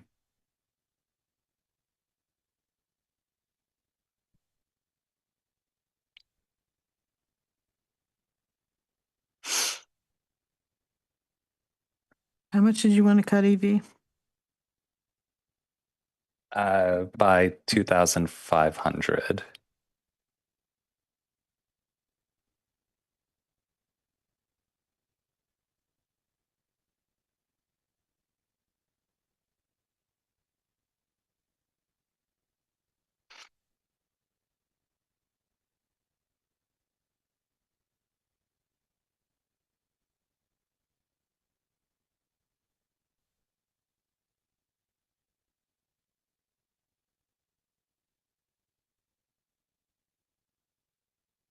I mean, I could easily take it to 10 flat, and I'm just trying to figure out, because I think when I look at the mileage reimbursement, 18.2 miles per visit, is that just going up there and back? I don't know. It doesn't, that's like 700, that's why it's over 10 grand. It just, so, I mean, generally I support that, but I just hear it feels local. Yeah. I mean, other groups also generally have to have some level of commuting to their sites. Yeah. And I don't think we've approved mileage in other cases. Yeah, I haven't seen that either as a line item in the things we've seen. Interns, I believe in paying interns, it's $20 an hour, but I'm just wondering if we need all of the program management, if they could skinny that down a bit. But you know, I don't want to. I mean, I would do something like 9,500. That's not getting us very far. What I'm trying to figure out here is, so for dream catchers with sort of the, I mean, it's interesting because we've got they're categorized in the youth services category along with Children's Health Council and YCS. I think YCS is a separate independent program in this instance because it's YCI. So the Children's Health Council, that's the one where we have trouble about clarity of services. And I think for Dreamcatchers, we've heard about all the significant and distinct services they provide and that they're now focusing in on more fully. So I'm not sure what the issue is there. We have $28,000 request and we're down to 15, which is already about half. And if we were to cut it in half, it's only, 14.3. It's not getting us anywhere. It's like $700 more. So I guess so perhaps you could tell me again what your concern is there. I mean, I'm looking at, as I mentioned before, like another nonprofit probably a few hours ago. So trying to keep track. I know. But I'm concerned about cutting things where it's kind of clear, okay, we make this cut, we lose this program, we lose this event. I think that's clear with a lot of these. Here, I just don't think the application showed, if this funding is not there, then that means this number of students are not going to be getting services or all the things that that Dreamcatchers provides that wasn't made clear in the application or in the presentation, and I feel like that is present in other places. So, and there is significant funding at the school board level and at the council level already. So, I mean, if this was cutting Dreamcatchers and Dreamcatchers goes away, well, then of course not. But I don't think that's the case here. It kind of reminds me of now I'm remembering sort of like Lowe's and Fish's Family Kitchen. We all agreed really important, but at the end of the day, we also kind of agreed, well, if we don't fund it, the service is going to continue. And I feel the same way with Dreamcatchers here. I respect that. I think it's just that we all have slightly different opinions on where the cuts would be least painful for our community. I still think there's something to bringing Job Train to 40K. That is, a huge jump from zero. And I don't know, their application was also ambiguous on what the difference is or like prioritization or scholarship or whatever for Paul Alton's would look like. So, like I look at, I totally agree with Councilmember Stone's comments, but I look at other applications and feel the same way, and so it's just unclear how to cut and keep the money and the services in our community. I think the Children's Health Council is also still a little bit ambiguous to me. I know we really cut it down, but we don't know what they're requesting, but we like them enough to give them some money, feels in the same vein, you know? So I do want to also remind us that whereas I was talking about YCS and Children's Health Council and those important mental health services, that we're locked in now. That Dreamcatchers also focuses on a particular community not served, so the low income, at risk, community of color, those kinds of services. I don't really see so much on these others. We have a lot of unhoused that may fall into certain demographics, but in our school children population, I think this is really focusing on a community that's not served by other youth services here, at least focused in on. And that makes me nervous to cut that further. It's adding more, you know what I mean? Cut the award. I do think that we could take the Children's Health Council down to 10. Then we're at 5. The thing about Job Train, I really like it, but and it scored high. Dreamcatcher scored high. But I think we don't know exactly what impact it has here. So we could go to 45 there and get it done that way. Or Job Train, you're currently at 45. Yeah, it's already at 45. Sorry. We would need to go to 40. Oh, right. Which I think is fine because, again, we don't know what the difference is at all between 45 and 40. And we don't know the difference between 60 and 10 for that matter. I mean, we move in this direction. We can just have a split motion. So in that case, I could have possibly 2 different iterations of it. Like this is one total for the organizations and this is another for the council to consider, if that's where you're going with it. or you could give them where there's consensus and then, where we have a range and they could pick that as final. So in other words, they could say that we recommend, X, Y, Z. And so for Dreamcatchers, it would be 10 to 15 or something like that. Could you do something like that? Like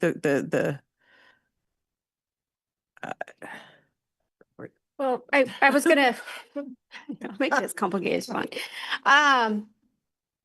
Would it be helpful? Council. Some of these organizations are going to be receiving his rep funds in the next allocation. Minka has spoken to a few of these. Would it be helpful to the committee to know what those amounts are, knowing that there is additional funding coming? Just throwing that out there. For the ones still in play, I think so. I mean, because this is historic, so we're talking, so for the same time period as our award would happen, to find out what the. So for the next cycle for fiscal year 26, some of these are going to be receiving his rep funds, such as the Children's Health Council. I believe that they are slated to get 9,800, right, Minka? I'm going to rely on Minka. She's got the numbers. But for any of these, we can certainly highlight what we can expect in the next round, and perhaps that might help or not.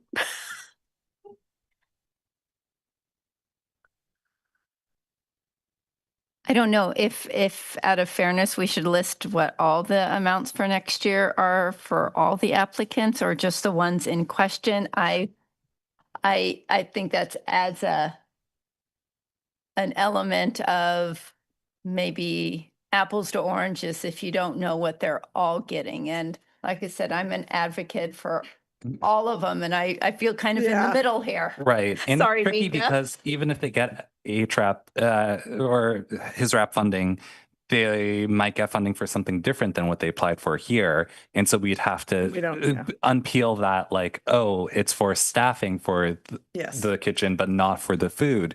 And that is not something we can explain to the full council or that I think we want to get into right now.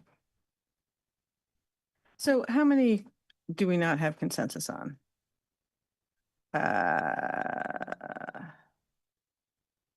There's about 6, and I think one of the, because some of them appear to be contingent upon others for some of your discussion is part of the complication. So what might be the easiest way is in the category where I put note is I can update it with your range of an alternative number and just include 2 of 3 or whatever the number may be for the committee. And then your motion would be proposing that council review and recommend the funding amounts as stated with consideration of the alternative amounts or something to that degree. What are your thoughts to that? I think that's fine. Well, I think that's fine because I think it's also not clear if the council would be fine with dipping into our contingencies at all between 0 or 40K. So we're speculating a little bit here anyways. Yeah, I think the council is going to have opinions, and I think that some of this may get redone. So to spend a lot more time at this late hour trying to fine tune it when it may get undone doesn't make a lot of sense.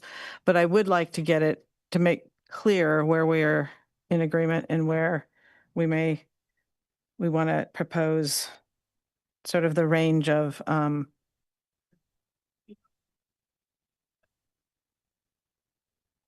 yeah, and so it's not even necessarily that we're all agreeing to the range that the amounts we advocated for were in that range. Yes. So we'll have to just explain it that way. Let me get to my chart. Okay, so as we stand now, can we just go down them and make sure we're all good? So, yeah.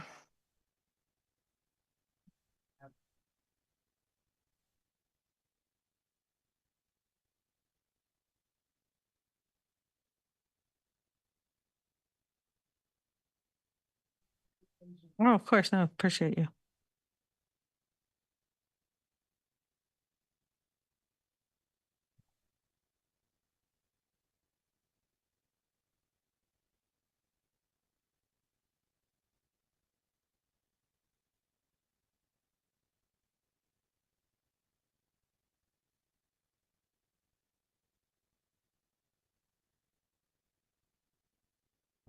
So I put those in bold. I probably will erase some of the other notes as it's a little confusing, Can we but take it from the top? We can't quite see the top. absolutely.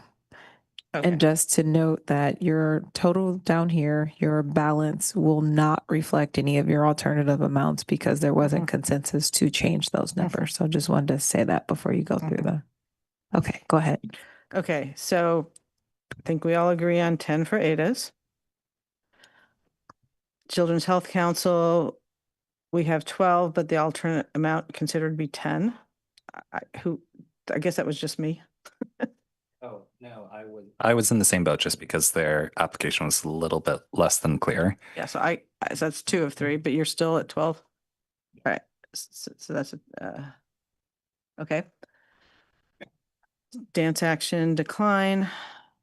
Dream catchers, we have the amount there of 15, but we have what do you have? 5 to 12.5. I'm confused. I think I was, proposing a bunch of things got cut by $2,000-ish. And then Greer was proposing, I guess, 0 to 10,000. And so, what do we actually want to put as an alternative amount? So I'm not sure Maybe Greer can pick that because the alternative amount that I would propose is so close to what the current amount is.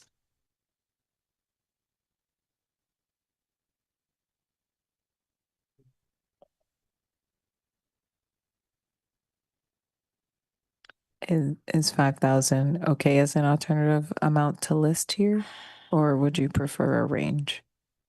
Well, I guess, I don't want to have too many different kinds of things to the council. So, I mean, I guess I would describe them all as committee members supported amounts ranging from X to Y. You see what I'm saying? So I don't know that we have to get so granular like everybody. So that way it's always the same language. So if there's an alternate amount or we support a range, I think, yeah. Is that what you have in mind? Does that work? No. Well, it should be 5 to 15 is what we will report to them. You know what I mean? Like, I don't think it's well, I gotcha.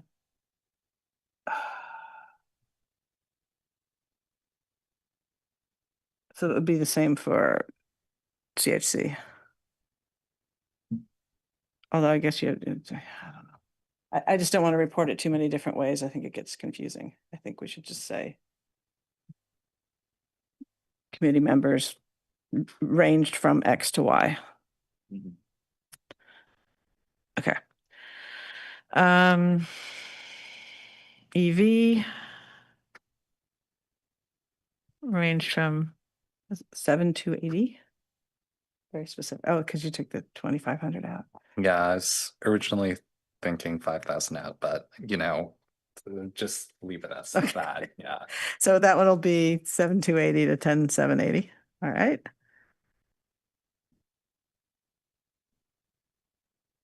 Job train. I don't know that. 40 to 45K. Okay. So we're still at 45. I am. Yeah. Okay. 45, not 40, correct? No, I think there's a range. You want the range is 40 to 45. Correct. 40 to 45 is the range. And yeah, just the note for ourselves that if we could get clarity on the number of people served, that might help when we go to council. Karat, I think that even though it was a placeholder initially, are we kind of at 20? I know you have a proposal to do the group change. Or do you want to? I think that's fine. Yeah. Yeah. So we can raise sticking with that. 20? Yeah, we can even raise that orally in the discussion if we want that one thing we considered was taking 2.5 from each of these three. Yeah. I'm happy for you to mention that. Life moves were good. Loaves and fishes were good. Magical bridge were good. Mid pen, yes. Momentum for health. Okay. So George, I think that's the same thing that we don't need to say that. Just remove the alternate amount considered for wait. momentum. For momentum, so we're just at 15. Yes. Okay, can I go back for just a moment to Magical Bridge? At the beginning, we talked about this as 100,000 recommendation, but you may consider increasing it to 50. Obviously, right now you're above the amount.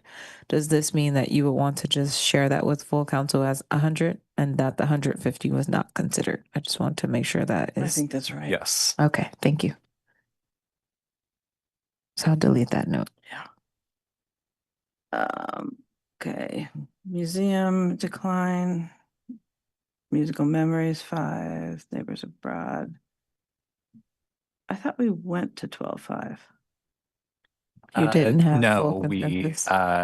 we thought we might, but then we wanted to discuss some of the dream catchers and some of the ones at the top first. Oh, right. We went back to have the conversation. Okay. I'm just intrigued by the. I mean, we were all at one point fine with 12, 15. I thought we were at 12. Should we just make that change? Okay, well, then I'm going to point out publicly that in their application, they actually asked for 12.5 and then 17.5. There's 2 different numbers in it, which is part of why I wanted to do 12.5. So I'm not sure what they're even asking for.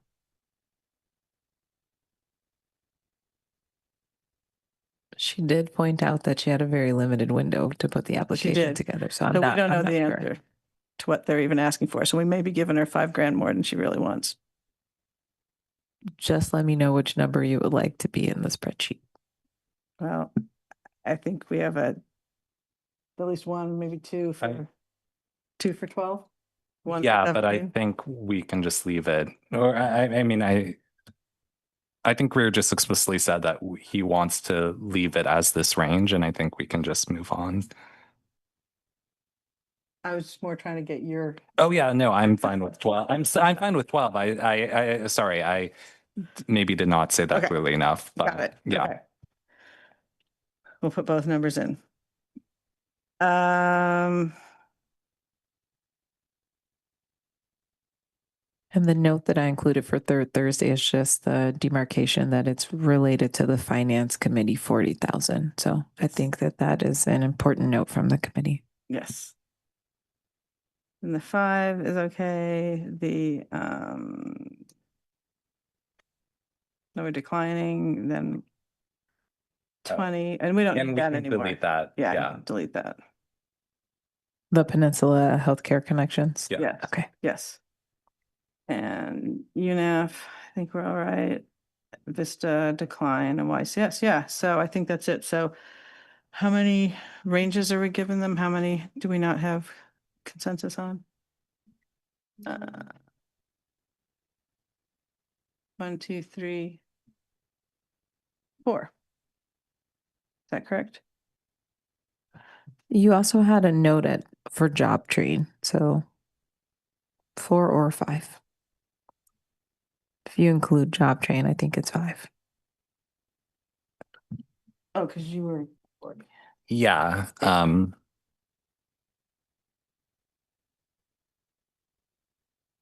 You know, I think on each of these we have 2 and 1, right? I mean, it's kind of stating the obvious a little. But but the reason I mentioned that is I think we can say, we can give them a list that is, you know, here's where we had unanimity, here's where the majority is, but we had a dissent of this amount on each of the ones where I think we each have one too. And we don't have to name who it is, but I think to let them know that where the 2 was and where the 1 was, because honestly, if we took a vote, we could vote and get the 2 to 1. I'm just trying to be polite because we've worked so hard and let them know that there was not absolute consensus on these ones. So I could make a motion and move for all of the consensus ones and all of the 2 ones, and it would probably, or we could go line by line and it would pass line by line. But then I think noting that there was dissent to X amount, right? You see what I'm saying? Yes. So we don't have to go line by line at this hour at one. Yeah.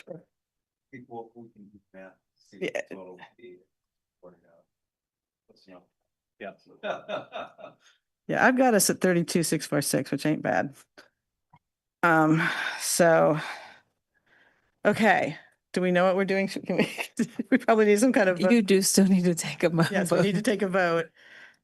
Before we do, yes, a few more things, just so that I'm very clear, and there are some notes here. But in terms of the restriction that was part of your discussion, I only have 3 organizations where I made a note of that. One is UNAF. It seems like the committee wanted to restrict the funds for the film festival portion. I have a note for ADAs to just focus on programming, not furniture, and Neighbors Abroad to focus on hosting and not other administrative. Yes.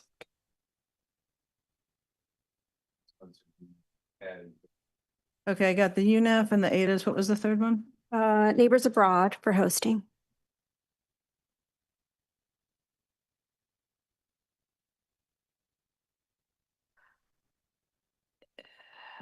And I'm sorry, and then also have the Children's Health Council okay with everything and just excluding podcast. And the AI thing. No. So for Children's Health Council, there were 2 goals, 2 objectives. So it's just the first one, but not podcasting for that first one. So not the second one and not podcasting the first. Yes, outreach, but without the podcasting. Yes. Yes.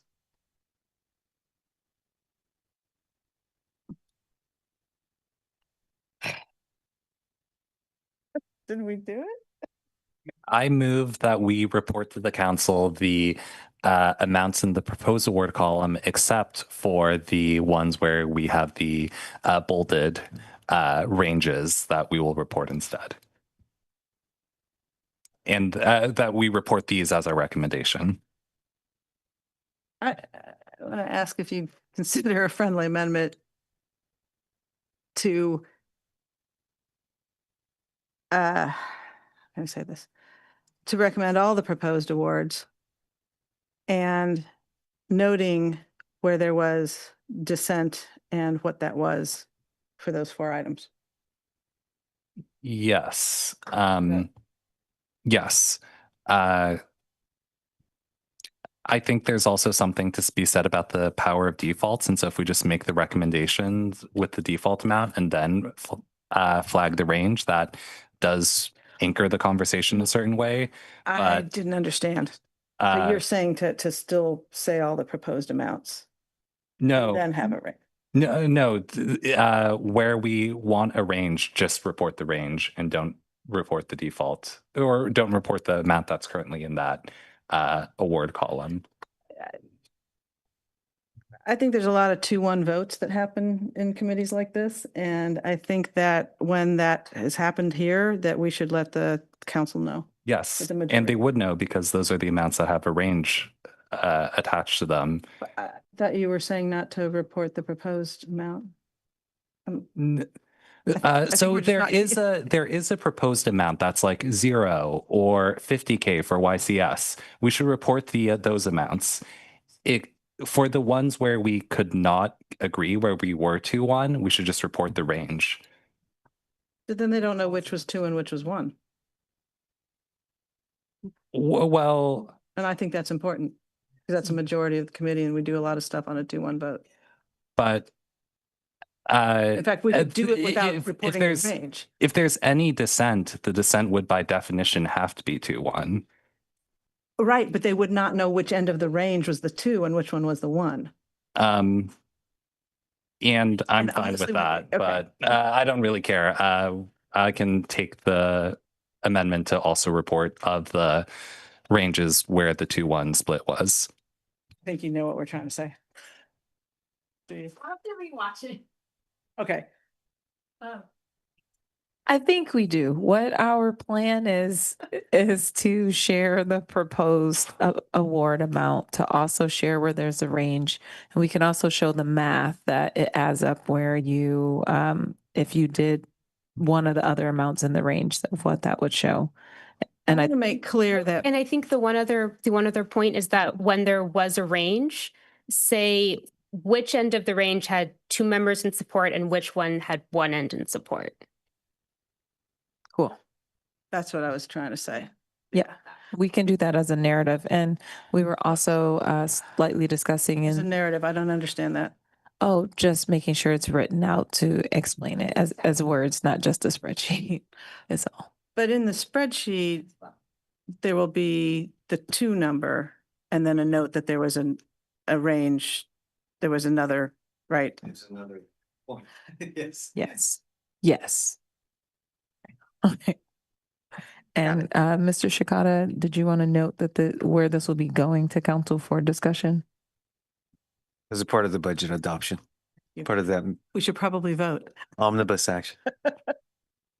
I'll second it. Okay. Can we do a hand vote? Is that allowed? I think. Okay. Sure. I'm All good. right. We'll call us to vote. Okay. Everybody's- We're all good. They're going to vote. All right. Thank you all for hanging in there. We've got some work done. I know a lot more about our city's nonprofits, which actually that part's super cool. It's amazing what they're doing.